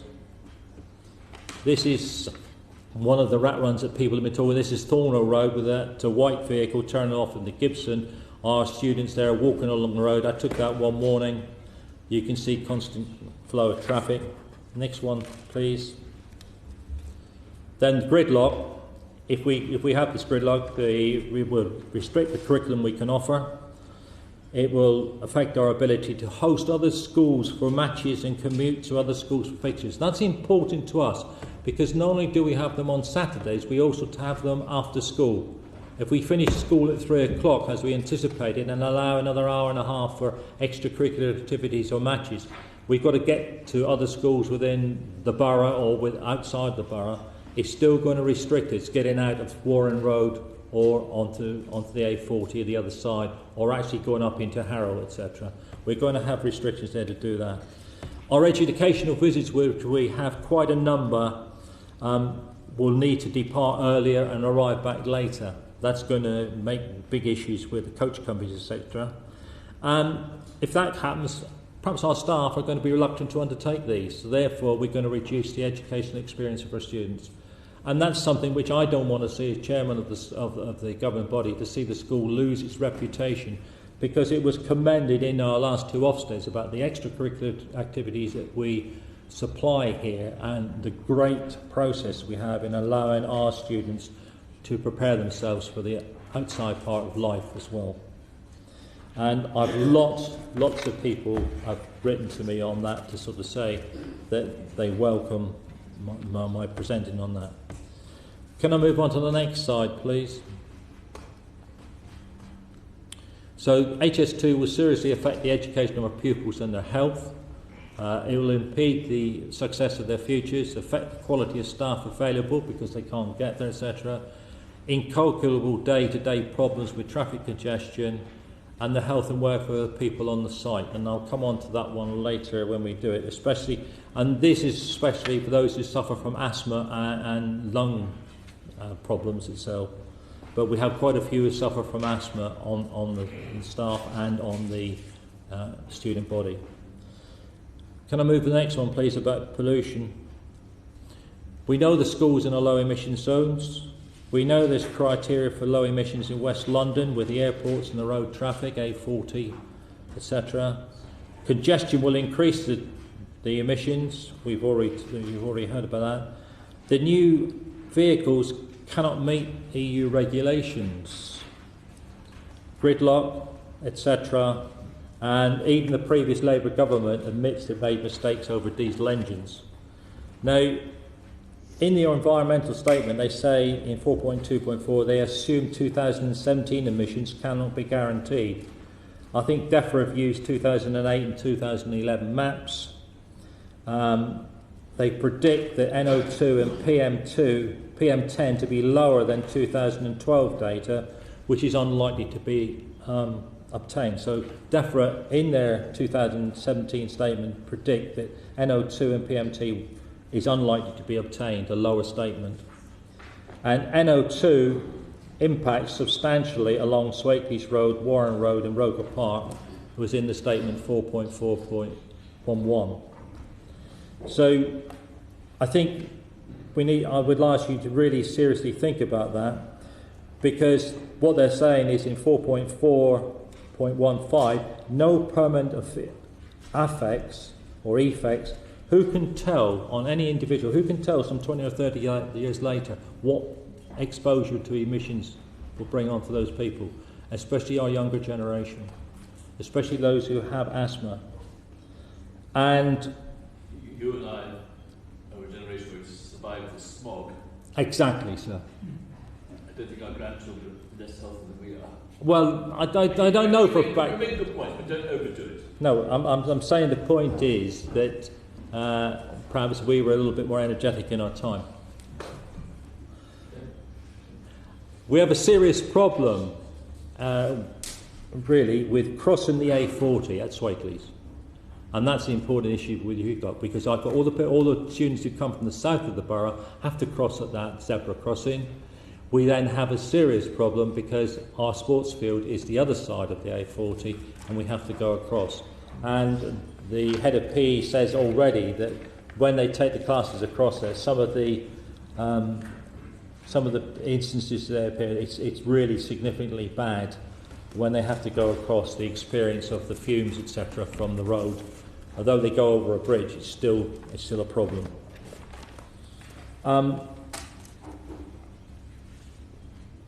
Can I move on to the next slide, please? And we go on to the Clean Air Act. It's passed to reduce sulphur, smog, the air we breathe. The improvements are stalled, right? The UK's breached the EU limit since 2005 in NO2. HS2 has no viable plan to achieve compliance, I don't think. I just think it's one of those problems. The process of measuring pollution, which is referred to the code of practice. I think we need to measure the pollution at Swakeleys Road and along Swakeleys Road to be sure that it's not going to be so deadly serious. And we know it's high there already, but I think it could get a lot worse. And that's one of the things. If we have the next slide, please. I think that says it all, the pollution about asthma, cardiovascular, reduces brain power for the children, later effects, the EU, the pushchairs, etc. And recent articles I read, the current air pollution is blamed for 50,000 premature deaths a year, and the concentration levels in London increase the risk of heart attacks, strokes and asthma in adults as well as children. Okay, can I move on, please? And this is the actual one which is significant as far as I'm concerned, is that in trying to reduce NO2, we haven't got anywhere near it. Right? The A40 doesn't meet it. You can see that by the red zones exactly there. It's only going to be getting worse. The traffic congestion will add to it. Because we have difficulty in crossing the road at Swakeleys, and if we've got gridlock there, it's going to make it even 10 times worse. And I just want to say that we do need to seriously ask HS2 to look at this issue with this construction goes ahead. Next slide, please. And we all know about nitrous oxide and ozone, particle matter, etc., that from diesel engines. The new engines cannot always meet. There's been some recent articles which say the new EU 6 requirements cannot be met because they've done on rolling roads, and yet when you put them on the actual road, they actually do not meet. And there is no plan to meet compliance until 2030. I also read something this weekend about the fact that when engines get hotter, they produce more nitrous oxide because they're burning more oxygen by standing still. So that's something which some of our experiments, which have been carried out by various people in testing solutions, which I've recently read, are saying. Okay, next one, please. Just a picture of the children waiting for the bus. Now, this is children waiting for the bus in the evening, at the end of the afternoon, 3 o'clock. It takes 20 minutes for the next bus, so our children are going to be queued up there for 20 minutes plus if the traffic is delaying the bus. The timetable at the moment is 20, so the exposure. You might say, well, there's only one minibus shown there, but the bulk of the traffic at that time of the day is going the other way, on the opposite side of the road. Okay, and then the next slide actually shows it. Just the bulk of the traffic. The buses arrive, but the traffic is flowing the other way. Okay, can I move on, please? That's the queues in Warren Road, which leads down to school. Can I? You've seen longer queues than those. Sorry? You've seen longer queues than those. Oh, exactly, yes. No, this is just, they were taken at different times, Mr. Potterman, okay. Probably. It just depends on when you take them there. Can I move on to the next one, please? I'm just saying that the research has been backed up by King's College, by Martin Williams, Frank Kelly, the professor. So environmental health people have backed up all the statements I've made, because I've read in their articles, etc. That's what they've been saying. So they've been carrying out research into pollution on air quality within London. And you've got David Newby from the British Heart Federation, professor of cardiology at Edinburgh University, has been making similar statements. If we go to the next slide, please, which is, again, things I've picked up. London's got some of the worst NO2 levels. The Department for Transport is seeking new measures to meet EU standards. DEFRA has been ordered by the Supreme Court, etc. You are well aware of that. Officials have long known that their policy to cut traffic pollution cannot be met, and shown in tests by King's College. And the most important thing, DEFRA have the knowledge of the high figures, admitting they have the final report which will be published in due course, and they're waiting for review for the new minister. I also add on to the fact that our MP, Mr Nick Hurd, is actually referred to the comment on the 9th about the pollution and mentioned HS2 and the A40. It's important that that's taken on board by that committee as well. Okay. Hot engines burn more oxygen and therefore emit more NO2. Vehicles in gridlock will burn more. There's been reports which said that tests have shown that 1 litre engines average 0.2 milligrams of NO2 per kilometre, which is 4 times the maximum allowed under the European emission standards.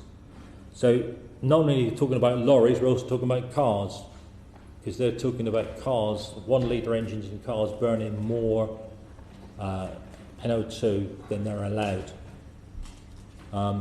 And NOx contains the nitrogen dioxide, etc. And DEFRA just said that they were trying to slash the traffic pollution, but they can't find a way of doing it.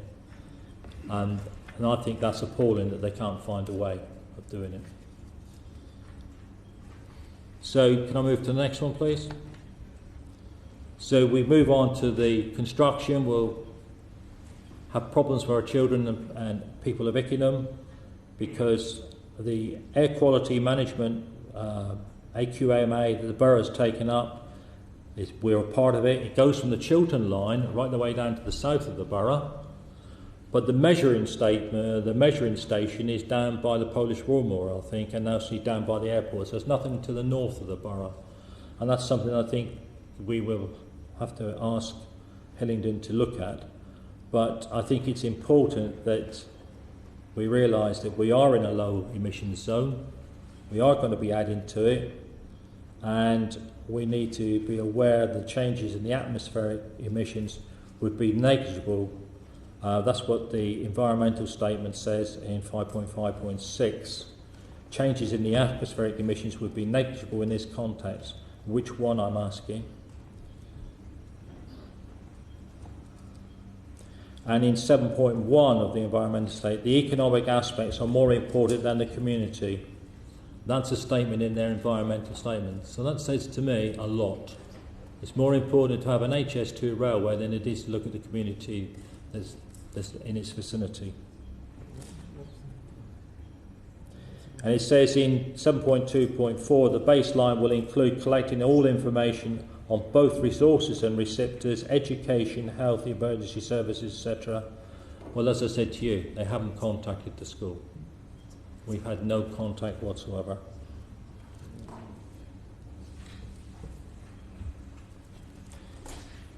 Can I move on to the next slide, please?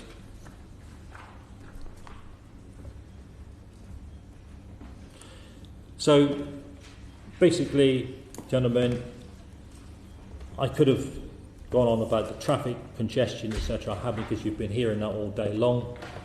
I'm more concerned with the emissions and the effects of on the children and on the people.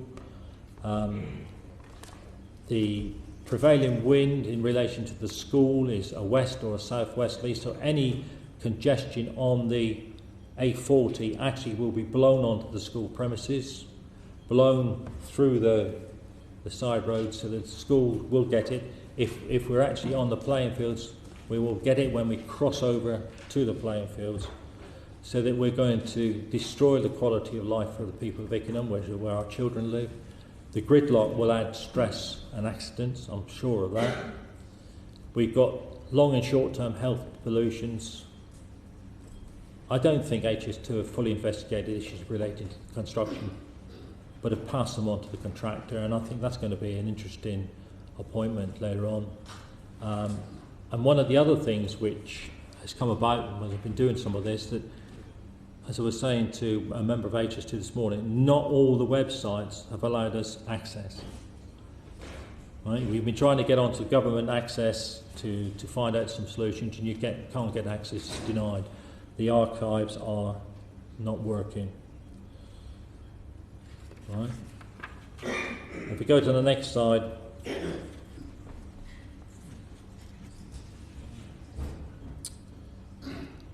what I'd like to see is cast iron guarantees there'll be serious monitoring of NO2 and PM at all times, and I want that basically in conjunction very close to the school and where our children go. They've already said in the Ickenham document statements that all the lorries will have EU6 and they'll have 64 plates, etc., and they'll be monitored. I think that's a good point to actually pick up. I'm just hoping that all the subcontractors make sure of that.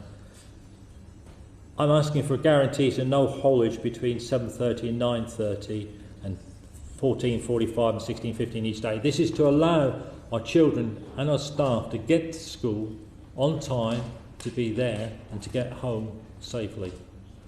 I think that's important, to allow that sort of variation. I know it may be difficult, but I think there are ways in which you can look at it, which then will allow us to say that guarantees the staff and pupils will be able to get to school.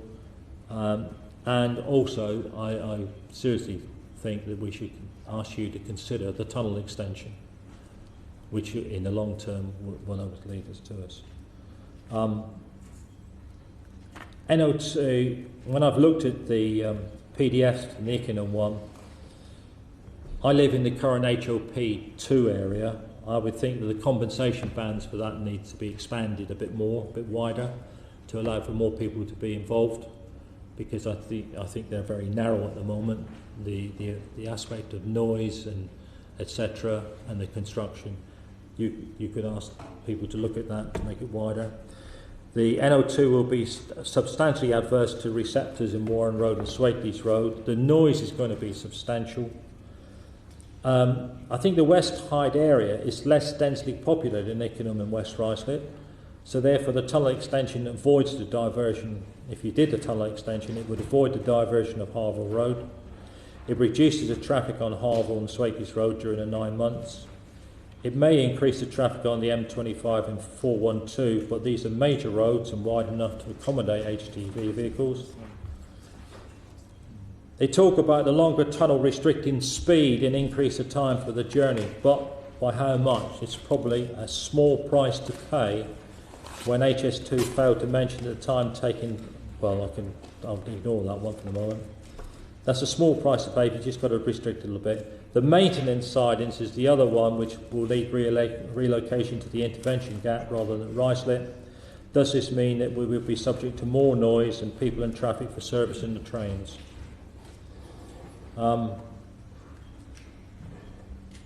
And I pick up from P620213, the difference in cost from that Ickenham statement was some 19 million. I say to you, it's a small price to pay for the sake of the existing community, enabling all our future generations to use our fantastic facilities available to us now. I think if you actually look at those figures there, you're going to get a difference of 19 million between the tunnel PPA or tunnel HS2. That's with or without passive provision. Well, Heathrow Spurs. Okay. So, last slide, please. When it happens, I'm saying to you, hopefully use the Route 3.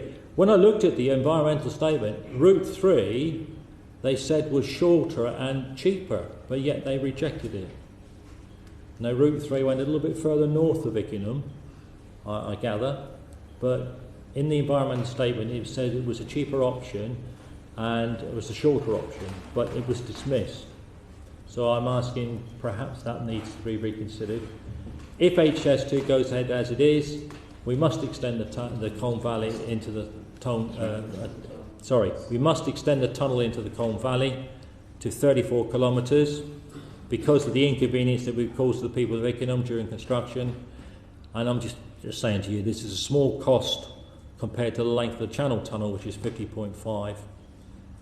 If the government can do it for HS1, then they must do it for HS2. Can I just query that figure of 50.5 for Channel Tunnel? Yes, that's why I looked up the Channel Tunnel, and that's the measurement it gave me. I thought it was 21 miles across. And well, 50.5 kilometres. Really?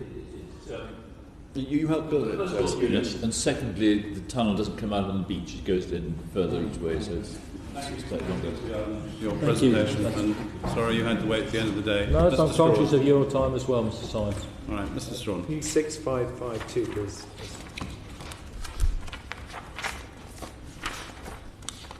Can I just show you, I think Mr. Gardner was referring to this, the Vyners School is here and the playing fields are here and there's a pedestrian bridge which comes from the school, goes, you follow it around, it's like dogleg, over the A40 to connect the two sites. There is, of course, no interference with any of that. I'll come back, if I may, just in a moment to the question of emissions. Traffic generation featured first of all, and in the slides Mr. Gardner referred to 93 HGVs in an hour. There is a slide in our set which looks at an AM peak with 93 HGVs from HS2 added in. But as I explained, I think earlier, so that's where his figure came from. As I explained earlier, that's assuming that all sites were operating in that peak period. The phasing plans that we produced, and which I quoted in answer giving daily flows, the phasing plans demonstrate that in phase 2, the busiest period of activity, on Swakeleys Road, it would be 530 HGVs in the day each way. So that's just to clarify where Mr. Gardner got his figure from. It's from one of our slides, but the position is as set out in the phasing plans. Can I just... My figure came from your PLD reply. Well, yes. And can I just then pick up on air quality? Because air quality has been assessed, and the effects of emissions, I hope this might answer an earlier question that was asked of me. It's chapter 4 in the CFA report, and there's various quotations made from it.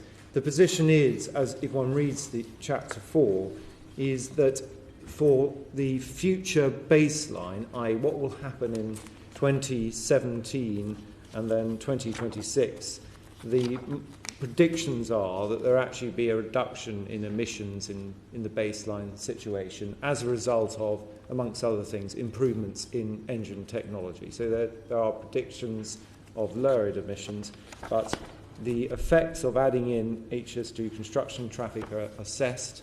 I was asked about PM particulates, PM 2.5 and PM 10 particulates. That has been part of this ES assessment, and in fact the predictions were that the particulate production from construction traffic would have a negligible impact. There would be a negligible increase in particulates, in answer to an earlier question. I'm going to leave Mr. Miller to pick up on that in a future session, because I know Mr. Menz has asked a question about that. But it's important to note that in relation to air quality and the effects Mr. Gardner was identifying in relation to school children in this area, you'll recall the position that Hillingdon itself has presented is roads operating at or indeed above capacity now and increasing in the future. So insofar as there are existing traffic problems in the area and air quality effects as a result of them, it's not something HS2 is introducing. It does introduce further traffic, and the effects of those have been assessed, and the air quality effects of those have been assessed, but it's wrong, I think, if the assumption is that the effects that HS2 introducing are causing a significant problem. And can I just take you back to A1119, brackets 25 in the Mr. Gardner's exhibits.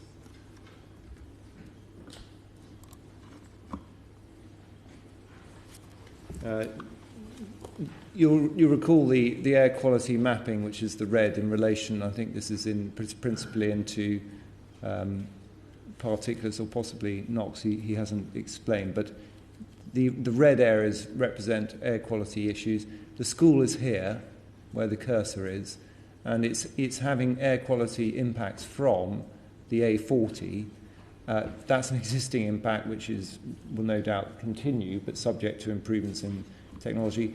HS2 construction traffic is not materially affecting the school in that respect. The HS2 construction traffic is on Swakeleys Road and predominantly goes westwards or coming in from the west from the A40. We're not sending additional materially amounts of additional traffic along the A40 affecting the school or indeed the bridge that Mr. Gardner was referring to. Where there are effects on the roads, those have been modelled in the way I've indicated. I don't go over that again. I just then turn to slide 34, where I think we came to what Mr. Gardner was requesting from the committee. And can I just take them in turn? Monitoring is a matter for the Hillingdon in terms of air quality in its area, and you'll be well aware of the way in which local authorities have responsibility for that. The guarantees that all lorries will have EU6 engines, that's already been provided, and I think Mr. Gardner's recognised that the commitment to abide by EU6 requirements, Euro 6. Does that mean that all lorries have to be new lorries?